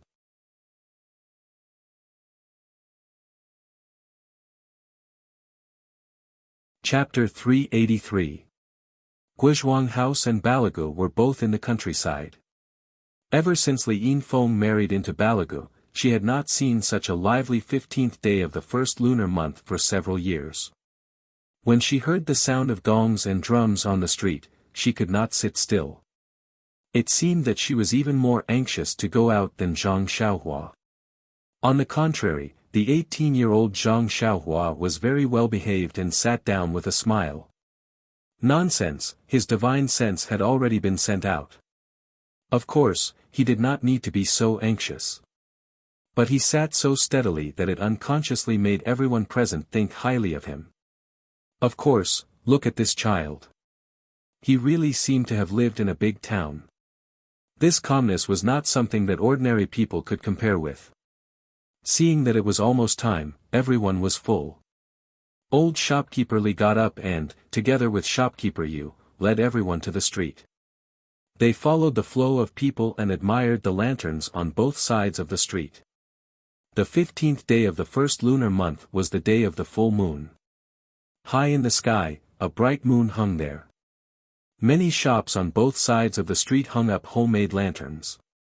There were also hawkers who set up stalls to sell lanterns. In the flow of people, there were old and young. All of them had lanterns in their hands. They walked and looked and chatted. Not long after Zhang Xiaohua and the others left the Li family, they came across a stall selling lanterns. Shopkeeper Yu waved his hand and everyone bought one. Even Zhang Kai accepted it gladly. He carried a medium-sized lantern in his hand. Zhang Xiaohua was very surprised when she saw this. In her impression, her father was a somewhat old-fashioned person. She had never seen him carry such things for children. But then she saw old shopkeeper Yu and old shopkeeper Li also carrying a lantern with a smile. She laughed in her heart. It turns out that there is innocence in everyone's heart. There were many people on the street, but they were also divided into groups. Li Jinfeng, Lu Kai, and the son-in-law of the Yu family, Zhang Xiaohua, walked together. Li Jinfeng knew that Zhang Xiaohua was unfamiliar with these things, so he pointed here and there and introduced them to him in detail. Li Yinfeng and Yu Biha were together, holding exquisite lanterns in their hands. It was unknown what they were whispering to each other, but they were also covering their mouths and laughing. The four old people walked at the back. They were a little slow, but they were also chatting happily and nodding their heads frequently. After walking through a few streets, the flow of people increased. It was as if they had been cooped up at home for an entire year and only came out now to get some fresh air. In front of them, the sound of gongs and drums could be heard. Waves of cheers could be heard. Li Jinfeng explained with a smile, "In front of us is a big square in the west of the city. Most of the temple fairs during the new year are held here. Presumably, there is a lion and dragon dance performance now, which is why it attracted so many cheers." When Zhang Xiaohua heard this, he couldn't help but feel a little strange. He had an affinity with this square in Lu Town. The first time he saw Lu Qian being molested in the square with his father and two brothers, he stood up for justice and helped Zhang Xiaolong win the beauty. 5 years ago, he and his second brother came across a Jianhu man who was selling medicine in the square and was bullied. He also stood up for justice and got something similar to a pill formula. He also broke one of the bully's legs. He didn't know what strange things he would encounter today. Unfortunately, when he turned the corner of the street, he saw a group of bright lights and a lively scene in front of him. Everyone's face was filled with a happy smile. There was nothing unusual about it. In the middle of the square, 2 dragon dance teams were holding wooden poles. Each of them danced with 2 long dragon-shaped lanterns. They were having a hearty battle. When Zhang Xiaohua saw the dragon shape, she couldn't help but feel moved. On the 9th day of the first month, the dragon shape formed by the heaven and earth essence qi that she saw in her divine sense was similar to this dragon lantern. Presumably, this dragon-shaped essence qi didn't appear just now. It was estimated that 10,000 years ago, when the immortal Tao was at its peak, it also appeared from time to time. This was why the immortal cultivators saw it. He didn't know how it spread to the mortal world. But why wasn't there a phoenix lantern? However, immediately Zhang Xiaohua had an answer. Dragon dance, wasn't it because of the dragon's long body that everyone felt lively when they cooperated? If it was a phoenix dance, only one person would take it. How would it be fun to dance? Moreover, the dragon's head was difficult to tie. If it was a phoenix, the whole body was difficult to tie. It was also inconvenient to do it. It should be so. Ha ha ha. Zhang Xiaohua was quite proud of her cleverness. Around the dragon dance team, there were more than 10 lion dance teams. They were all sweating profusely. Not only Zhang Xiaohua was happy to see this, but the others also kept applauding. Zhang Xiaohua was also pitiful. Before he went to Pingyang City, he was 12 years old. During these 12 years, he only had the opportunity to come to Lu Town during the new year, and it was always during the day. He had never experienced the scenery of Lu Town at night. He used to think that the people in Lu Town were like the Guizhuang house, who would turn off the lights and go to sleep when the sky turned dark. Even on the 15th and 16th of the first month, he just took Xiaohua's lantern for a stroll in the village. Until today, he realized that the nightlife of the people in this town was really rich and colorful. After a while, the number of people in the square gradually increased. Zhang Xiaohua and the others were slowly squeezed to a corner of the square. However, even if they were not in the center, it was still lively here. Just as they were enjoying the show, a woman suddenly stumbled out from an alley next to the square. She cried and shouted, my child's father, where are you? My child has been snatched away." She shouted and searched all the way. At this moment, a person blocked her and shouted, "Wunyang, what happened to your Zizi?" Wunyang cried and shouted, "Second uncle, just now, Zizi and I were making lanterns in the courtyard." Suddenly, a masked black shadow fell from the sky, grabbed Zizi, and then jumped onto the roof and disappeared. "Tell me, how can I live like this?" The person pointed in a direction and said, "I think I saw Brother Lu over there just now. You go and look for him." Sigh. Wunyang grabbed his hand as if she was asking for help. She had long forgotten her scruples and said, "Second uncle, can I trouble you to go to the government and ask them to send someone over?" The person said firmly, "Don't worry, Wunyang, I'll go now. However, you have to be mentally prepared. During the new year, the government is the most lax. Moreover, according to what you said, that person is a high-ranking person. How would the government dare to interfere?" Wunyang cried even more miserably and said, Then, I really can't live anymore." After saying that, she stumbled in that direction again. The person called second uncle also sighed and said, "This world." He touched his money pouch, separated the crowd, and went straight to the government. At this moment, a familiar person next to him said, "Sigh, poor Zizi. I just saw her at the corner of the street this morning. She's a very cute little girl." The person next to him also said in surprise, "Don't you think it's strange? Why would someone be interested in a girl from an ordinary family?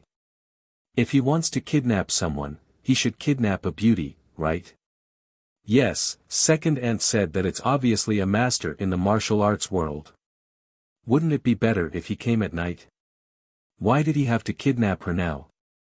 What time is it now?" Another person said, "Don't underestimate this girl. When I met her this morning, second aunt was taking her for a divination. The blind fortune teller said that this girl's ghost fate is on the 7th day of the 7th month. It's the most gloomy. If she can be used properly and find a good husband, she will bring good fortune to her husband's family." TSK, could it be that the martial arts master in the martial arts world eavesdropped on it and was itching to kidnap her before the sky turned dark? "Cripple, you're just talking nonsense. Zizi is just a 7-year-old child. Hee, I'm just saying. Maybe the martial arts master is interested in this." These words were getting more and more unpleasant. Sigh. Zhang Xiaohua sighed. Human nature was really unpredictable. He turned to the side and saw several pairs of eyes staring at him. Zhang Xiaohua was stunned. She reached out and rubbed her face left and right. Puzzled, she said, "Father, there's no dust on my face, right?" Zhang Kai said, "No. Even if there is, it's so dark. How can I see? Then why are you looking at me?" Zhang Xiaohua was very puzzled. Zhang Kai frowned. He looked around and whispered, "Xiaohua, didn't you hear about what happened to Zizi just now? Don't you have anything to say?" Zhang Xiaohua said, "Of course, I have extreme sympathy. If her mother was born a few hours later, perhaps there wouldn't be such a tragedy." Zhang Kai pointed at Zhang Xiaohua angrily. He didn't know what to say. He lowered his voice and said, "Didn't you learn martial arts? Seeing her child go missing, as a mother, she doesn't want to live anymore. Don't you have any intention of helping her?"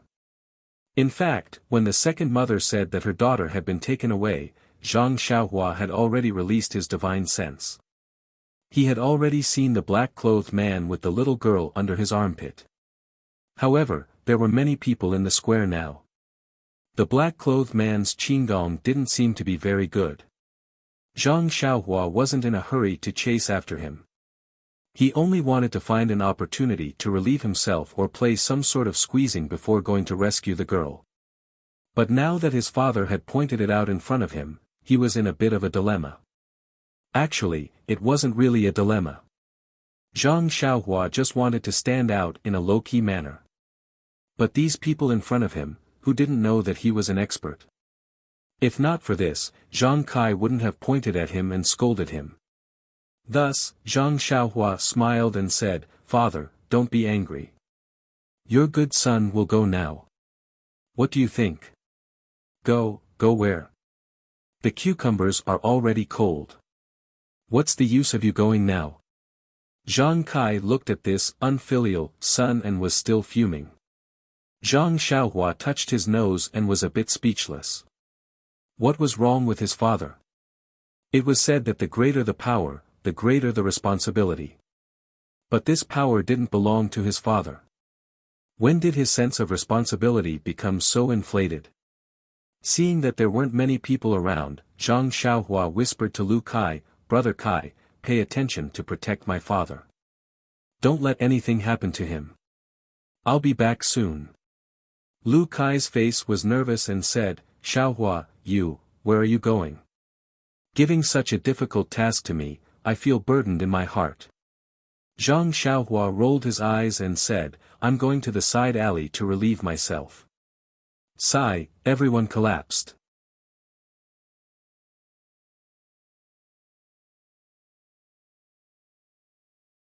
Chapter 384. Zhang Xiaohua slowly walked into the dark alley.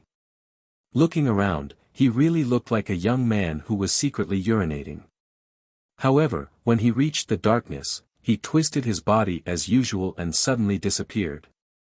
The quiet alley seemed as if no one had ever been there. After Zhang Xiaohua's figure appeared in another place, he didn't waste any time and leaped onto the roof. His feet didn't touch the ground as he chased after a certain place. Yes, it was indeed a roof that didn't touch the ground. Zhang Xiaohua's divine sense was indeed useful. However, there was also a drawback.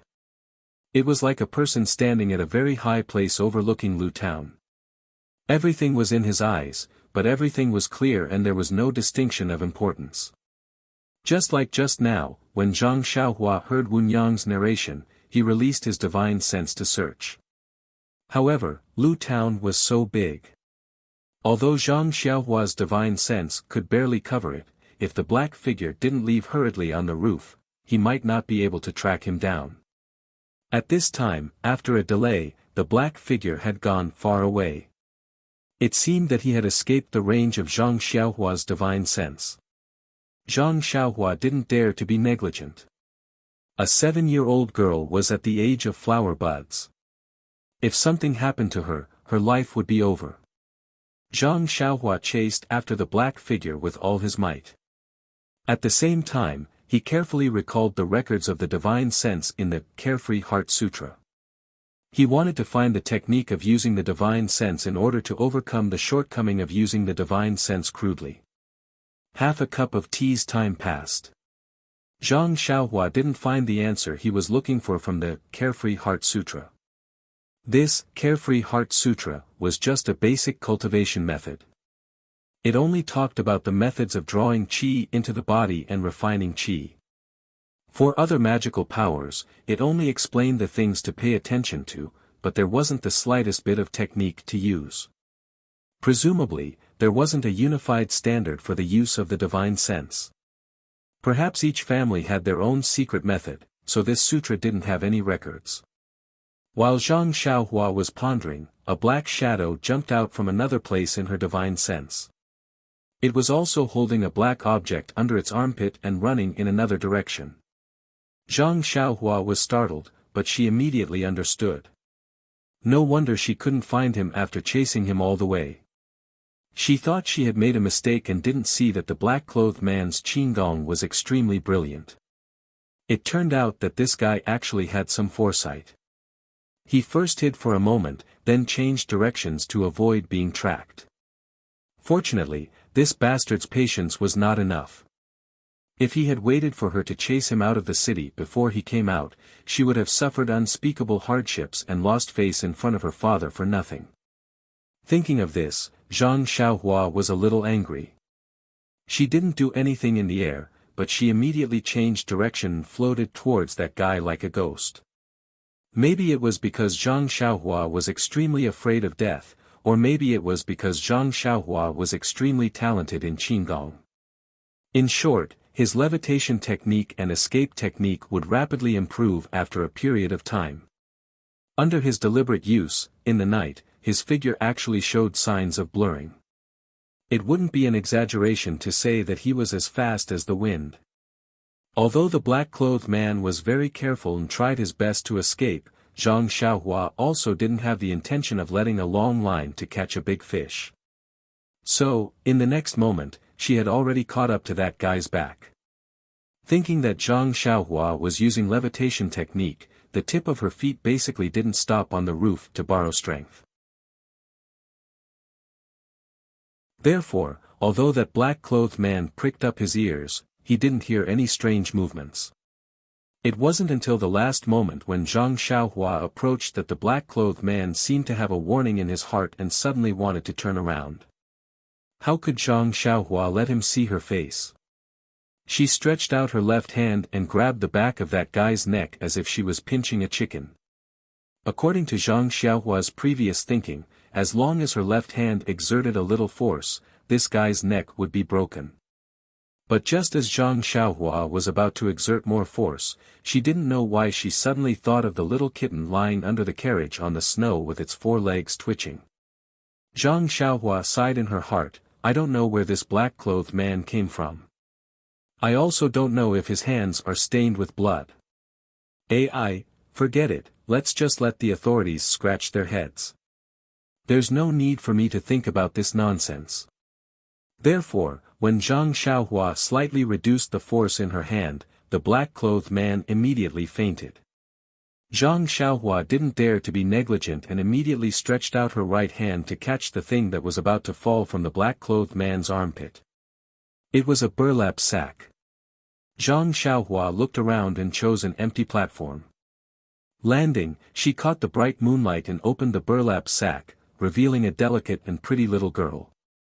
Her eyes were tightly closed and her breathing was even.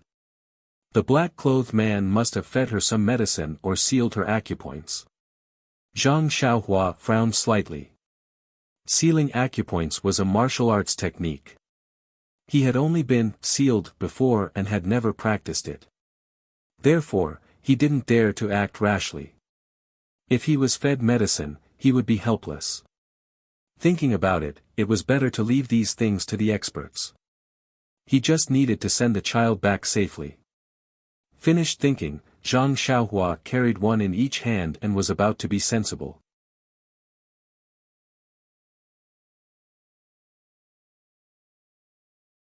After understanding the principle of breaking the dantian and abolishing the cultivation of internal strength, Zhang Xiaohua also laughed. The person who could think of such a vicious method was also a genius. If the dantian was broken by the internal strength, there would be no chance to repair it. It was really killing without spilling blood. It was even more sinister than using a small sword to cut the throat. After thinking about it, Zhang Xiaohua looked at the sky. It was already late. Presumably, her father and the others were also waiting anxiously. Then, she picked up the sack and used the levitation technique to run to the place where she came from. Not long after, she had already arrived at the corner of the square.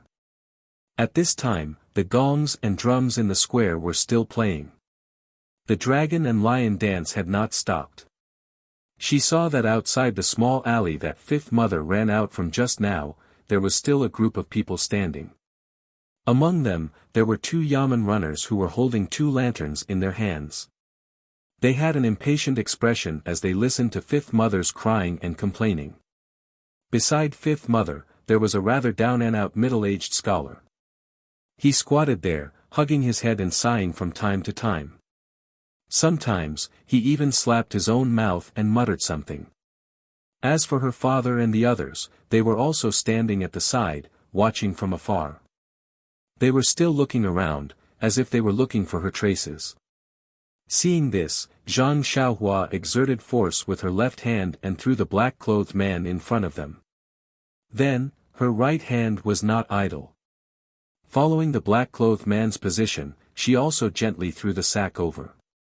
The 2 yamen runners were listening impatiently. Suddenly, their vision turned black. A black object fell in front of their eyes with a "pa" sound. Then, another black object followed and fell right on top of the previous object. When they looked carefully, there was an open sack on top, and a masked black-clothed man was below it. The expressions of the 2 yamen runners changed greatly. They immediately threw the lanterns to the side, shook their hands and pulled out the padao from their waists. They shouted loudly, "Who? Who?" It was fine if they did not shout. Once they shouted, it was obvious that they were timid. "Please collect, please tip, thank you."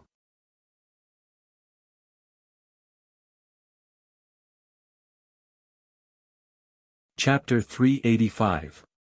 The two Yamen runners took out their swords and pretended to scold around. Where was the shadow of a person to be seen? However, Fifth Mother did not care about their show. She just stared at the black-clothed man on the ground. Then, she turned her gaze to the open gunny sack. Her eyes were filled with surprise. She ran over quickly and opened the gunny sack with a few hands, revealing the little girl who was unconscious with her eyes closed. The woman shouted loudly, "Father of the child, come quickly. It's our Zizi. She has been rescued." The middle-aged scholar who was squatting on the ground and regretting slapping his face immediately stood up and wanted to go over there. Perhaps because he had squatted for a long time, his legs were numb. After taking a few steps, his legs went soft and he fell to the ground. However, the scholar hurriedly got up, as if he did not care about the mud on his body and face. He quickly walked over. When he saw his daughter, he smiled like a child and said, "Zizi, Zizi, it's really Zizi. God knows." After saying that, he stretched out his hand and wanted to touch the child's face. Only then did he realize that his hand was full of mud. He quickly wiped his hand on his clothes and then carefully stretched out his hand again.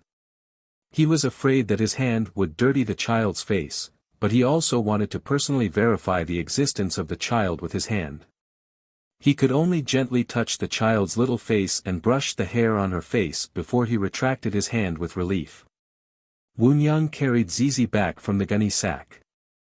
The scholar saw the black-clothed man on the ground. Instantly, a fierce light appeared in his eyes. He raised his foot and stomped on the black-clothed man's body. He kept cursing as he stomped on the black-clothed man. When Zhang Kai and the others were watching, Zhang Xiaohua quietly walked over from behind. When they saw him coming over, everyone's faces showed a smile. Even Yubiha's husband looked at him with stars in his eyes. It seemed that he had not recovered from the fact that there was really such a powerful person around him. Lu Kai smiled and said, "Xiaohua, you took quite a long time to urinate." Zhang Xiaohua shrugged and said, "Oh, I can't help it. Uncle Li is really enthusiastic. He let me drink so much wine. Young people digest well. As long as I go more often, please don't blame me." Zhang Kai laughed and scolded, "When did you learn to be so glib?" Zhang Xiaohua said, "Father, you've wronged the boy. The boy is very honest." Then, he looked in that direction and said, "Uncle Li, since the people from the government are already here, and the person who kidnapped the girl has also run back, let's go back quickly. It's already late, it's better to rest early." Zhang Kai also knew Zhang Xiaohua's problem, so he said, "Sigh, young people lack sleep. Brotherly, let's go. I've already seen the Lantern Festival. It's really eye-opening. If I have time next year, I'll have to ask you again." Old shopkeeper Li smiled even more brilliantly and said, of course, you're welcome to harass me, you're welcome to harass me." With that, everyone prepared to return home. However, at this moment, a new situation suddenly occurred. The scholar stepped on the man in black with all his strength, and the two Yamen runners howled for a long time but still couldn't see a shadow. They were about to put away their padao and come over to watch. In fact, the two of them were half happy and half worried. They were happy because they caught the thief effortlessly. Of course, it was a great merit. They were worried because this person was obviously from Jianghu and was definitely not someone they could afford to offend.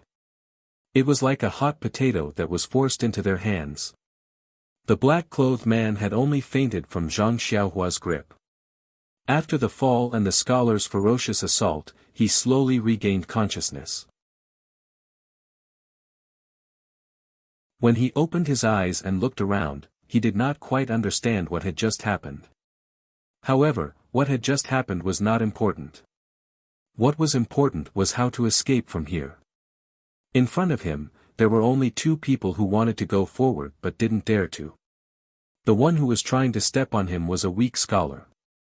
The little girl was still unconscious, and there were only a group of men and women in plain clothes surrounding him. These people were just like ants in his eyes. Why would he care about them? The man in black understood his situation. He grabbed the scholar's foot and was about to throw him away with his strength. At this time, he found that he couldn't mobilize his genuine chi. Then, he checked his genuine chi and his face immediately turned pale. His inner strength was abolished. What should he do? Thinking of this, the man in black used all his strength to pull the scholar down. Then, he turned around and forcibly took the little girl from Wunyang's hands. He held her with his left hand, and then took out a dagger from his arms with his right hand and put it on the child's neck. He screamed, "Get out of the way, or I'll kill this child." When the two Yamen runners saw that the man in black had woken up, they were scared witless and immediately ran away. The surrounding people were also stunned and didn't know what to do. Wunyang rushed over from the side and begged while crying, "Hero, please kidnap me. Please put down the child, okay?" The man in black kicked Wunyang aside and scolded, "What's the use of keeping you? You're already an old noob." Zhang Xiaohua, who was about to leave in the distance, saw this and immediately put her hand into her arms. At this time, the scholar, who had just been pulled down by the man in black, took advantage of the moment when the man in black turned his attention to Wunyang and pounced on him desperately.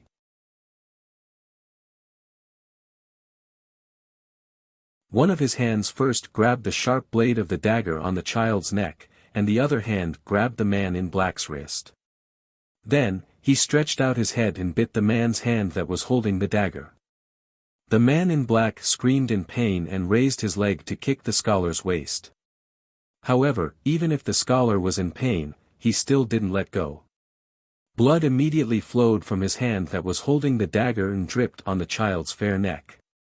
The man in black kept kicking, but the scholar seemed to be determined. He gritted his teeth and didn't let go. Immediately, blood also flowed from the man in black's hand. The man in black was even more nervous. He held the girl with one hand and used his other hand to snatch the dagger back. His other leg also kept kicking the scholar. Seeing that the scholar was bleeding from the corner of his mouth, the people who were watching by the side couldn't stand it anymore. Someone shouted, "Old and young men, this is our Lu town's villagers. We must not let this bad guy hurt our child. Charge, trample him to death, let's see how arrogant he can be."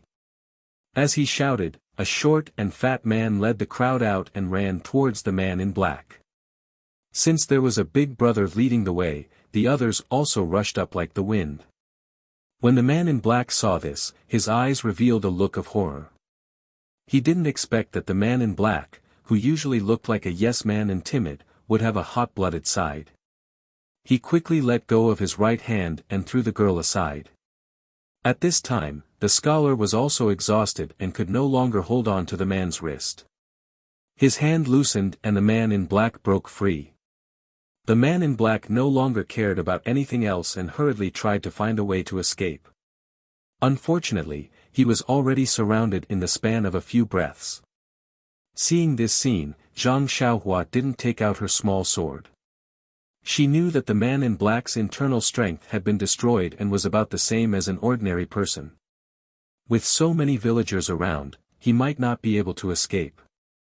When the man in black saw that the crowd had surrounded him, he waved the dagger in his hand up and down and said fiercely, "Whoever dares to come up, I'll take his life." After saying that, he walked in a direction. The people in front of him immediately hid outside in fear. It was okay to make a scene, but they couldn't hurt their own lives. When the man in black saw this, he was overjoyed.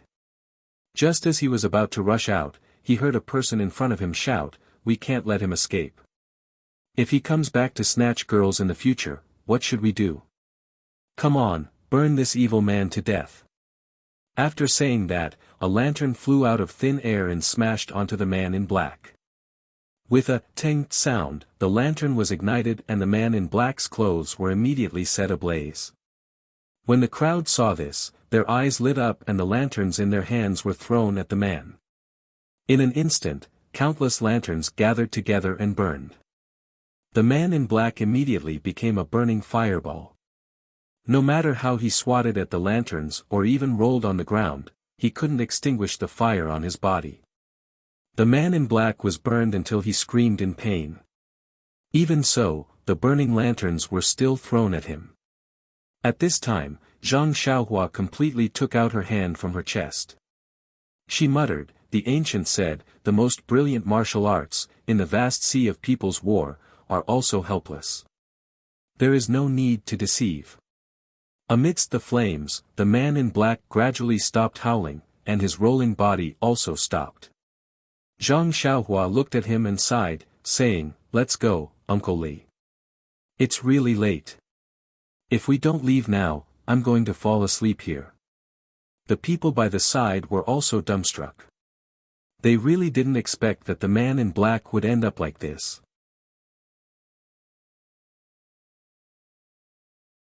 He was burned alive.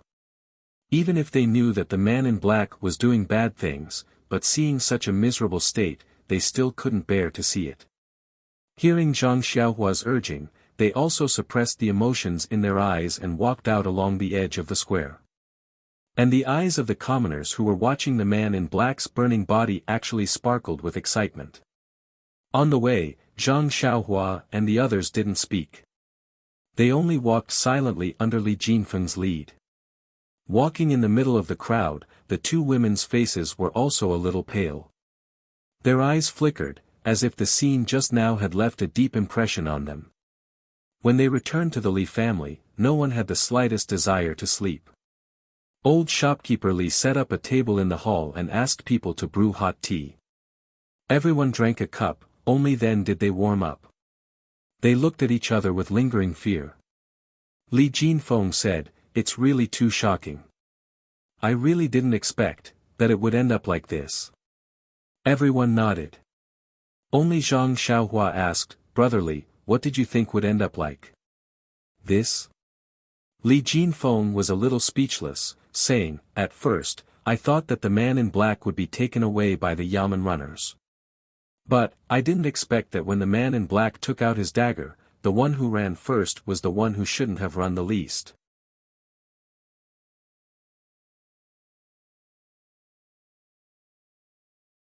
Chapter 386. Yes, Li Jinfeng was speechless. The government that he had high hopes for had given him the most disappointing answer. What else could he say? But, Li Jinfeng's lips were still trembling slightly, "But, to burn that person to death, it's really cruel," Lu Kai added. Seeing that the younger generation in the hall were all discussing, the four old men sitting at the head of the table were silent. Zhang Kai was a little better. Although he was older, he only lived in Guizhuang House. The hatred of the villagers was all in the open. Most of them were rumors and gossip. It was rare for someone to actually do something like this. He had also never seen so many people vent their anger on one person and burn him to death. For a moment, he was not used to it. Old shopkeeper Li and old shopkeeper Yu were not the same.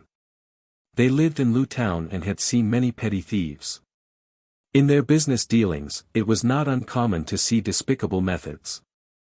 Especially last time, when old shopkeeper Li's family was almost wiped out by the mountain bandits, his mentality had already changed slightly.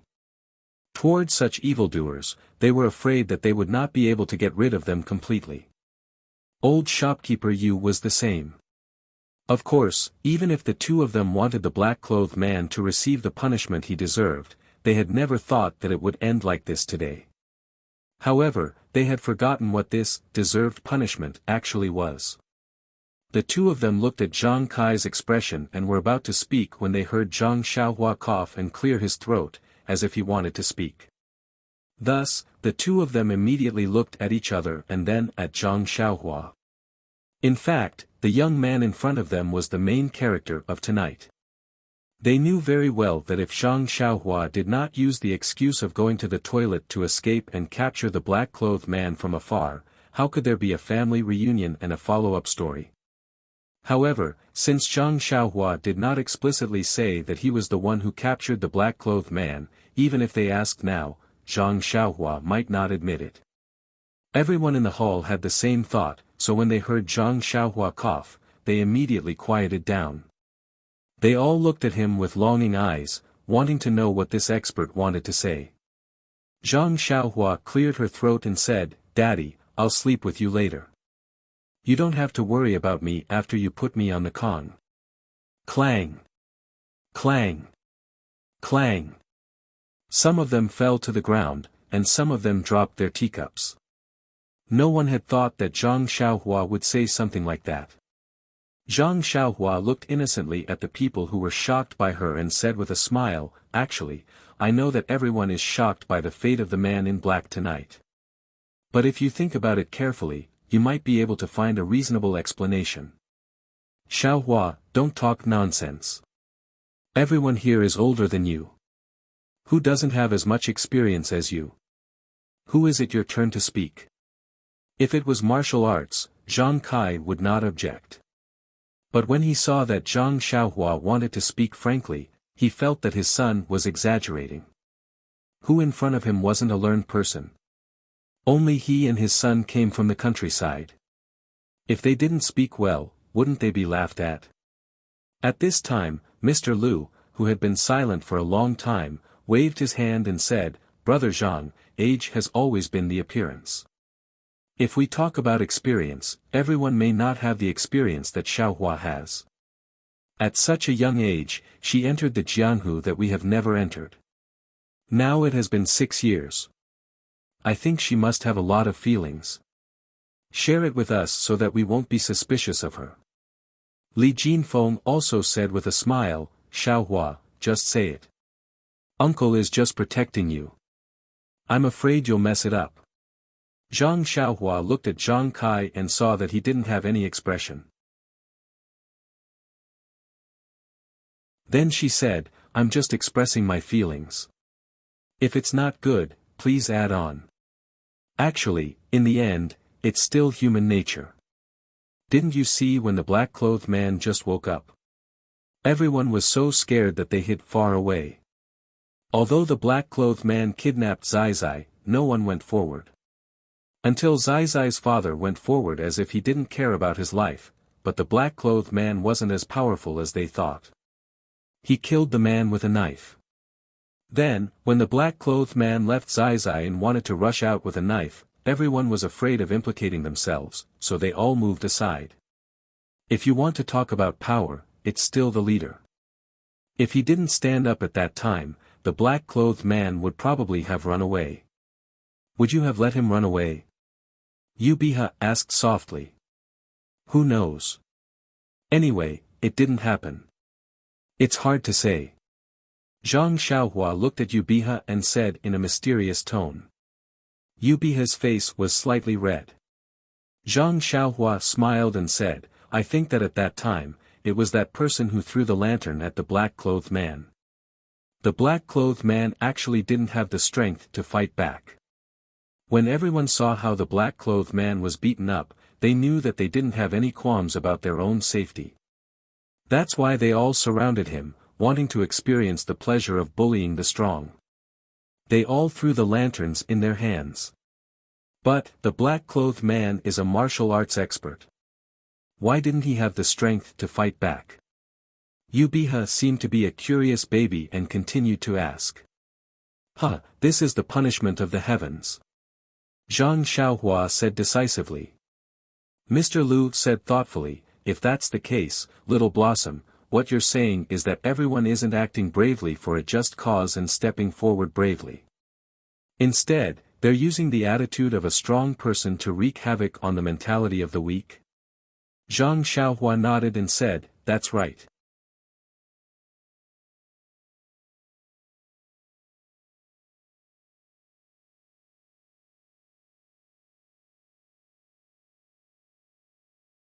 Chapter 387. Zhang Xiaohua took the hoe, Zhang Kai and Zhang Xiaolong took the hoe, shovel, and other tools, and came to the bamboo forest behind the house. Finding the empty space that they had chosen earlier, Zhang Xiaohua pointed at the place and said, "Big brother, come, let's dig a big hole here." Zhang Xiaolong looked at the empty space, and then looked at Zhang Xiaohua's serious expression. He spat 2 mouthfuls of saliva into his hand, picked up the hoe and was about to dig the ground. But at this moment, Zhang Xiaohua, who had been releasing her divine sense, saw a villager pass by their house. She quickly pulled her big brother's hand and said, "Wait a moment, big brother, someone passed by." Zhang Kai frowned and said softly, "Xiaohua, what are you doing?" Zhang Xiaohua also frowned. She suddenly patted her forehead with her hand and said with a bitter smile, "Io, father, big brother, I thought wrong. Let's go back to the house." Finished speaking, she walked back to the courtyard without looking back. Zhang Kai and Zhang Xiaolong looked at her, and then looked at each other. They didn't say anything, and took the tools and followed her back to the small courtyard. When they entered the courtyard, Zhang Xiaohua was standing in the courtyard in a daze. She seemed to be thinking about something. Zhang Xiaolong took the shovel from Zhang Kai's hand and was about to put it in the corner. Zhang Xiaohua said, "Big brother, wait a moment, I still need to use it." Finished speaking, she turned her head and said, "Father, big brother, come to this house." "Oh, right, I'll go and lock the courtyard door." Zhang Xiaohua locked the courtyard door and brought the 2 people to her small house. As soon as they entered the house, Zhang Kai asked, "Xiaohua, what are you doing? If you want to give us banknotes, then take them out. It's not like your father hasn't seen banknotes before. What are you afraid of?" Even Zhang Xiaolong was puzzled. "Yes, isn't it just banknotes? What was the hoe for?" Zhang Xiaohua looked at their confusion and scratched her chin with her fingers. She smiled and said, "Daddy, big brother, in fact, I really have something good to show you. But don't be surprised and don't make a fuss. This is very important." Zhang Kai and Zhang Xiaolong frowned at the same time, but they also thought about it and nodded. What a joke. How old were they? What was there to fuss about? Seeing that both of them had agreed, Zhang Xiaohua was still secretly laughing in his heart. Actually, he had only said so much to give them some mental preparation.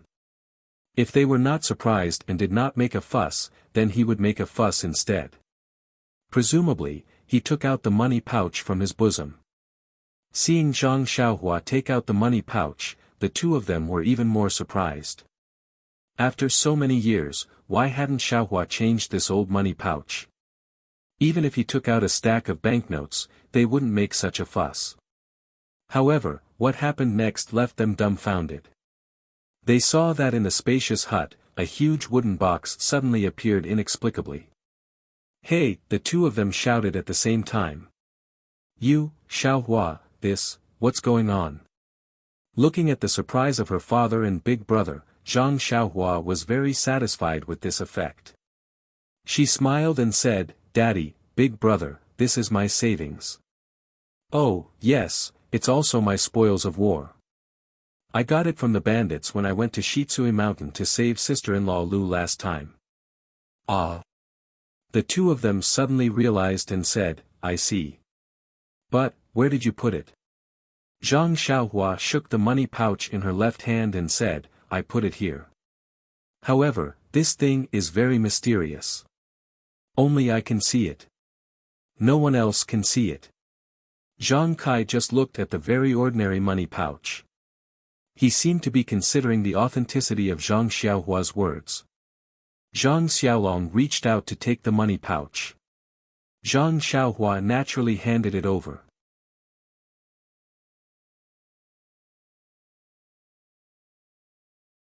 Zhang Kai nodded and slowly paced back and forth. Not to mention that Zhang Kai was just a farmer in the countryside, even a noble person like Mr. Lu would drool at the sight of this box of gold and silver. He naturally had to consider it carefully. After pacing back and forth a few times, Zhang Kai waved his hand and a word jumped out, "Dig." Good, clean and efficient. Nonsense, why would I not want the things my son brought back? In the future, I won't have to be so stingy. After receiving his father's order, Zhang Xiaolong spat 5 or 6 mouthfuls of saliva on his hand in one breath. He gathered his strength and started digging in the open space of the hut. Seeing this, Zhang Xiaohua happily took the hoe and dug with her big brother. However, she hadn't worked with her big brother for a long time. Zhang Xiaohua seemed to have returned to her childhood in the fields. However, looking at Zhang Xiaohua digging far away from him, Zhang Xiaolong was puzzled and asked, "Xiaohua, why are you so far away from me? I won't touch you." Zhang Xiaohua smiled and said, "Let's dig a bigger hole. There are still a few boxes." Zhang Xiaolong staggered and almost threw away the hoe in his hand. "What are you talking about? A box is enough to scare people to death. You actually have a few boxes?" To say that, father and son go to war, brothers dig holes, was really not a joke. In less than the time it took to eat a meal, the entire open space of the hut was dug into a deep hole. Zhang Kai was right. Zhang Xiaohua should stay in the village to farm. The holes in the hut were basically the fruits of his labor. Zhang Xiaolong was so tired that he was panting after digging more than half of it. Only Zhang Xiaohua was working hard for her family. After the preparation work was done, one box after another appeared neatly in the dug hole. Including the one that was just taken out, there were 5 boxes. At this time, Zhang Kai and Zhang Xiaolong's attention was no longer on how Zhang Xiaohua took out the boxes. Instead, it was on the boxes that Zhang Xiaohua took out. Zhang Xiaohua didn't find it troublesome. She also put the box outside the hole into the hole. Only then did she stand at the side proudly. This time, Zhang Kai personally jumped into the pit and opened the chests one by one. Of the 5 chests, except for 2 that were filled with jewels, the other 3 were filled with shiny gold. Zhang Kai and Zhang Xiaolong stood in the waist-deep hole and walked back and forth. They looked at this and touched that. They really couldn't believe that this shocking wealth was now theirs. After a while, Zhang Kai gritted his teeth and said, "Xiaolong, close the lid and bury the box." "Okay, Dad." Zhang Xiaolong agreed loudly. After Zhang Xiaolong and Zhang Xiaohua buried the box with the soil that they dug out, there was still a lot of soil left in the hut. Zhang Xiaolong pointed to the soil and said, "Xiaohua, you just took out a lot of things from the money bag. You can put the soil back. Just treat it as a weight scale." Zhang Xiaohua knew that he wanted to be lazy and said, "Big brother, I can't take these. Even if the weight is ordinary, the value is far from it. Don't think about being lazy. I just dug the hole. This soil is yours." Hee hee. Zhang Xiaolong didn't realize that he was exposed. He opened the door and poked his head out to take a look. He took the things back and scattered the soil in the yard with Zhang Xiaohua. Zhang Xiaohua smiled and said, "Big brother, there is no one outside the yard. Don't worry. No one knows about today's matter." "Oh, that's good. That's good." Zhang Xiaolong laughed foolishly. It was just like how Zhang Xiaohua felt when she saw a box full of gold. The 3 of them sat down in the central room. Zhang Xiaohua poured tea. Zhang Kai and Zhang Xiaolong's eyes were a bit unfocused. They drank the tea in their cups mechanically. Zhang Xiaohua didn't say anything. She just drank and refined the energy of heaven and earth in the water. At her current level of qi refining, the energy in the water was almost negligible. However, no matter how small a fly was, it was still meat. With Zhang Xiaohua's temperament, how could she let it go? When the pot of tea was about to be finished, she saw that Zhang Kai's unfocused eyes gradually became spirited. The corner of his mouth also revealed a smile. He glanced at Zhang Xiaohua and put down the teacup in his hand. At this time, Zhang Xiaolong's eyes also focused. He smiled and looked at Zhang Kai. He also put down the teacup. Zhang Xiaohua said, "Father, big brother, it seems that you have already thought about how to deal with it. This matter is very troublesome. I don't know how to deal with it. Anyway, the money is spent by you. I don't need it. You can do as you see fit. Zhang Kai smiled and said, Xiaohua, you are lazy. However, it doesn't matter. There is father, mother, and your big brother and sister-in-law at home. You don't need to worry. You just need to bring those things home. Ha ha ha. Zhang Xiaolong also smiled. He looked lovingly at his little brother who was almost as tall as him. Zhang Xiaohua was stunned and said, Then, father, how are you going to use the gold? I have thought for a long time, but I still can't think of a way to not attract attention. This is really too easy to deal with. Zhang Kai smiled and said, I remember that Mr. Lu often said that doing something beyond one's ability is playing with fire.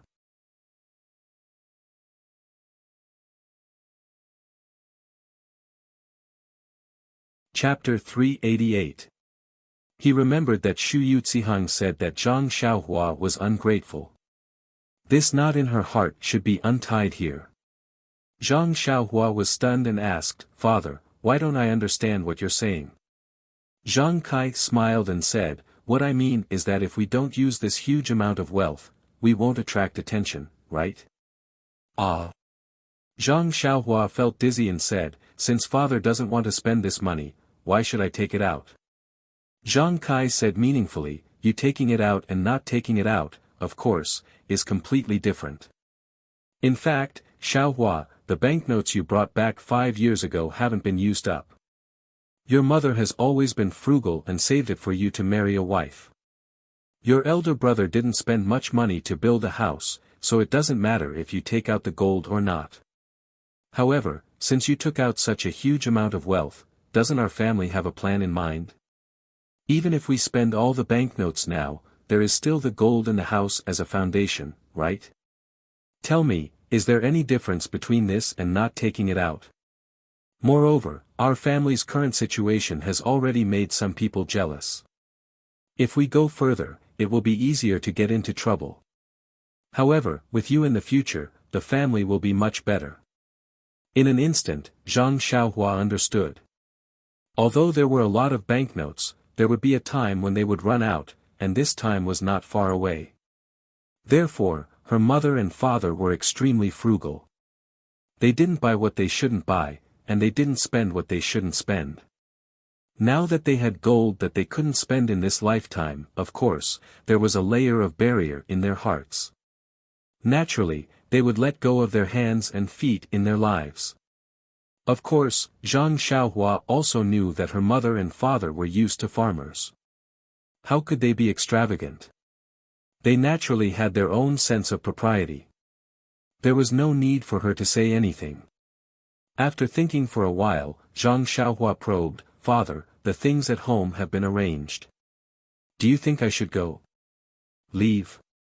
Zhang Xiaolong shouted when he heard this and said, Little Blossom, how many days have you been home? Why are you in such a hurry to leave? Didn't father and mother tell you to stay at home and not go out? Zhang Xiaohua thought to herself, Big brother, there are still 2 girls waiting for me to send them to Pingyang City.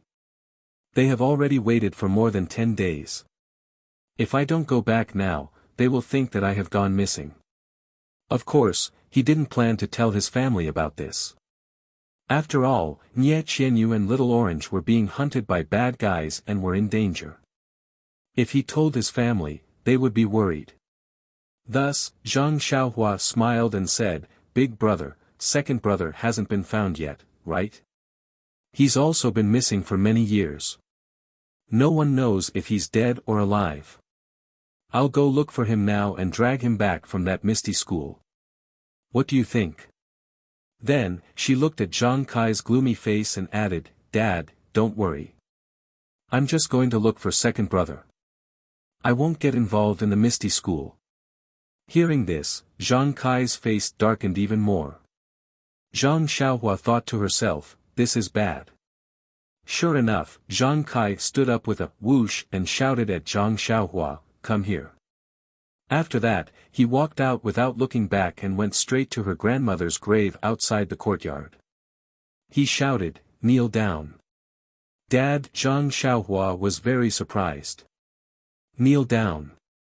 Zhang Kai shouted again without hesitation. Although Zhang Xiaohua didn't understand what her father meant, she still knelt down in grievance. Seeing Zhang Xiaohua's aggrieved look, Zhang Kai's heart ached. However, he still hardened his heart and said, "Xiaohua, I want to ask you a few questions." "Dad, please ask." Zhang Xiaohua said softly while kneeling. "When we met your sister-in-law in Lu Town, who saved us? Hero 1 and Heroine Shui. Then when you and Big Brother went to marry your sister-in-law, who saved you on the way? It was Hero Lu. Where did you learn your martial arts? This?" Zhang Xiaohua was a little hesitant. His Carefree Heart Sutra was accidentally obtained from the Misty School's library. Then, he slowly figured it out. If it was not taught by the Misty School, then this sutra was indeed obtained from the Misty School. Moreover, his Big Dipper Magical Fist and the most basic Arhat Fist were also taught by He Tianshu. If his martial arts had nothing to do with the Misty School, then he would be going against his conscience.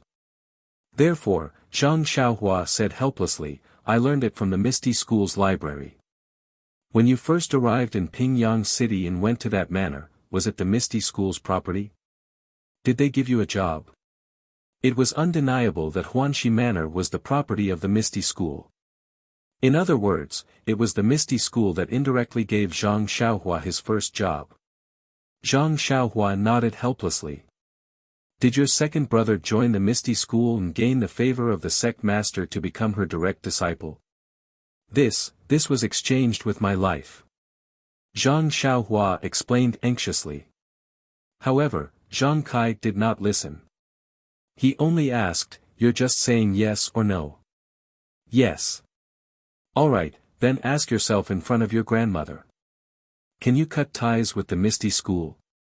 Regardless of whether the Misty School admits it or not, shouldn't you be the first to admit that it was the Misty School that helped you?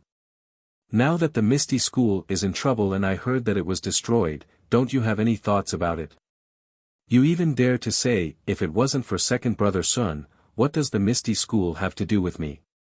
Ask your grandmother in the netherworld and see how she will answer you."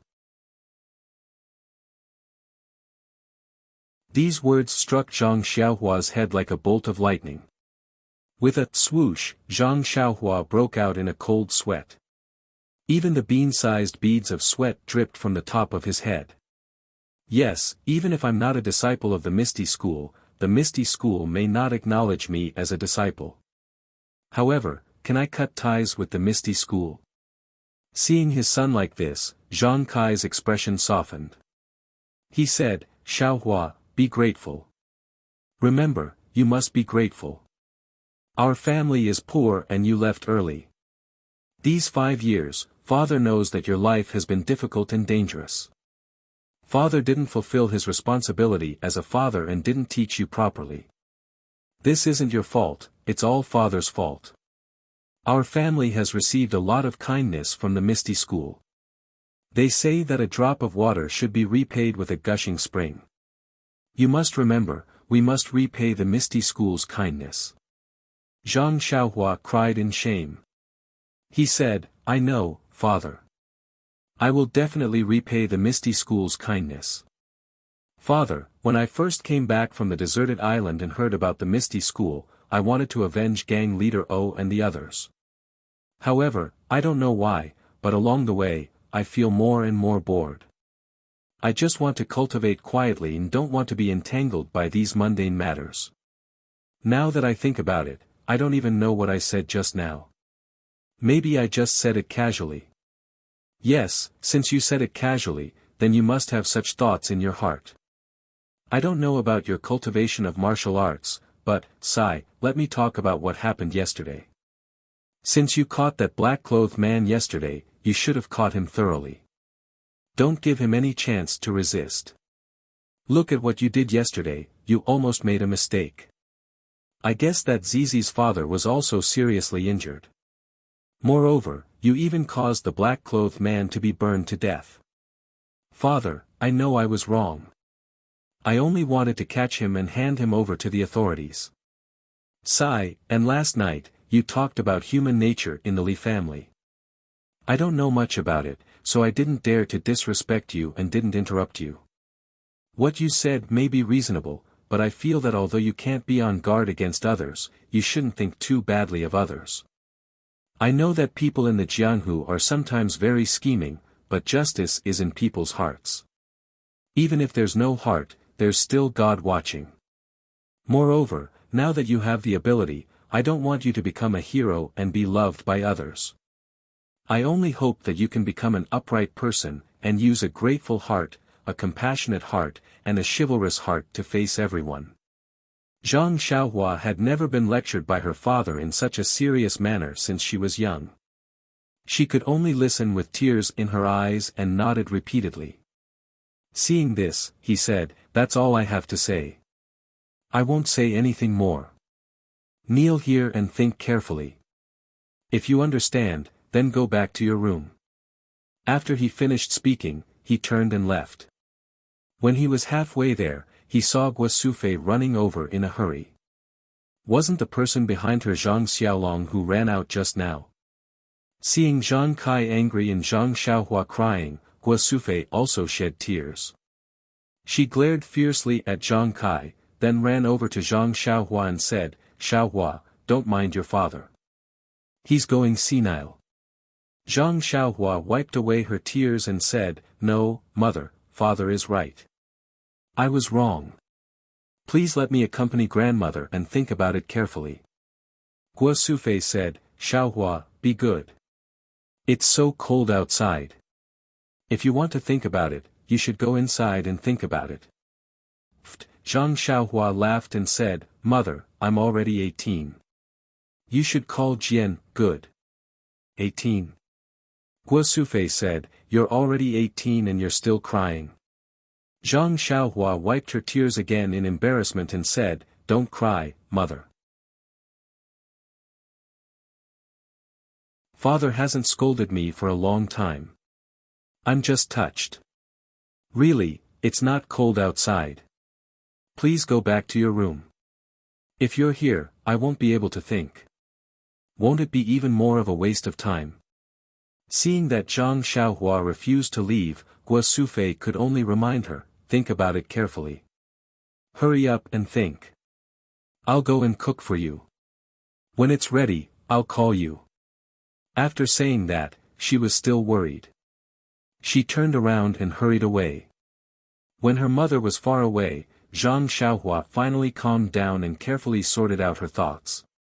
In fact, Zhang Xiaohua had always had a very good impression of the Misty School, sect leader Wen Wenhai, Lu Mingyue, Xue Qing, He Tianshu, and the others. She was even more grateful to Peng. However, when she found out about the secret of the Immortal Tao and discovered that her Carefree Heart Sutra was an item of the Immortal Tao, she knew that the Misty School was an Immortal Tao sect. When she thought about how Peng had mysteriously asked her to copy the manual of her Big Dipper mystical fist, she was puzzled.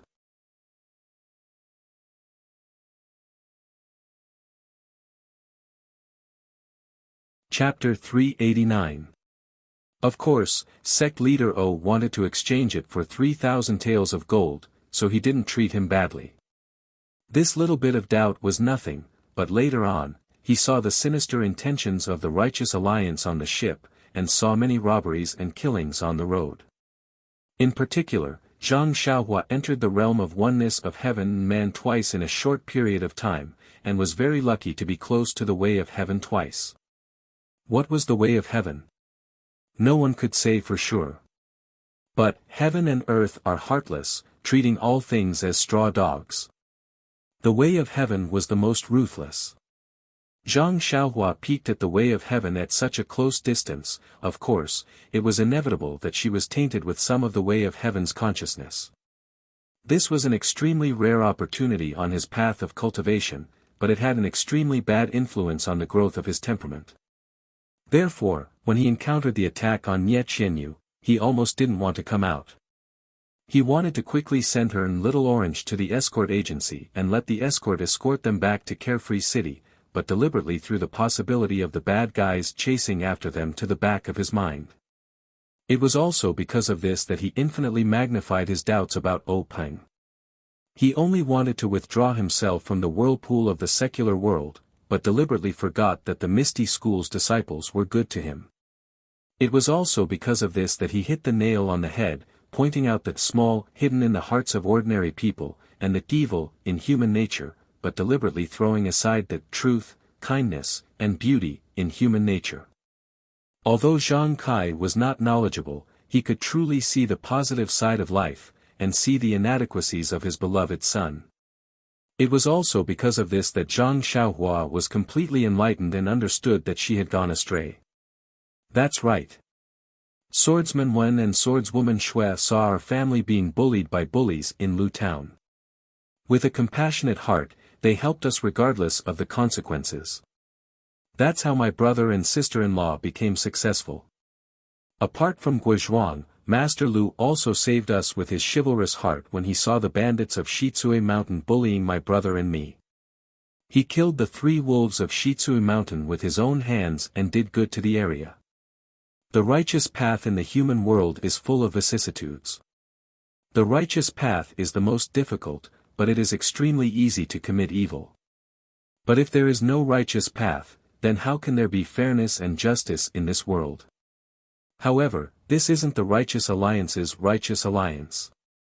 Look at those heroes from the Misty School, and look at the Righteous Alliance. They're really the classic example of selling dog meat under false pretenses.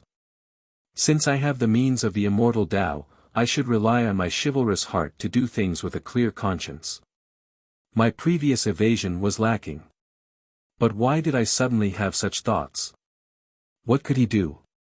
What can we do? Thinking about what I did in the village a few days ago, I feel a little funny.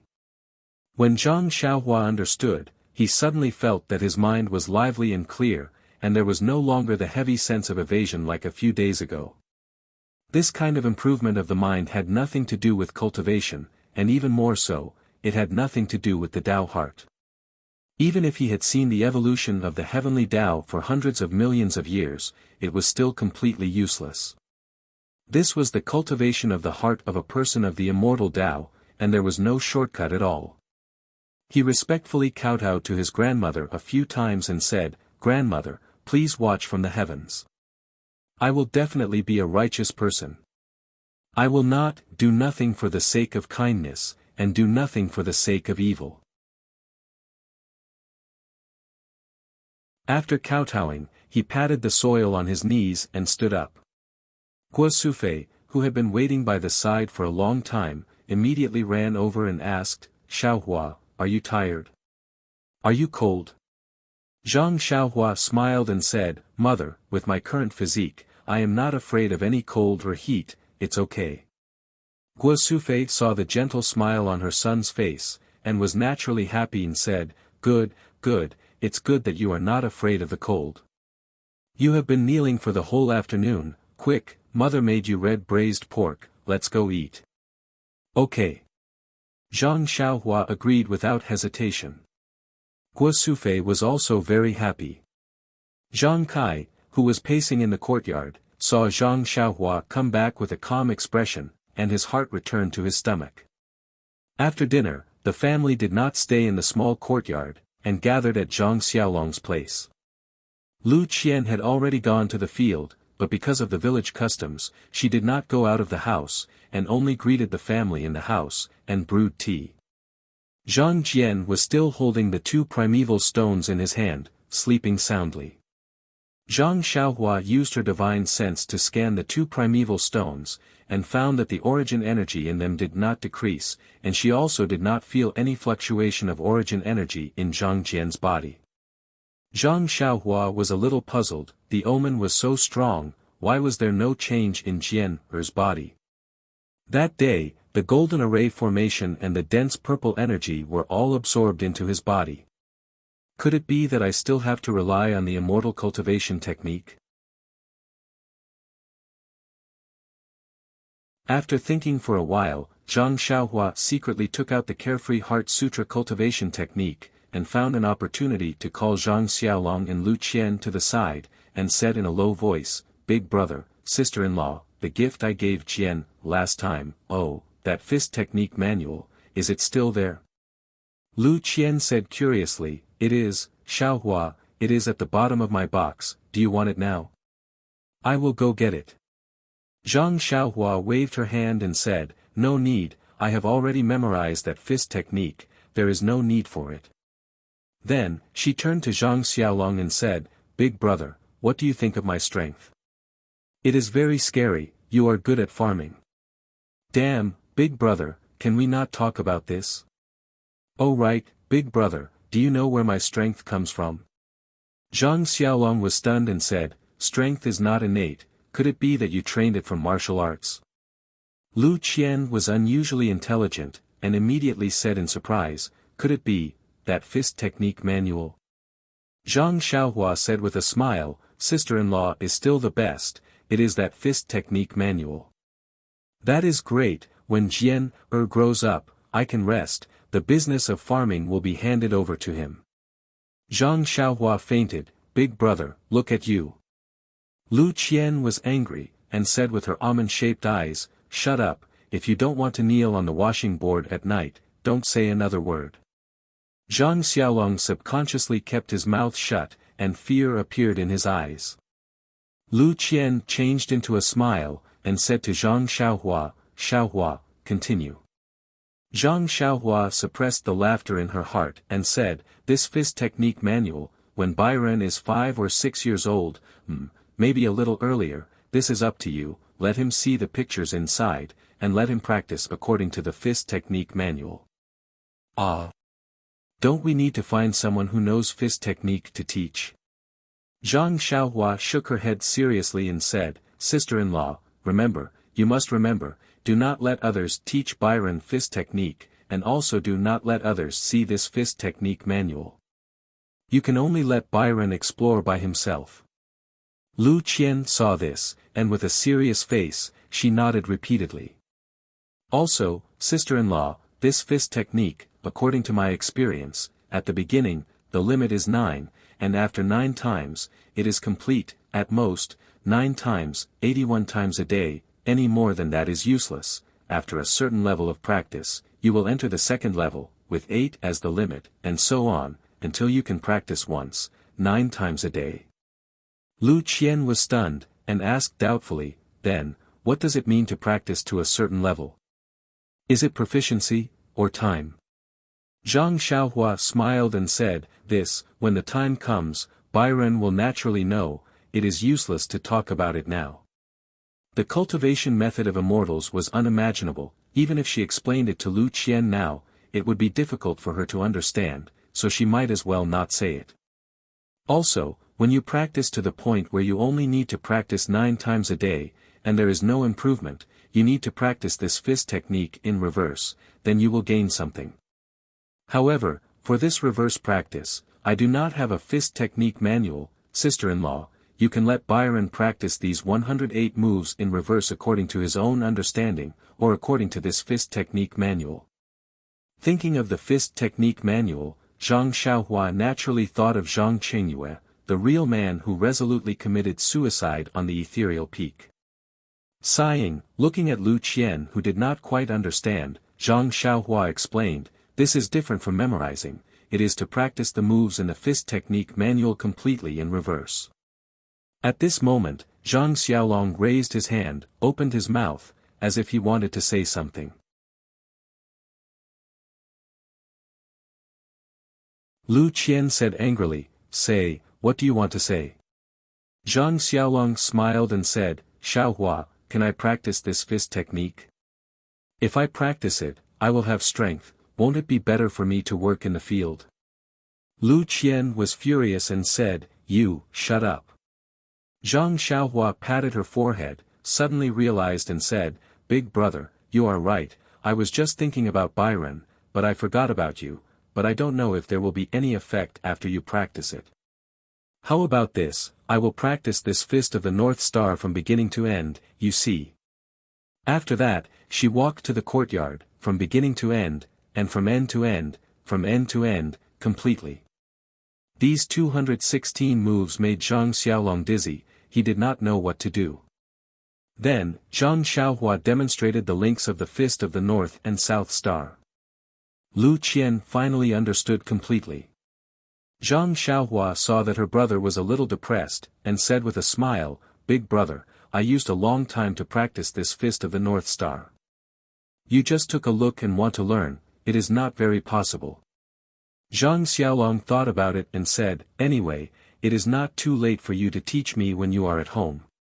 But just as he finished speaking, he remembered that Zhang Xiaohua had told Zhang Kai at noon that she would go out to find Zhang Xiaohu immediately. He said embarrassedly, "I am not in a hurry, I will practice slowly. You can teach me a move later, I will think about it myself." Zhang Xiaohua thought that this was the only way.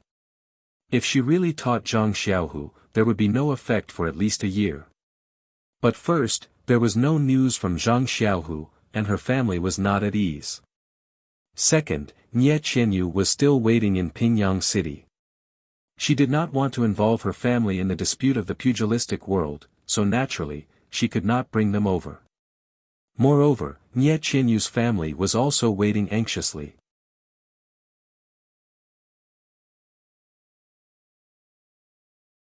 Putting herself in their shoes, she also wanted to send them back quickly.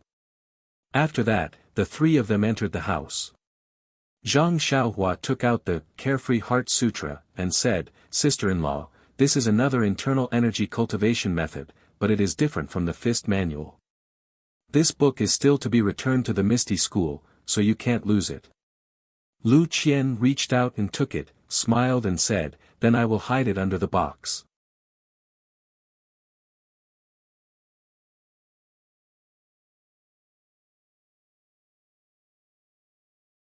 Chapter 390. Lu Qian took the Heart Sutra and asked, "What is the Heart Sutra for Byron to practice?" Zhang Xiaohua thought for a while and said, "I guess Mr. Lu will enlighten Byron very early. When he is 5 or 6 years old, he will be able to understand the text inside. At that time, let him read and practice." "Ah!" Lu Qian said in surprise, "He can only learn it when he is 6 years old. Then why are you in a hurry to give this to me? When the time comes, you can come back and teach him. Besides, I read in the biography that practicing internal strength is very particular. If there is no master to guide him, it is easy for something to happen. I think it is better to let you teach him." With that, Lu Qian was about to return the Heart Sutra to Zhang Xiaohua. Zhang Xiaohua smiled and said, "Sister-in-law, practicing internal strength is easy to cause trouble, but you see, I also practice it myself. Am I not fine? Besides, sister-in-law, you must believe me. Byron will definitely have no problem." Lu Qian was skeptical, but she still carefully put away the Heart Sutra. She asked worriedly, "If Byron doesn't understand, can he ask my father?" Zhang Xiaohua thought for a while and said, "If you don't understand the text, you can naturally ask. If you don't understand the content, don't ask. It is best not to let others know about this book. Remember." Lu Qian listened with a heavy tone, so she could only nod cautiously. Zhang Xiaohua was also bold. He relied on his own exploration to reach his current level. He thought that everyone could practice by themselves, so he easily gave the Heart Sutra to his sister-in-law and let his little nephew explore by himself. He was a shopkeeper who didn't do anything. If Byron cultivated, he was only 5 or 6 years old. How could he understand the content of the book? However, was Zhang Byron an ordinary person? After explaining the matter of Byron, Zhang Xiaohua saw that his father and mother were playing with Byron. He took Zhang Xiaolong to the courtyard and began to teach Zhang Xiaolong the Big Dipper magical fist. Only after Zhang Xiaolong taught him did he realize how he Tianshu felt back then. That's right. Zhang Xiaolong could have hit it this way and hit it from this angle, but Zhang Xiaolong hit it wrong. By the time Zhang Xiaolong corrected him, there were other problems. After a few times, Zhang Xiaohua lost her patience and encouraged him, "Big brother, you're really a martial arts genius. I practiced this move for many days before I reached your level." Zhang Xiaolong was pleasantly surprised, "Really? Xiaohua, it seems like I'm really not an ordinary person. If I had known earlier, I would have followed you to Pingyang City." "AI, that's right, big brother. If you go, I reckon that the Misty School won't be destroyed. You might not be able to defeat the enemy, but you can at least learn the essence of the Misty School. Then, you can start a family in the Guizhuang house and inherit the legacy of the Misty School." "Yes, Xiaohua, you're right. I'm really a pearl that has been covered in dust. So, big brother, if you have time, you should look at the martial arts manual yourself. I'm afraid that I might lead you astray and delay your progress." "I see. Alright, Xiaohua, then I can only reluctantly practice on my own." After settling Zhang Xiaolong, Zhang Xiaohua went back into the house to look for her mother. Zhang Kai and Gua Sufei were still on the Kong bed, watching Zhang Bairen sleep soundly. Just now, Bairen woke up for a while and played with the two elders for a while before going back to sleep. At this moment, the two of them were whispering to each other. Seeing Zhang Xiaohua enter the house, Gua Sufei laughed softly and said, "Xiaohua, I heard from your father that you did something good in Lu Town last night." When Zhang Xiaohua heard this, she blushed a little and said, "I wanted to do something good, but I didn't do it thoroughly and left a little tail. Today, I heard from father that I know I was wrong." Gua Sufei said, "It's good that you know you were wrong. When helping someone, you have to help them to the end.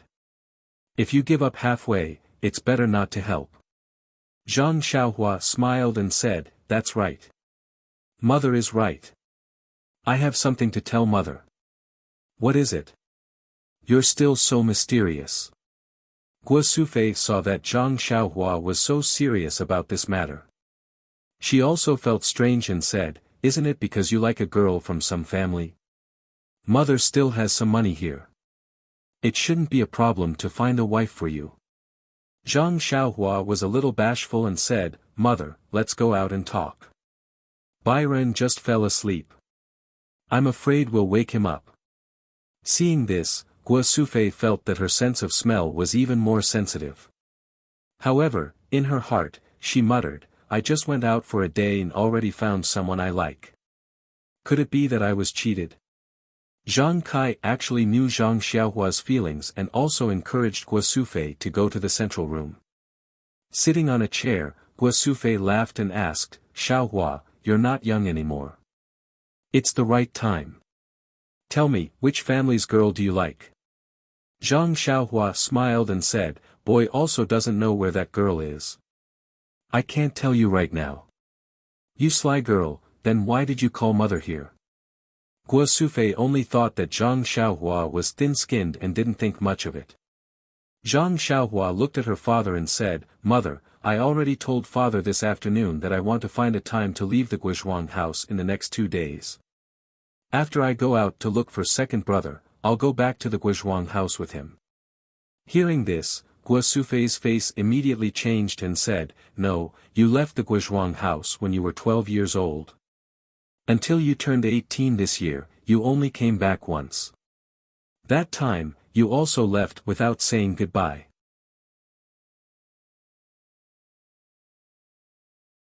In a flash, you disappeared for more than 5 years.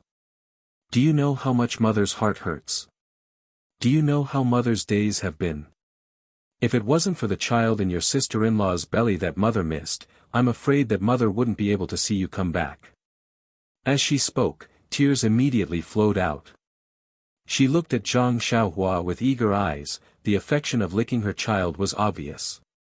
When Zhang Xiaohua came back this time, Gua Sufei was far less emotional than the last time. First, she had a younger son who was worried about her, so she didn't have much free time. Second, she was somewhat confused between reality and dreams. She was afraid that this was just a beautiful dream of the past, so she didn't dare to overdo it. Today, before she could completely adapt to the reality of her son's return, Zhang Xiaohua once again asked to leave her. How could she bear to do it? She still wanted her younger son to be happy at her knees and find a lovely wife, so that she could sing the husband and wife's songs under her eyes. Seeing this, Zhang Xiaohua walked forward and sat on the chair next to her mother. She smiled and said, "Mother, I know what you mean. Boy is indeed unfilial and has made you worry at home. However, this time is different from before." "What's the difference?" Guo Sufei asked curiously. "Mother, do you still remember Hero Wen, Heroine Shui, and Hero Lu from Misty School?" "Of course I remember. Although Mother is a woman and has never seen them, you are indebted to them for saving your lives. Mother will certainly remember this kindness in her heart. Mother, if they were killed and the boy knows who killed them and has the ability to kill their enemies, do you think the boy should avenge them?" "Ah. Our benefactors, have they really met with misfortune? If so, Xiaohua, they have indeed given our Zhang family a new lease of life, especially Hero Lu. If it weren't for him, you, your elder brother, and sister-in-law would have been dead. This kindness should be repaid. But you, Xiaohua, it's not that Mother doubts you, but they were not a match for you even with such high martial arts. You are just a child, how can you avenge them? Mother, please don't worry. Although the boy is stupid, he won't do something as stupid as hitting a rock with an egg. If he can't defeat his enemy, he will use his wits. He won't treat his life as a joke." Guo Sufei frowned and hesitated. Zhang Xiaohua continued, "Moreover, we don't know whether second brother is dead or alive. Rather than staying at home, it's better for me to go out and look for him. I've already met with my old friends at the villa. Although they haven't seen second brother, they still pointed out the place to look for him. I'll go and take a look. If there's any news, you'll be the first to know." Hearing this, Guo Sufei bitterly smiled and said, "Xiaohua, don't try to comfort Mother. So many of the Misty School's disciples died unnatural deaths. We've already heard from young Master Li. How could your second brother be the only one who escaped with his life? These past few years, Mother has already calmed down a bit. I can't bear to put you in danger because of Xiaohu. If he's alive, I want to see him. If he's dead, I want to see his corpse. If there's no news of second brother, it means that second brother still has hope of surviving. Mother, don't worry. The boy has a premonition that second brother will definitely. Xiaohua, don't say any more. It's already been more than 3 years. If there's any news, your second brother would have already sent a letter home. Why wait until now?" This, Zhang Xiaohua was speechless for a moment. "Forget it, Xiaohua. Go back and rest first. Let your mother think about it carefully tonight. She's a sensible person. Let's talk about it again after she's thought it through," Zhang Kai advised. Hearing this, Zhang Xiaohua knew that her father wanted to speak up for her. She didn't say anything more. She said something else to them and returned to her room to rest. Ever since Zhang Bairen was born, Guo Sufei had been accompanying Lu Qian to take care of the child. Tonight, she handed this task over to Zhang Xiaolong and followed Zhang Kai back to the room next door. When Zhang Xiaohua returned to his room, he saw that it was still early. He sat down cross-legged and took out a few small jade pendants. He knew that although his mother loved him dearly and didn't want him to get involved in the Jianghu, the Misty School was a great favor to the Zhang family. For the sake of righteousness, his mother wouldn't stop him. As for Zhang Xiaohu's life and death, Guo Sufei couldn't let it go. For the sake of family, his mother would definitely let him go. Therefore, before he left, he had to settle the matters at home. Actually, when he was making a jade pendant for Ji Xiaohua's mother in Songning town, Zhang Xiaohua already had this idea. Therefore, on the way back, he already had a plan in his heart. In the formation jade slip left behind by Venerable Fire Dragon, there were quite a number of defensive and offensive formations. However, they were all slightly complicated. During this period of time, Zhang Xiaohua had been studying them. Although he wasn't very confident, he still wanted to give it a try. Taking out a jade pendant that had already lost its energy, he placed a new small primeval stone in his right hand. Zhang Xiaohua calmed down and silently recited the incantation. His left hand moved according to the instructions of the jade slip. The energy of heaven and earth was extracted from the primeval stone and gradually formed into a restriction in his left hand. At this moment, Zhang Xiaohua's heart skipped a beat. Please accept, please tip, thank you.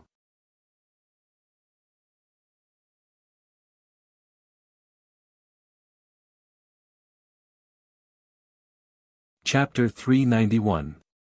Zhang Xiaohua had already learned a little about embedding a miniature formation into a jade pendant on the deserted island. He had also thoroughly comprehended it on the ship back on land. When he returned to Songning town, he even gave it a try. He successfully embedded a tranquil formation into a jade pendant and gave it to Ji Xiaohua's mother as a form of compensation. However, when Zhang Xiaohua embedded the array into the jade pendant in Songning town, although it was the most primary array, the qi of heaven and earth was scarce at the moment. Zhang Xiaohua could barely make ends meet by mobilizing her qi with incantations, so she pondered over using the vital stones and the vital qi in her body to barely complete the jade pendant. At that time, her vital qi was exhausted and she was so tired that her face turned pale. Now, Zhang Xiaohua wanted to embed a more advanced defensive array into the jade pendant. Zhang Xiaohua had pondered over this array many times on her way back to Pingyang City. However, there was always a sense of obscurity when she made the incantation. When it reached a certain level, it was difficult to continue, let alone embed it into the jade pendant. However, when Zhang Xiaohua made the incantation today, she felt that it was as smooth as moving clouds and flowing water, as if the previous sluggishness had disappeared. Therefore, Zhang Xiaohua's heart skipped a beat. However, this was not the time to ponder over it carefully. She hurriedly changed the incantation in her hands and completed the complicated transformation of the entire array. Then, she shouted clearly, "Go!" She put her left index finger and middle finger together and mobilized her vital qi, striking the array that had already been completed at her fingertips toward the jade pendant in front of her. In her divine sense, she saw that the array was shrinking and the vital qi in it became denser and denser. Finally, it shrunk to the size of the jade pendant. With a very clear bang, the array was actually embedded into the jade pendant. In an instant, the jade pendant flashed with a brilliance invisible to the naked eye. The extremely ordinary old jade immediately became somewhat different. Zhang Xiaohua could naturally see some clues through her divine sense, but sorry, she could not see anything with her eyes. But just when Zhang Xiaohua was feeling satisfied and wanted to be proud, she suddenly felt that the yuan qi in the jade pendant was somewhat chaotic. With a light, ping sound, the jade pendant in her hand immediately turned into a pile of powder. Zhang Xiaohua frowned. She thought about it carefully for a while before relaxing slightly. She took out another jade pendant from her bosom and continued to make it. He still had a lot of such jade pendants in his money bag. They were all from the treasure house of Shitsui Mountain. Zhang Xiaohua knew the use of these jade pendants, so she didn't put them all in the box. She buried them underground, so she didn't need to be too stingy. This time, the incantation was successfully completed. However, when the incantation was inserted into the jade pendant, Zhang Xiaohua's expression was serious. The movement of her left hand seemed fast but was actually slow. Amidst the slowness, there was a strange frequency. With another bang, the incantation was successfully inserted into the jade pendant.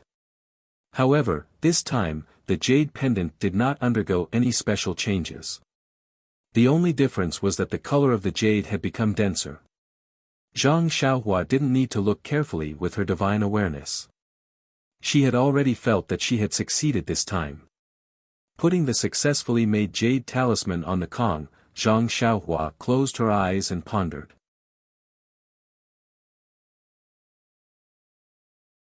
Why did the incantation go so smoothly this time? Why did the incantation suddenly disappear? After thinking for a long time, she realized that the luckiest thing during this period was that she had come into contact with the innate tactical matrix of Byron when she was born. Although she didn't deliberately comprehend it, just a simple peek had a profound impact on her cultivation of tactical matrix. Presumably, this was the only reason. Thinking of this, Zhang Xiaohua couldn't help but look at the 360 tadpole-like talismans in her Naiwan palace. They were shining with a faint golden light and surrounded her essence of devotion, shining like tassels. Zhang Xiaohua's mouth showed a trace of a smile. In the future, she would be able to comprehend it. After finding out the reason, Zhang Xiaohua opened her eyes and made several jade slices into jade talismans one by one. It was very correct to say that practice makes perfect. The last few talismans were all made in one try. There was no failure. Zhang Xiaohua was also very happy to see this. She made as many as 10 talismans smoothly. Looking at the sky, Zhang Xiaohua was about to put away the jade talismans. His heart was moved again. These 10 jade talismans were only used for defense. It was more than enough. However, if she encountered a powerful person and didn't have a thunderous counterattack, she would be at a disadvantage. It was not appropriate. As the saying goes, offense is the most powerful defense. Thinking of it, she did it. After all, it was all about cultivation. Zhang Xiaohua immediately took out 10 jade slices and put an offensive tactical matrix that she had already memorized in her heart into them. Not long after, 10 jade talismans were made. Looking at the red jade talismans, Zhang Xiaohua was puzzled. Was this color related to the tactical matrix? However, she had just finished learning this tactical matrix. She was not proficient in the other tactical matrices, so she couldn't test it. Putting away the 20 jade talismans, Zhang Xiaohua sat cross-legged and prepared to cultivate the Carefree Heart Sutra.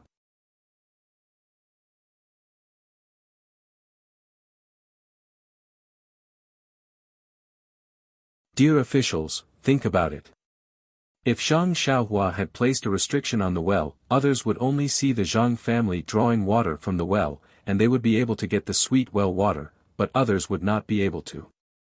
Or perhaps, the Zhang family would be able to see the well, but others would not be able to. Wouldn't it be a cover-up that would attract more attention? On the contrary, it was the most appropriate to follow fate and not reveal the mountain and not reveal the water. As for whether this spring water was the key to creating a person like Zhang Bairen, this was a question that no one could say for sure. After pouring the well water into the water jar, breakfast was ready. As usual, Zhang Xiaolong brought the food next door to eat with Lu Qian, while Zhang Xiaohua ate with her mother and father in the house. Although breakfast was very short, Guo Sufei's mouth did not stop for even a moment. She gave instructions here and there, gave instructions on this side and worried about that side. Hearing this, Zhang Kai frowned a little. However, Zhang Xiaohua smiled faintly and responded to each and every one of them. She did not slack off in the slightest, as if this was the most delicious side dish. But in the end, Guo Sufei was still worried. She repeatedly doubted Zhang Xiaohua's martial arts. She was afraid that she would lose this son of hers again. Zhang Xiaohua helplessly said, "Mother, you really don't have to worry. That day, didn't you already see the weight of my weapon? Think about it. With such a heavy weapon, who wouldn't be afraid if it hit them? They would have already run away. Who would dare to fight with me?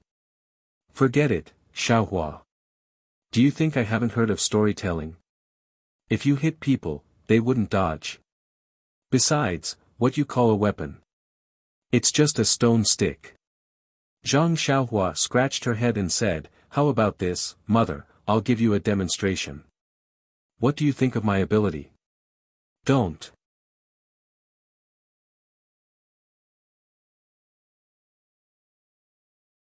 I don't think you have the level of a martial arts master. How can I let you demonstrate? At this time, Zhang Xiaolong walked in. Zhang Xiaohua smiled and said, I don't need to know martial arts. How about this, let big brother tie me up. Zhang Xiaolong was shocked and said, Mother, Xiaohua is still young. If she has done anything wrong, just say it. Why do you have to hang her up and beat her? You're tuning in to the Wang Lin's Journey YouTube channel. Don't forget to subscribe and join us on this journey to catch the most captivating stories.